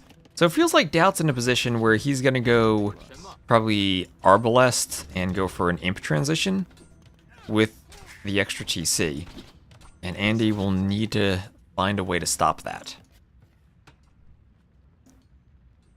Do TCs give any other bonuses besides population and resource drop-off? Well, they let you train villagers. That's a pretty nice bonus. They have good line of sight too. Well, let you advance ages. Keep you alive in sudden death. 命令， You can douche with them. That's a good bonus. You might douche with the Georgians because of your repair bonus, and because of the mule cart. Because the mule cart absorbs douche arrows.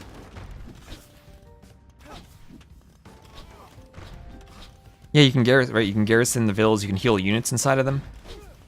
Like TCs are very versatile. Now that I think of it.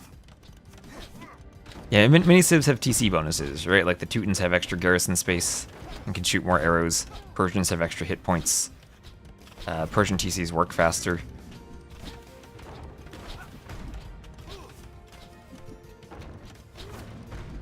You can ring the town bell from them. That's another thing. Another thing you can do with them.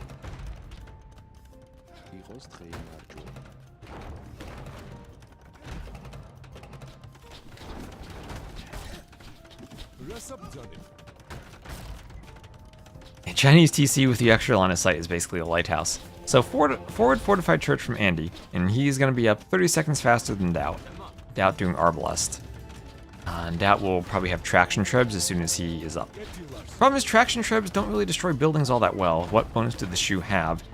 Let's see. Bolt magazine doesn't make them shoot more arrows. They move faster. So not the best bonus for them. And Andy's going to have a forward castle. The good thing about traction trebs is they're very good against monks in other units.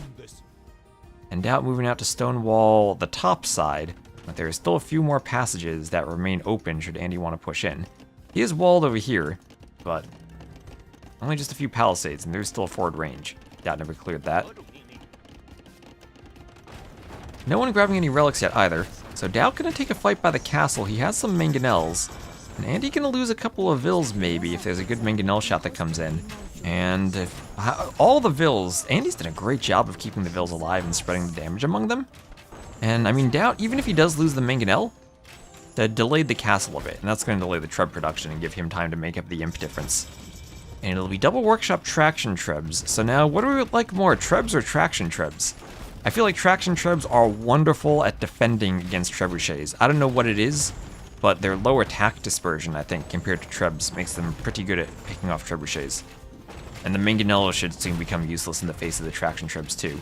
So Bracer, Arbalest, Chemistry on the way for DauT. All three upgrades, nice and cheap for the shoe. Is Manaspa dangerous here? Not immediately, because Andy probably wants to get trebs. And looks like he's going Skirm, so he doesn't have upgrades for them. And DauT needs to maybe repair the workshop to make sure he gets the traction treb. The mangonels are scary. And oh, Andy! 5 HP, he could have stopped the traction treb. But yeah, 1 treb on the TC. And the thing is, the traction trebs have 14 range, and they can attack the treb from well outside the range of the castle if DauT wants to try to pick it off.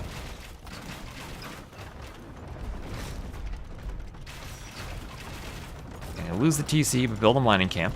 And well, 120 vills doesn't really need the vill production of the TC anymore. He's gonna do a castle all the way in the back. 1 archer from Andy, he's queuing from the range, and there is a There is a passage here. DauT did not clear the range, and both players will not notice that Andy's archers are walking right through DauT's base. So traction tribs for DauT, he's got 3 of them now. Although Georgian Castle on a hill, we saw that already today. Those things get repaired forever. And traction tribs much better against units than against buildings. No, they do not have 100% accuracy, no. They only have 30% accuracy. But I think the issue is they have a lower attack dispersion than Trebs do, so they're still super accurate against monks or Trebs from a long range because the missed shots still, they don't miss by enough actually to clear the target, and they still hit the target. Okay, so DauT opening up another passage. He will have some more gold in here if he wants it. Maybe we should have just opened the passage in the back. But guard tower now for Svan towers for Andy. And Svan towers sound pretty scary, as Andy has taken the middle with a fortified church. We'll be taking stone there. And DauT's still up in population and in res collected. Bolt magazine on the way. The problem is the Georgians are such a hard civ to push. It's the combination of less damage on elevation, plus less repair cost, plus the fact traction trebs not that great at destroying buildings compared to normal trebuchets.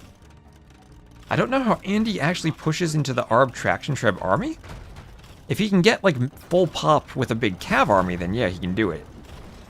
But right now, neither player really capable of pushing.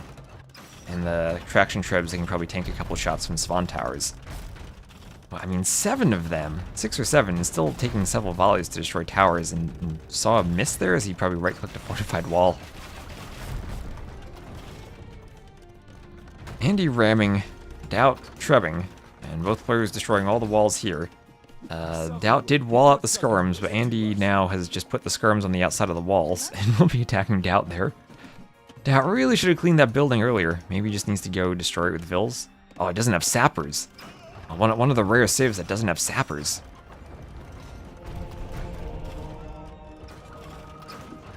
Coiled Serpent Array. What the heck does that do? White Feather Guards, additional HP when near each other. Same with... does DauT... Is he just clicking it? Oh my gosh, what is Nilly doing to that trib? That might just be I'm clicking a tech to click a tech thing. Siege Engineer is on the way. Keep on the way for Andy. So he wants to keep his towers as upgraded as possible. Now he's starting to get the higher pop than DauT does. Yeah, DauT just doing the tech before the castle goes down. Siege Engineers and Devotion on the way. Siege Engineer is extra important for destroying buildings, 20% extra damage. And the traction trebs out here is still taking out skirms. DauT has so many of these things. And Svan Tower is on the way for Andy. Didn't have the upgrade yet, but we'll do it now. And he's almost finishing that off. There he goes. That just needs 20. Well, he has 6. And several over here. And cav armor for Andy, and he will be going for... Well, there's a knight. Let's see what Andy's base looks like. Don't see many stables for him yet. Just one. There's the knight. But one knight going for the traction trebs with nothing defending it. DauT's population dropping like crazy. Honestly, these skirms over here are being super annoying now on his wood line. He's down to 97 Vils. Those skirms are actually really annoying. So 35 Vils killed. Some of the middle Vils Andy managed to kill. And DauT will be pushing around the side, takes out a tower. Arb's going for the houses.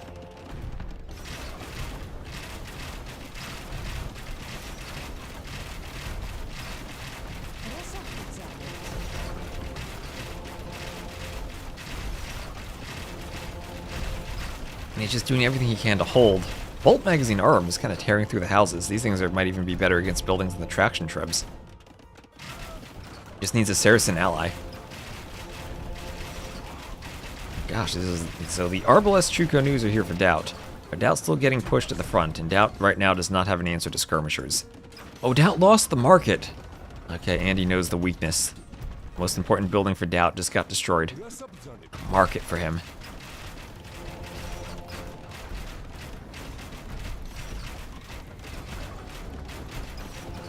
Power goes down.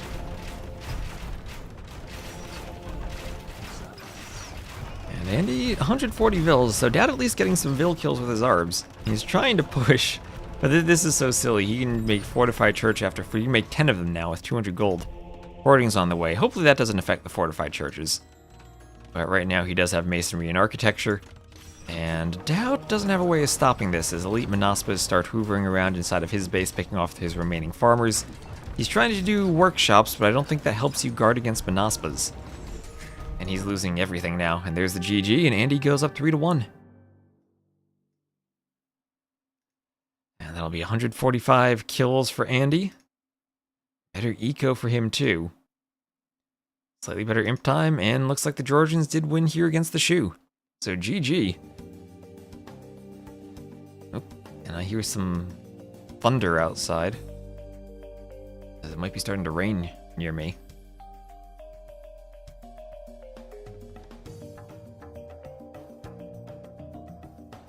Alright, so let me update this scoreboard. That'll be 3-1 for Andy. As DauT needs to find a win after dropping 3 games in a row. And Andy's still having Lithuanians for Ngome.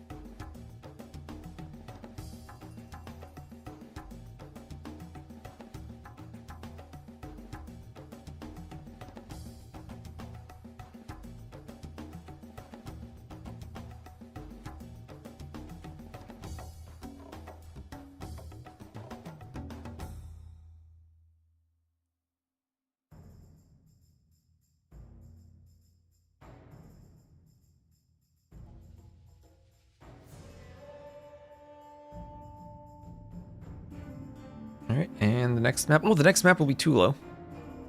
Oh, they launched so quickly I didn't even see the lobby pop up.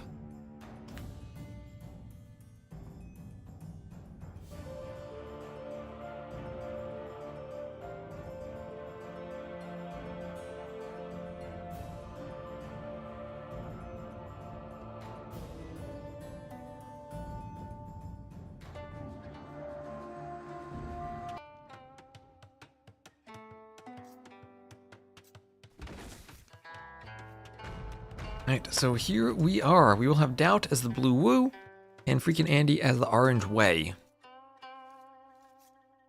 So we'll see if DauT can win a game here. The Wu versus the Wei.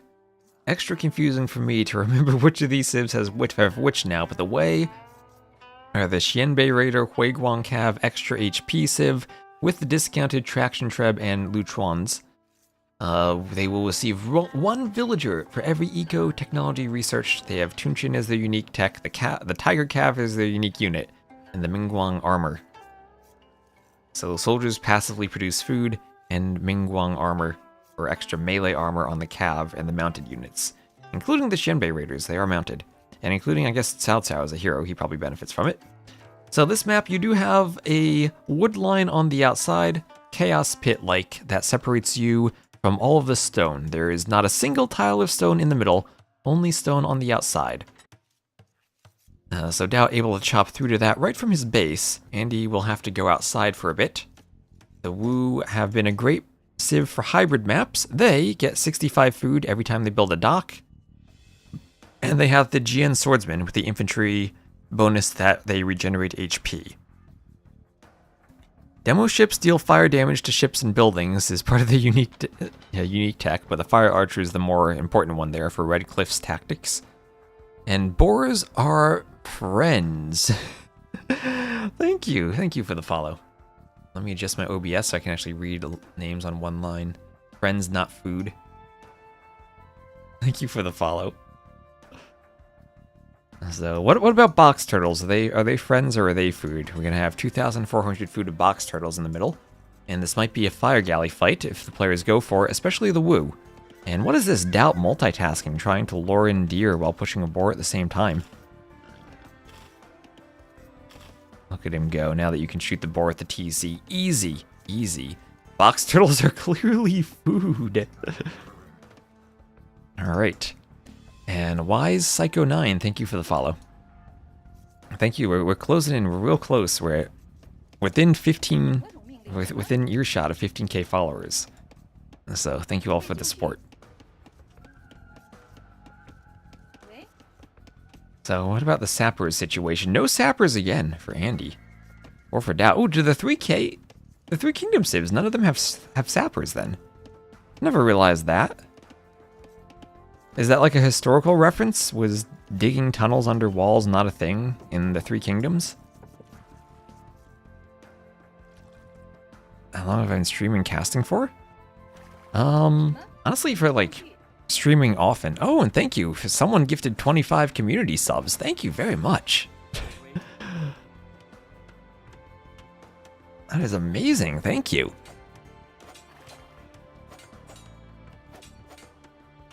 You're reminding me that the Mets extra important. They need to sign Edwin Diaz this offseason, so I don't need to change my sub music. For the past like maybe year and a half, I've been doing a lot of streaming. I've done YouTube content for a long time before that, but streaming is more picked up in the past like year or two. So thank you very much, anonymous gifter. So this map can have lots of Vil fights in the middle. Andy already has a dock up and is going for a fishing ship. DauT's gonna have to send more Vils forward and also do loom. Andy has loom, and that could be the trick on this map if you try to Vil fight without loom, and DauT still doesn't have loom. Oh no, he's going for the dock though. He's going for the dock. Both scouts pretty low on HP. DauT's gonna lose his scout though. And he'll have to wall in his Vil. He's not even walled in. he should be able to get his dock up now. With 3 Vils and loom. Yeah, there you go. Oh, 99.63%. There he goes, gets the dock up. Yeah, you think DauT will remember loom after all the Rage Forest he plays. You can go for the scout now. Use that loomless or the low HP Vil as bait. Andy's gonna try. He's not gonna pick it off. Ooh, Andy's gonna lose the scout. The other Vil will get back. DauT lets the Vil inside. Wait, somehow the Vil gets killed. Andy's gonna wall that Vil off. Oh gosh, and that you'd think, oh, Vil inside is trapped, but no.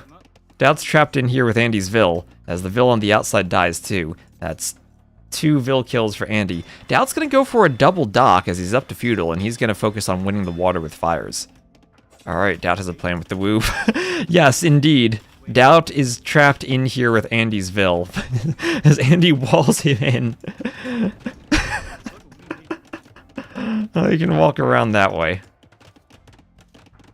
The shoe didn't I just check last game the shoe didn't get sappers? Or maybe that was Andy's save that I checked and it was the Georgians who didn't get it. Oh, hello, Noop. Yeah, Andy's quick walling skills are 10 out of 10.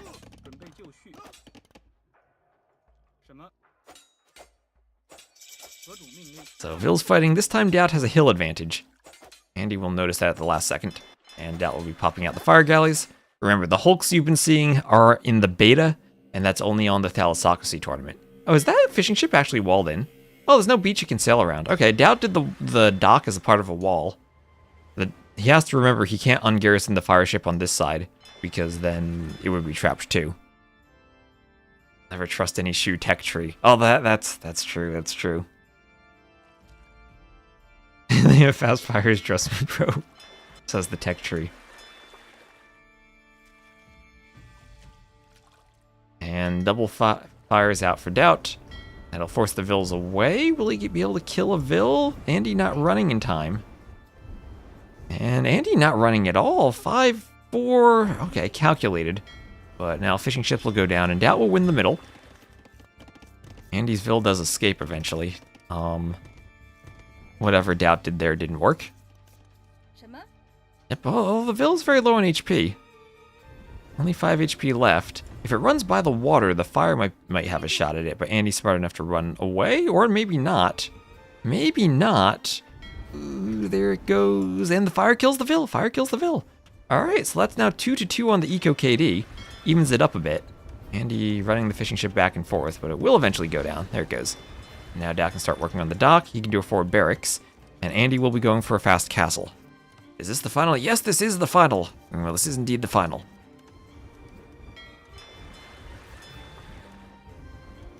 Chew and Jurchens get sappers. Okay. I was misremembering the tech tree then from the last game. Must have checked the Georgians not having it. Now that's the hard thing about casting. Right, we're 4.5 hours in. And I gotta remember the tech trees now. Best of 7, yes. Best of 7, yes. So DauT needs to win 3 games in a row. 准备就绪，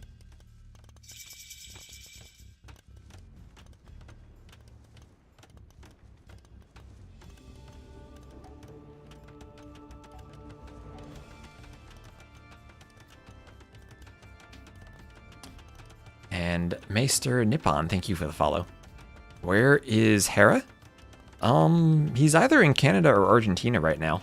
One of those 2 places. Yeah, I mean, DauT's the first one to win a game against him. 何种命令？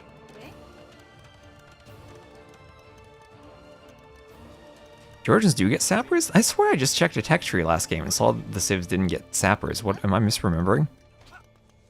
准备就绪。喂？什么？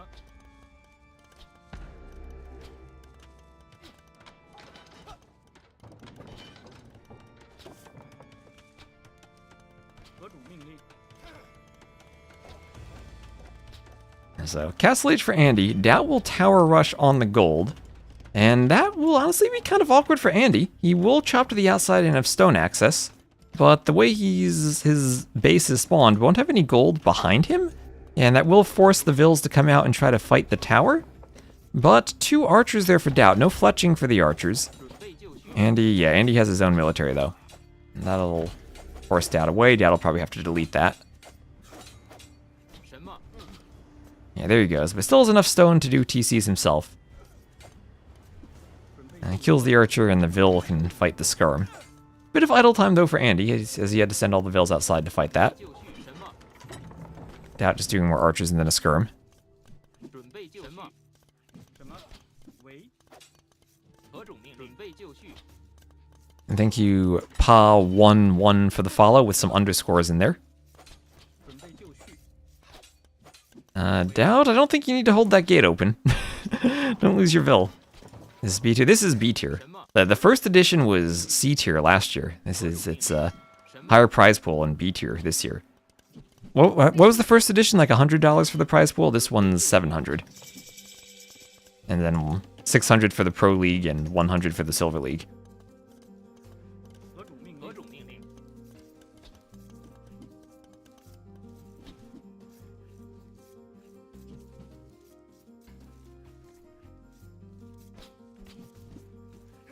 准备就绪。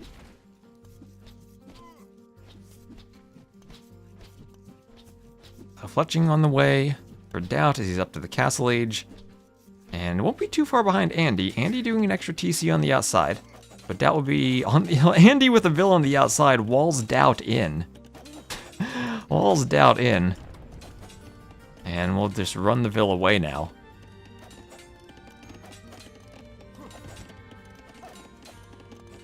At least DauT did have a Vil on the elbow. I'm sure DauT is enjoying this. Yeah, Jin Swordsman might be the play with the forward barracks. DauT. Exactly, the maps are S tier. Well, 准备就绪。 I'm sure DauT has faced this before. And what do we have? Shenbei Raiders now. How did Shenbei Raiders do against Jin Swordsman? With double barracks, I imagine here it is Swordsman. But maybe hard to break through if DauT has only a 2 HP villager that would need to do a forward workshop. And Shenbei Raiders with enough mobility, maybe they can avoid a straight-on fight against the Jin Swordsman.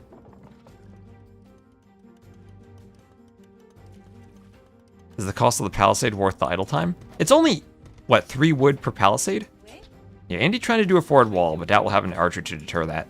So I think more than worth it, right? Because that's 3, 6, 9, 12. And the Vil would have, like, 1 round of chopping from a tree is 10 wood. So I think that's more than worth chopping that Vil. The fact is, you know, you're idling your own Vil to go forward, too.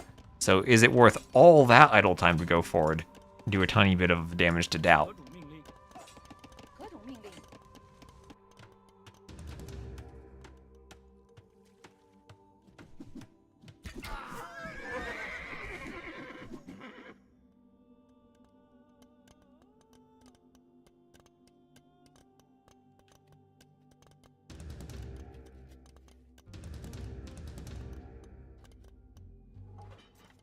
准备就绪，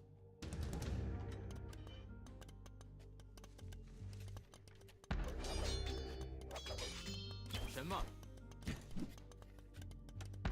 准备就绪。何种命令？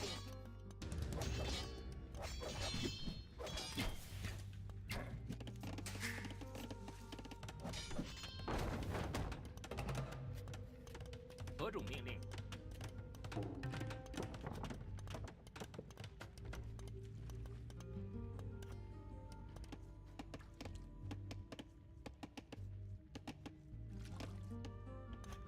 何种命令？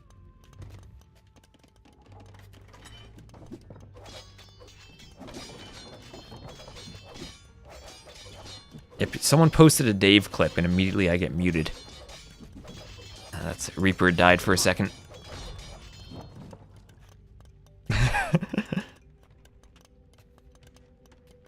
Yeah, losing the forward Vils hurts not just the Vil, but the timing. And still not elite Skirm. And defensive mangonel for Andy. It feels like Andy has everything he needs to stop this. The Jin Swordsman push is great if you're actively fighting with them, but DauT isn't. He's just kind of hoovering on the outside of the walls with them. 准备就绪。 什么？ Oh gosh, and the villager with wheelbarrow has managed to run around on the outside and escape.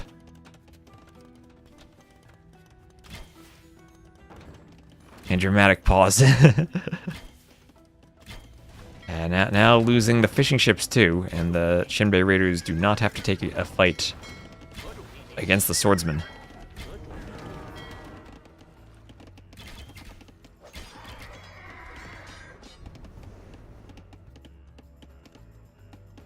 Ooh, spin move on the fire. 准备就什么？ That swordsman going down. And still no elite skirm from DauT.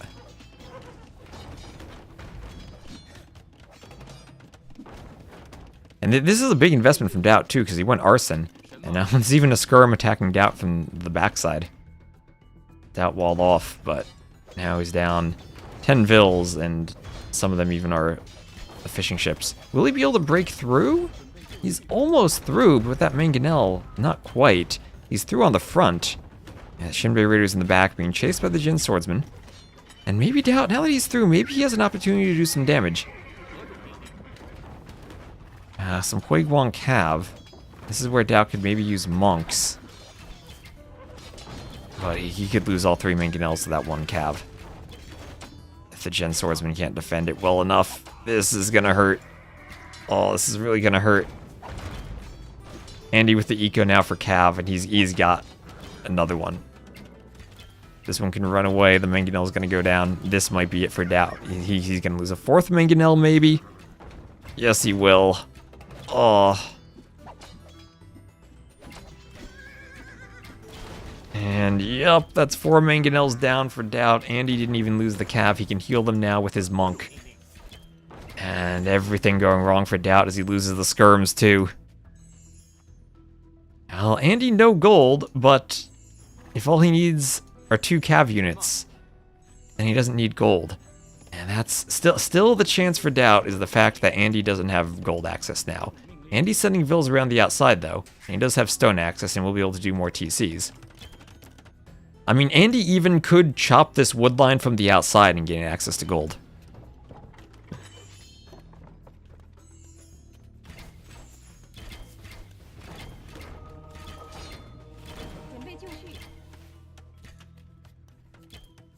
准备就绪， Jin Swordsman running away. And Vill's gonna go for some repairs.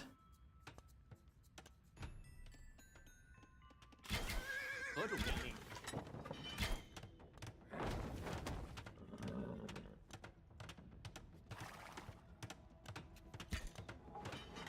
什么？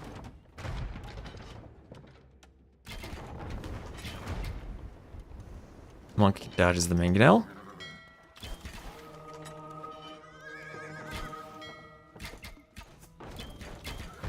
And at least DauT gets a mangonel hit. I mean, oddly enough, the KD actually is ahead for DauT. And I mean, he's only behind 1k on res collected. If the Jin Swordsman can destroy these cav, the problem is just the cav. What's that, 6 mangonels they've now destroyed? DauT doesn't have any monks backing this up. I mean, think about this if DauT had 2 monks. And he'd be converting the cav and keeping his mangonels alive. But heavy plow now for Andy. 什么？准备就绪， And DauT still, oh, now there's a Shenbei Raider out here too. 什么？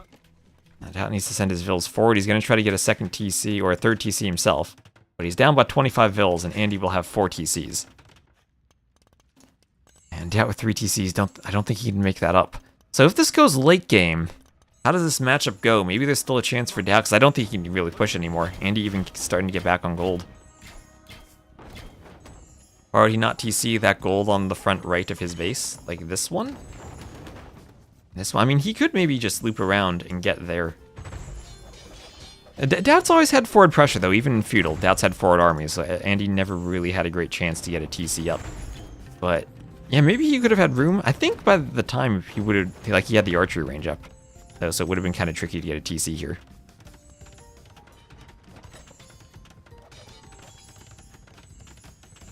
I think Andy just feels that he had enough of an advantage with Eco lead and Stone in the back that he didn't need to force a TC or force a fight. Because if he does TC forward, then mangonels are hitting the TC and he has to repair it, which is a pretty big investment. But I mean, maybe it would have been a better way of defending.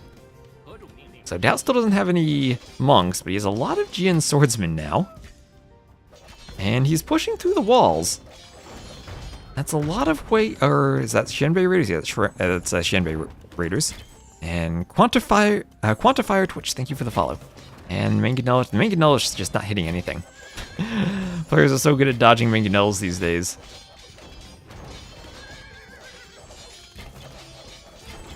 And he gets a shot off finally. Finally a couple Shenbei Raiders go down. The Jin Swordsmen are in. And he has to wall off his gold as houses start to go down. 准备就绪。什么？ And he might lose a couple of vills on the gold, but he has vills to spare. Still up by about 25 vills. And there, the res collected are 3k ahead for Andy. Is this enough pressure for DauT still? He's definitely not out of it, even though the ecos are looking rough for him. He's now in the position again where Andy has no gold. Andy gonna be doing a castle in his base to defend. 准备就绪， DauT won't be forward enough to see that.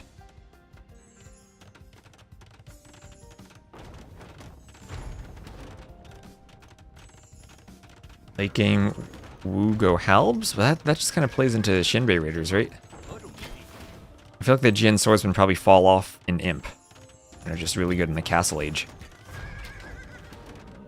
Whereas the Wu scale into Tiger Cav and have a strong unit.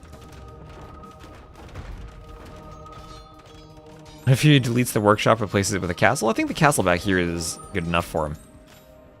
Now the swordsman can't push forward. DauT's base is under attack, but it's a skirmisher and a Shenbei Raider. It's not really under attack so much as it's just kind of blinking on the mini-map. 喂， Now another TC for Andy. Yeah, now he's gonna have gold access. He sneaks out to the outside, and looking at that eco score, I think it's fair to say Andy is looking to claim the championship here. And well, he speed ran this tournament. I think this is the only game he lost in the entire tournament. It was the #1 seed and showed why he is. Those are romantic TCs. TCs, but I guess maybe... Yeah, some type of Capulet and Montague thing where they're separated by a forest and can't be together. Oh, now DauT's base is legit under attack as some Shenbei raiders come forward.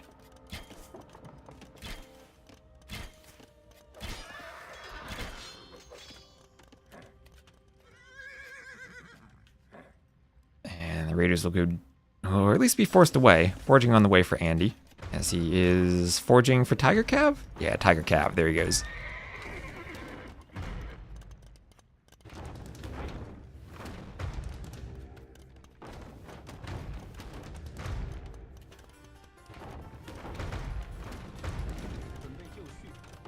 And, I mean, DauT, not even aware that Andy's down there. I mean, he sees the TC, but Andy will do another castle. That'll protect the gold. And he's doing handcart. 127 vills, and at some point he'll be able to click imp. He just needs to click imp in this TC. Well, he is still spending a lot of the resources he's doing. DauT trying to go for a forward castle.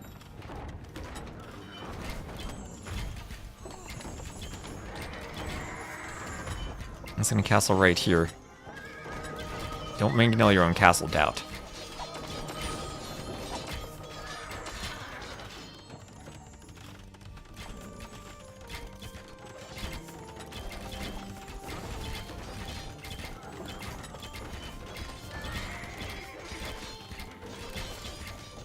And the swordsman trying to fight the Tiger Cav. DauT trying to repair the mangonel, but the Cav will take that out. And can this castle be denied? There are enough Shenbei raiders here that maybe it can be, or at least slowed down enough for Andy to do his own castle. How many vills are left? Only 4 vills. And there's only one hero vill building the castle. Oh my gosh, is DauT going to end this with a DauT castle? He's doing everything he can. The vill goes down. He's got 1 vill left, 10 HP. 1 vill left. Andy doing his own castle. There's a Shenbei raider who comes forward and goes for the vill. DauT sending another village. He wants to raise the castle. You know, the only way for DauT to go out with a DauT castle, Andy gets his castle up first. Castle can't quite hit the edge of this, but it can hit the vills on the inside. 94%, but the vills keep going down. Oh no, DauT, he gets it up. But 69 vills, nice, but he's against 141, and he spent all the stone just to be forced off and lose a fight anyway. There are the Tiger Cav, and Andy is up for the Imperial Age. Andy, you'll need to do workshops to get the traction trebs in this matchup. No trebs in this matchup, just the traction ones. But DauT did it. He made the castle only now for it to go down, and he can lose it. He can do fire archers and have them attack buildings from range, on a hill even. I don't think that's going to be enough, though. As now his eco is being raided by the Cav, Andy continues to work his way around the outside of the map with more TCs. And not chopping the wood, not going to go towards the golds on the inside, just content to be on the outside. Well, DauT does have 4 relics. He did pick up relics. I guess he got every relic aside from the one in the back of Andy's base. And yeah, no petards, but there are going to be rams from Andy. Where does he even have workshops there? Making some rams, so you can go ram the castle. Fire archers themselves, a ranged unit, so I don't think they do enough damage to rams. Might be wrong about that. Were they to get their unique tech, Redcliffe's tactics, and deal fire damage? Well, to ships and buildings though, not to siege. Maybe it should be to siege, but to ships and buildings. Yeah, Andy, he's 1, 2, 3, 4, 5, 6, 7. That's what I learned all those years ago from Smarthy, that 7 TCs is the right number. And Masonry and Imperial Age on the way from Andy. He is ready to win the castle fight. The ram's going forward. And he is going to be ramming down the castle. And maybe DauT calls the GG when Andy hits imp. He's not that far away from clicking imp himself.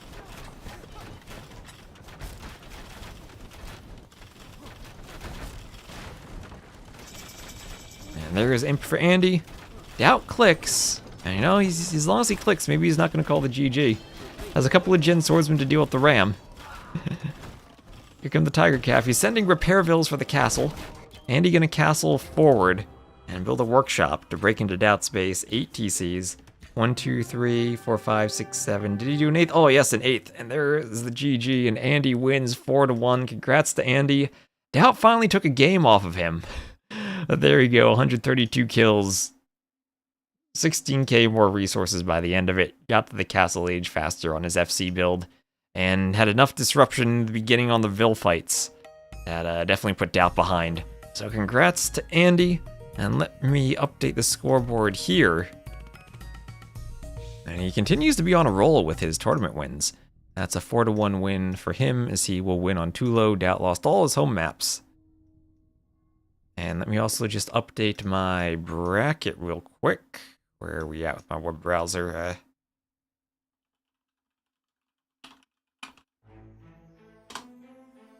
My challenge bracket.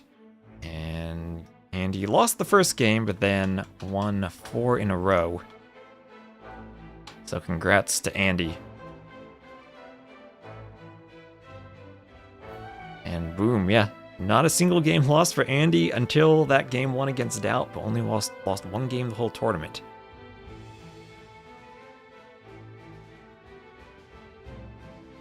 And let me see if, I don't know if he's around for an interview.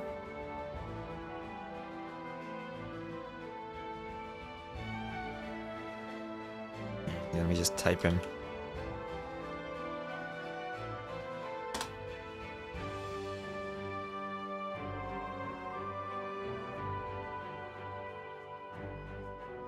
I'll tag him and see if he's up for an interview. I know it's probably late for him. Alright, do we have a voice channel for this? I'll just give Andy a call. Oh gosh, Discord changed their options menu.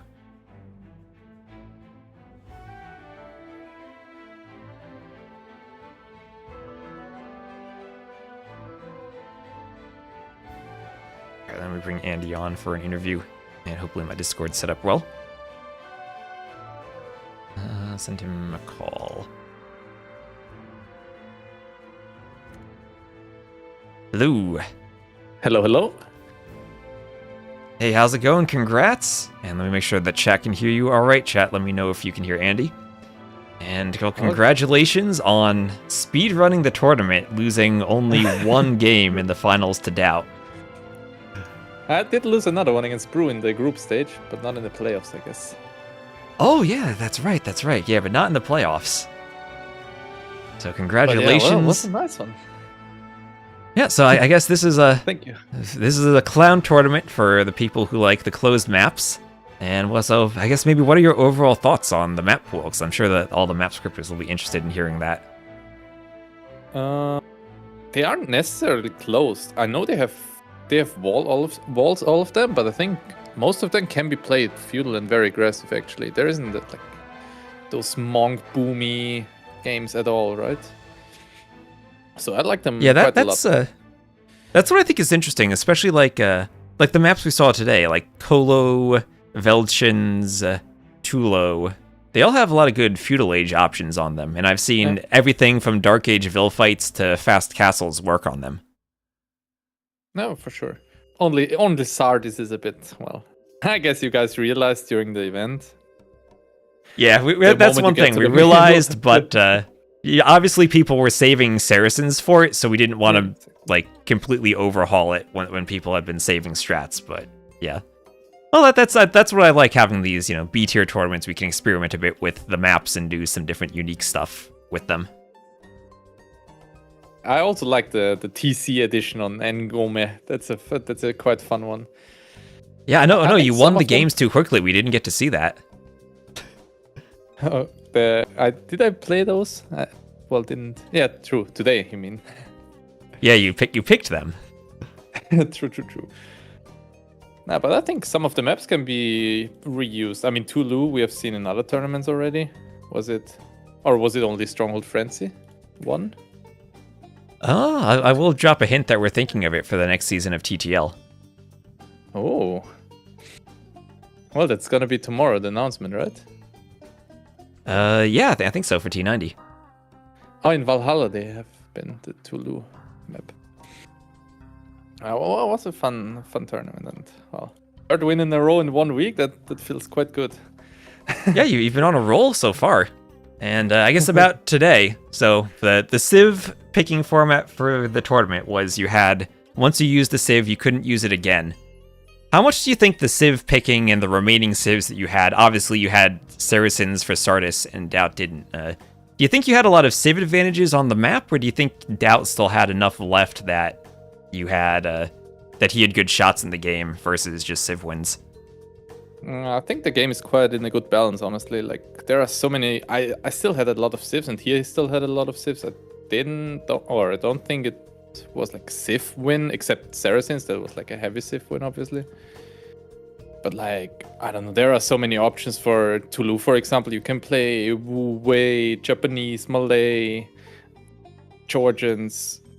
I don't think he ran out of civs. Like, there are still enough civs left, but like the top are missing. But that's maybe the game is like 50-48 when you start the game, but that's not like a civ win, I think. Right.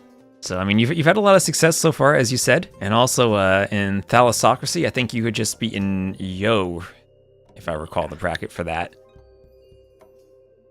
I'm feeling quite, I don't know, it feels quite smooth at the moment. Every now and then I learn something new, and everything helps me a bit, I guess. Okay, do you think you learned anything from the different maps in this tournament?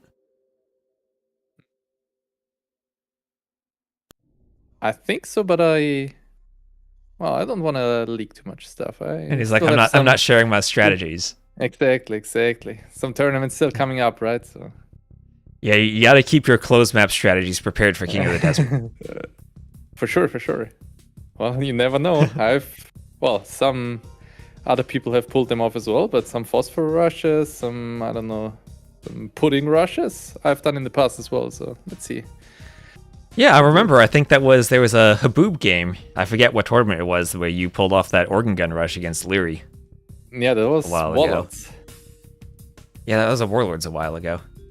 Yeah. So what are your so all of your success in a few different tournaments recently, making it to the LAN in China. Do you have any higher expectations for yourself going forward? Maybe throughout Thalassocracy and into not Warlords, King of the Desert coming up in the next few weeks. I think the formats that have been in the recent past suit me a bit better than the ones coming up. Like Thalassocracy, yeah, I'm top 8 already. Maybe I can win 1 or 2 or more. Well, maybe one more round, right? But top 8 is already, for me, it's very, very good. And King of the Desert is not my style, right? I don't expect much, but I'm trying my best still. And also Red Bull, I'm not a big fan of Empire Wars.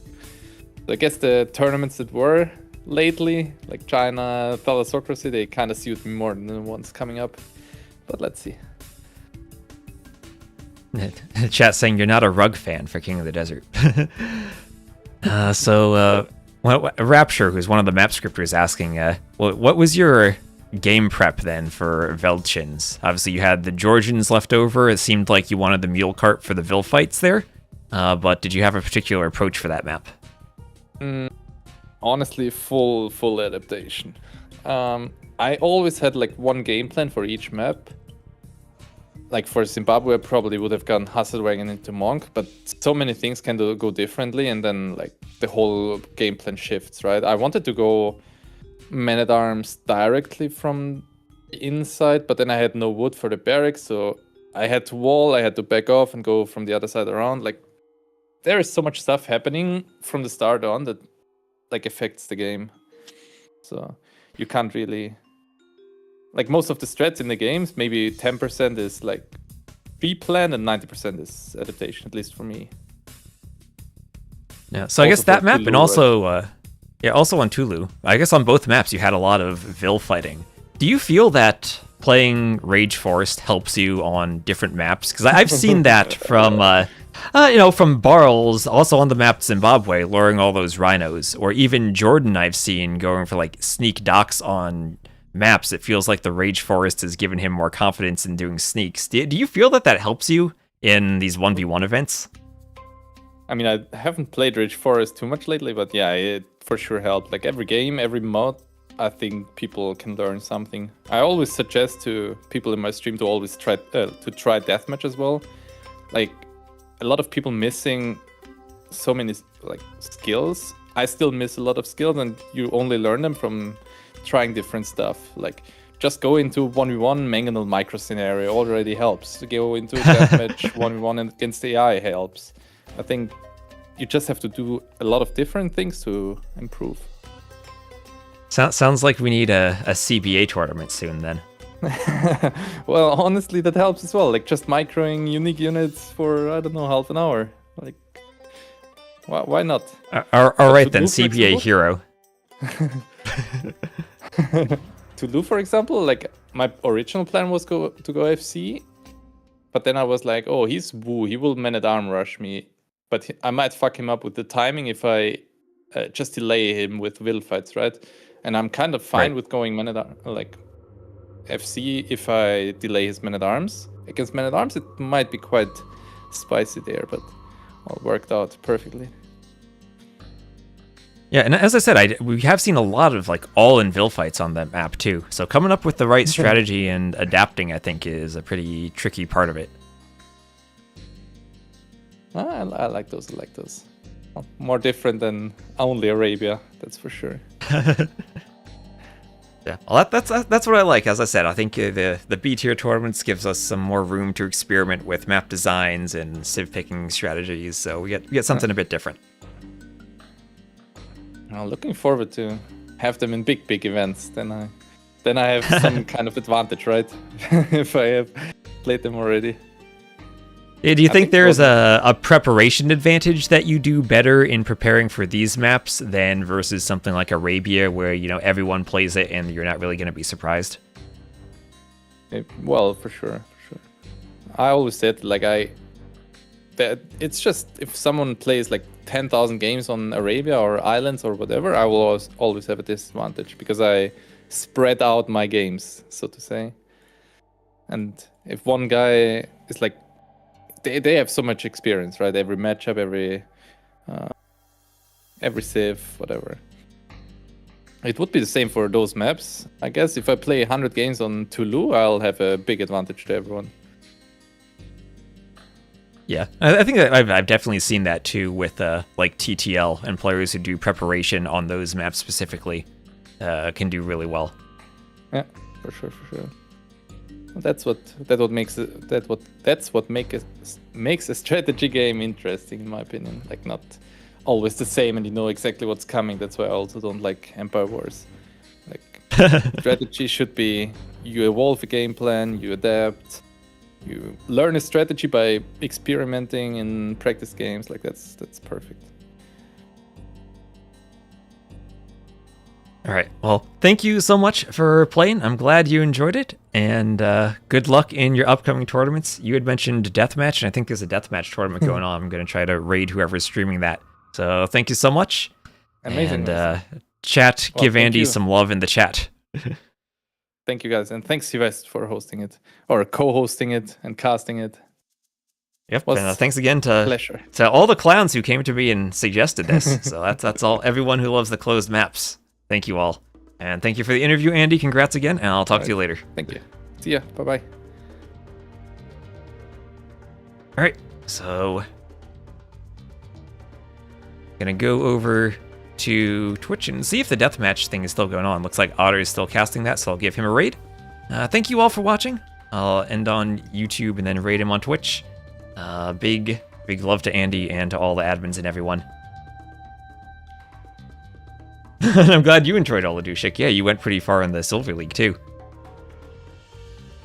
So I will see you all later, and I'll send you over to Deathmatch, so go give some love to the Deathmatch event.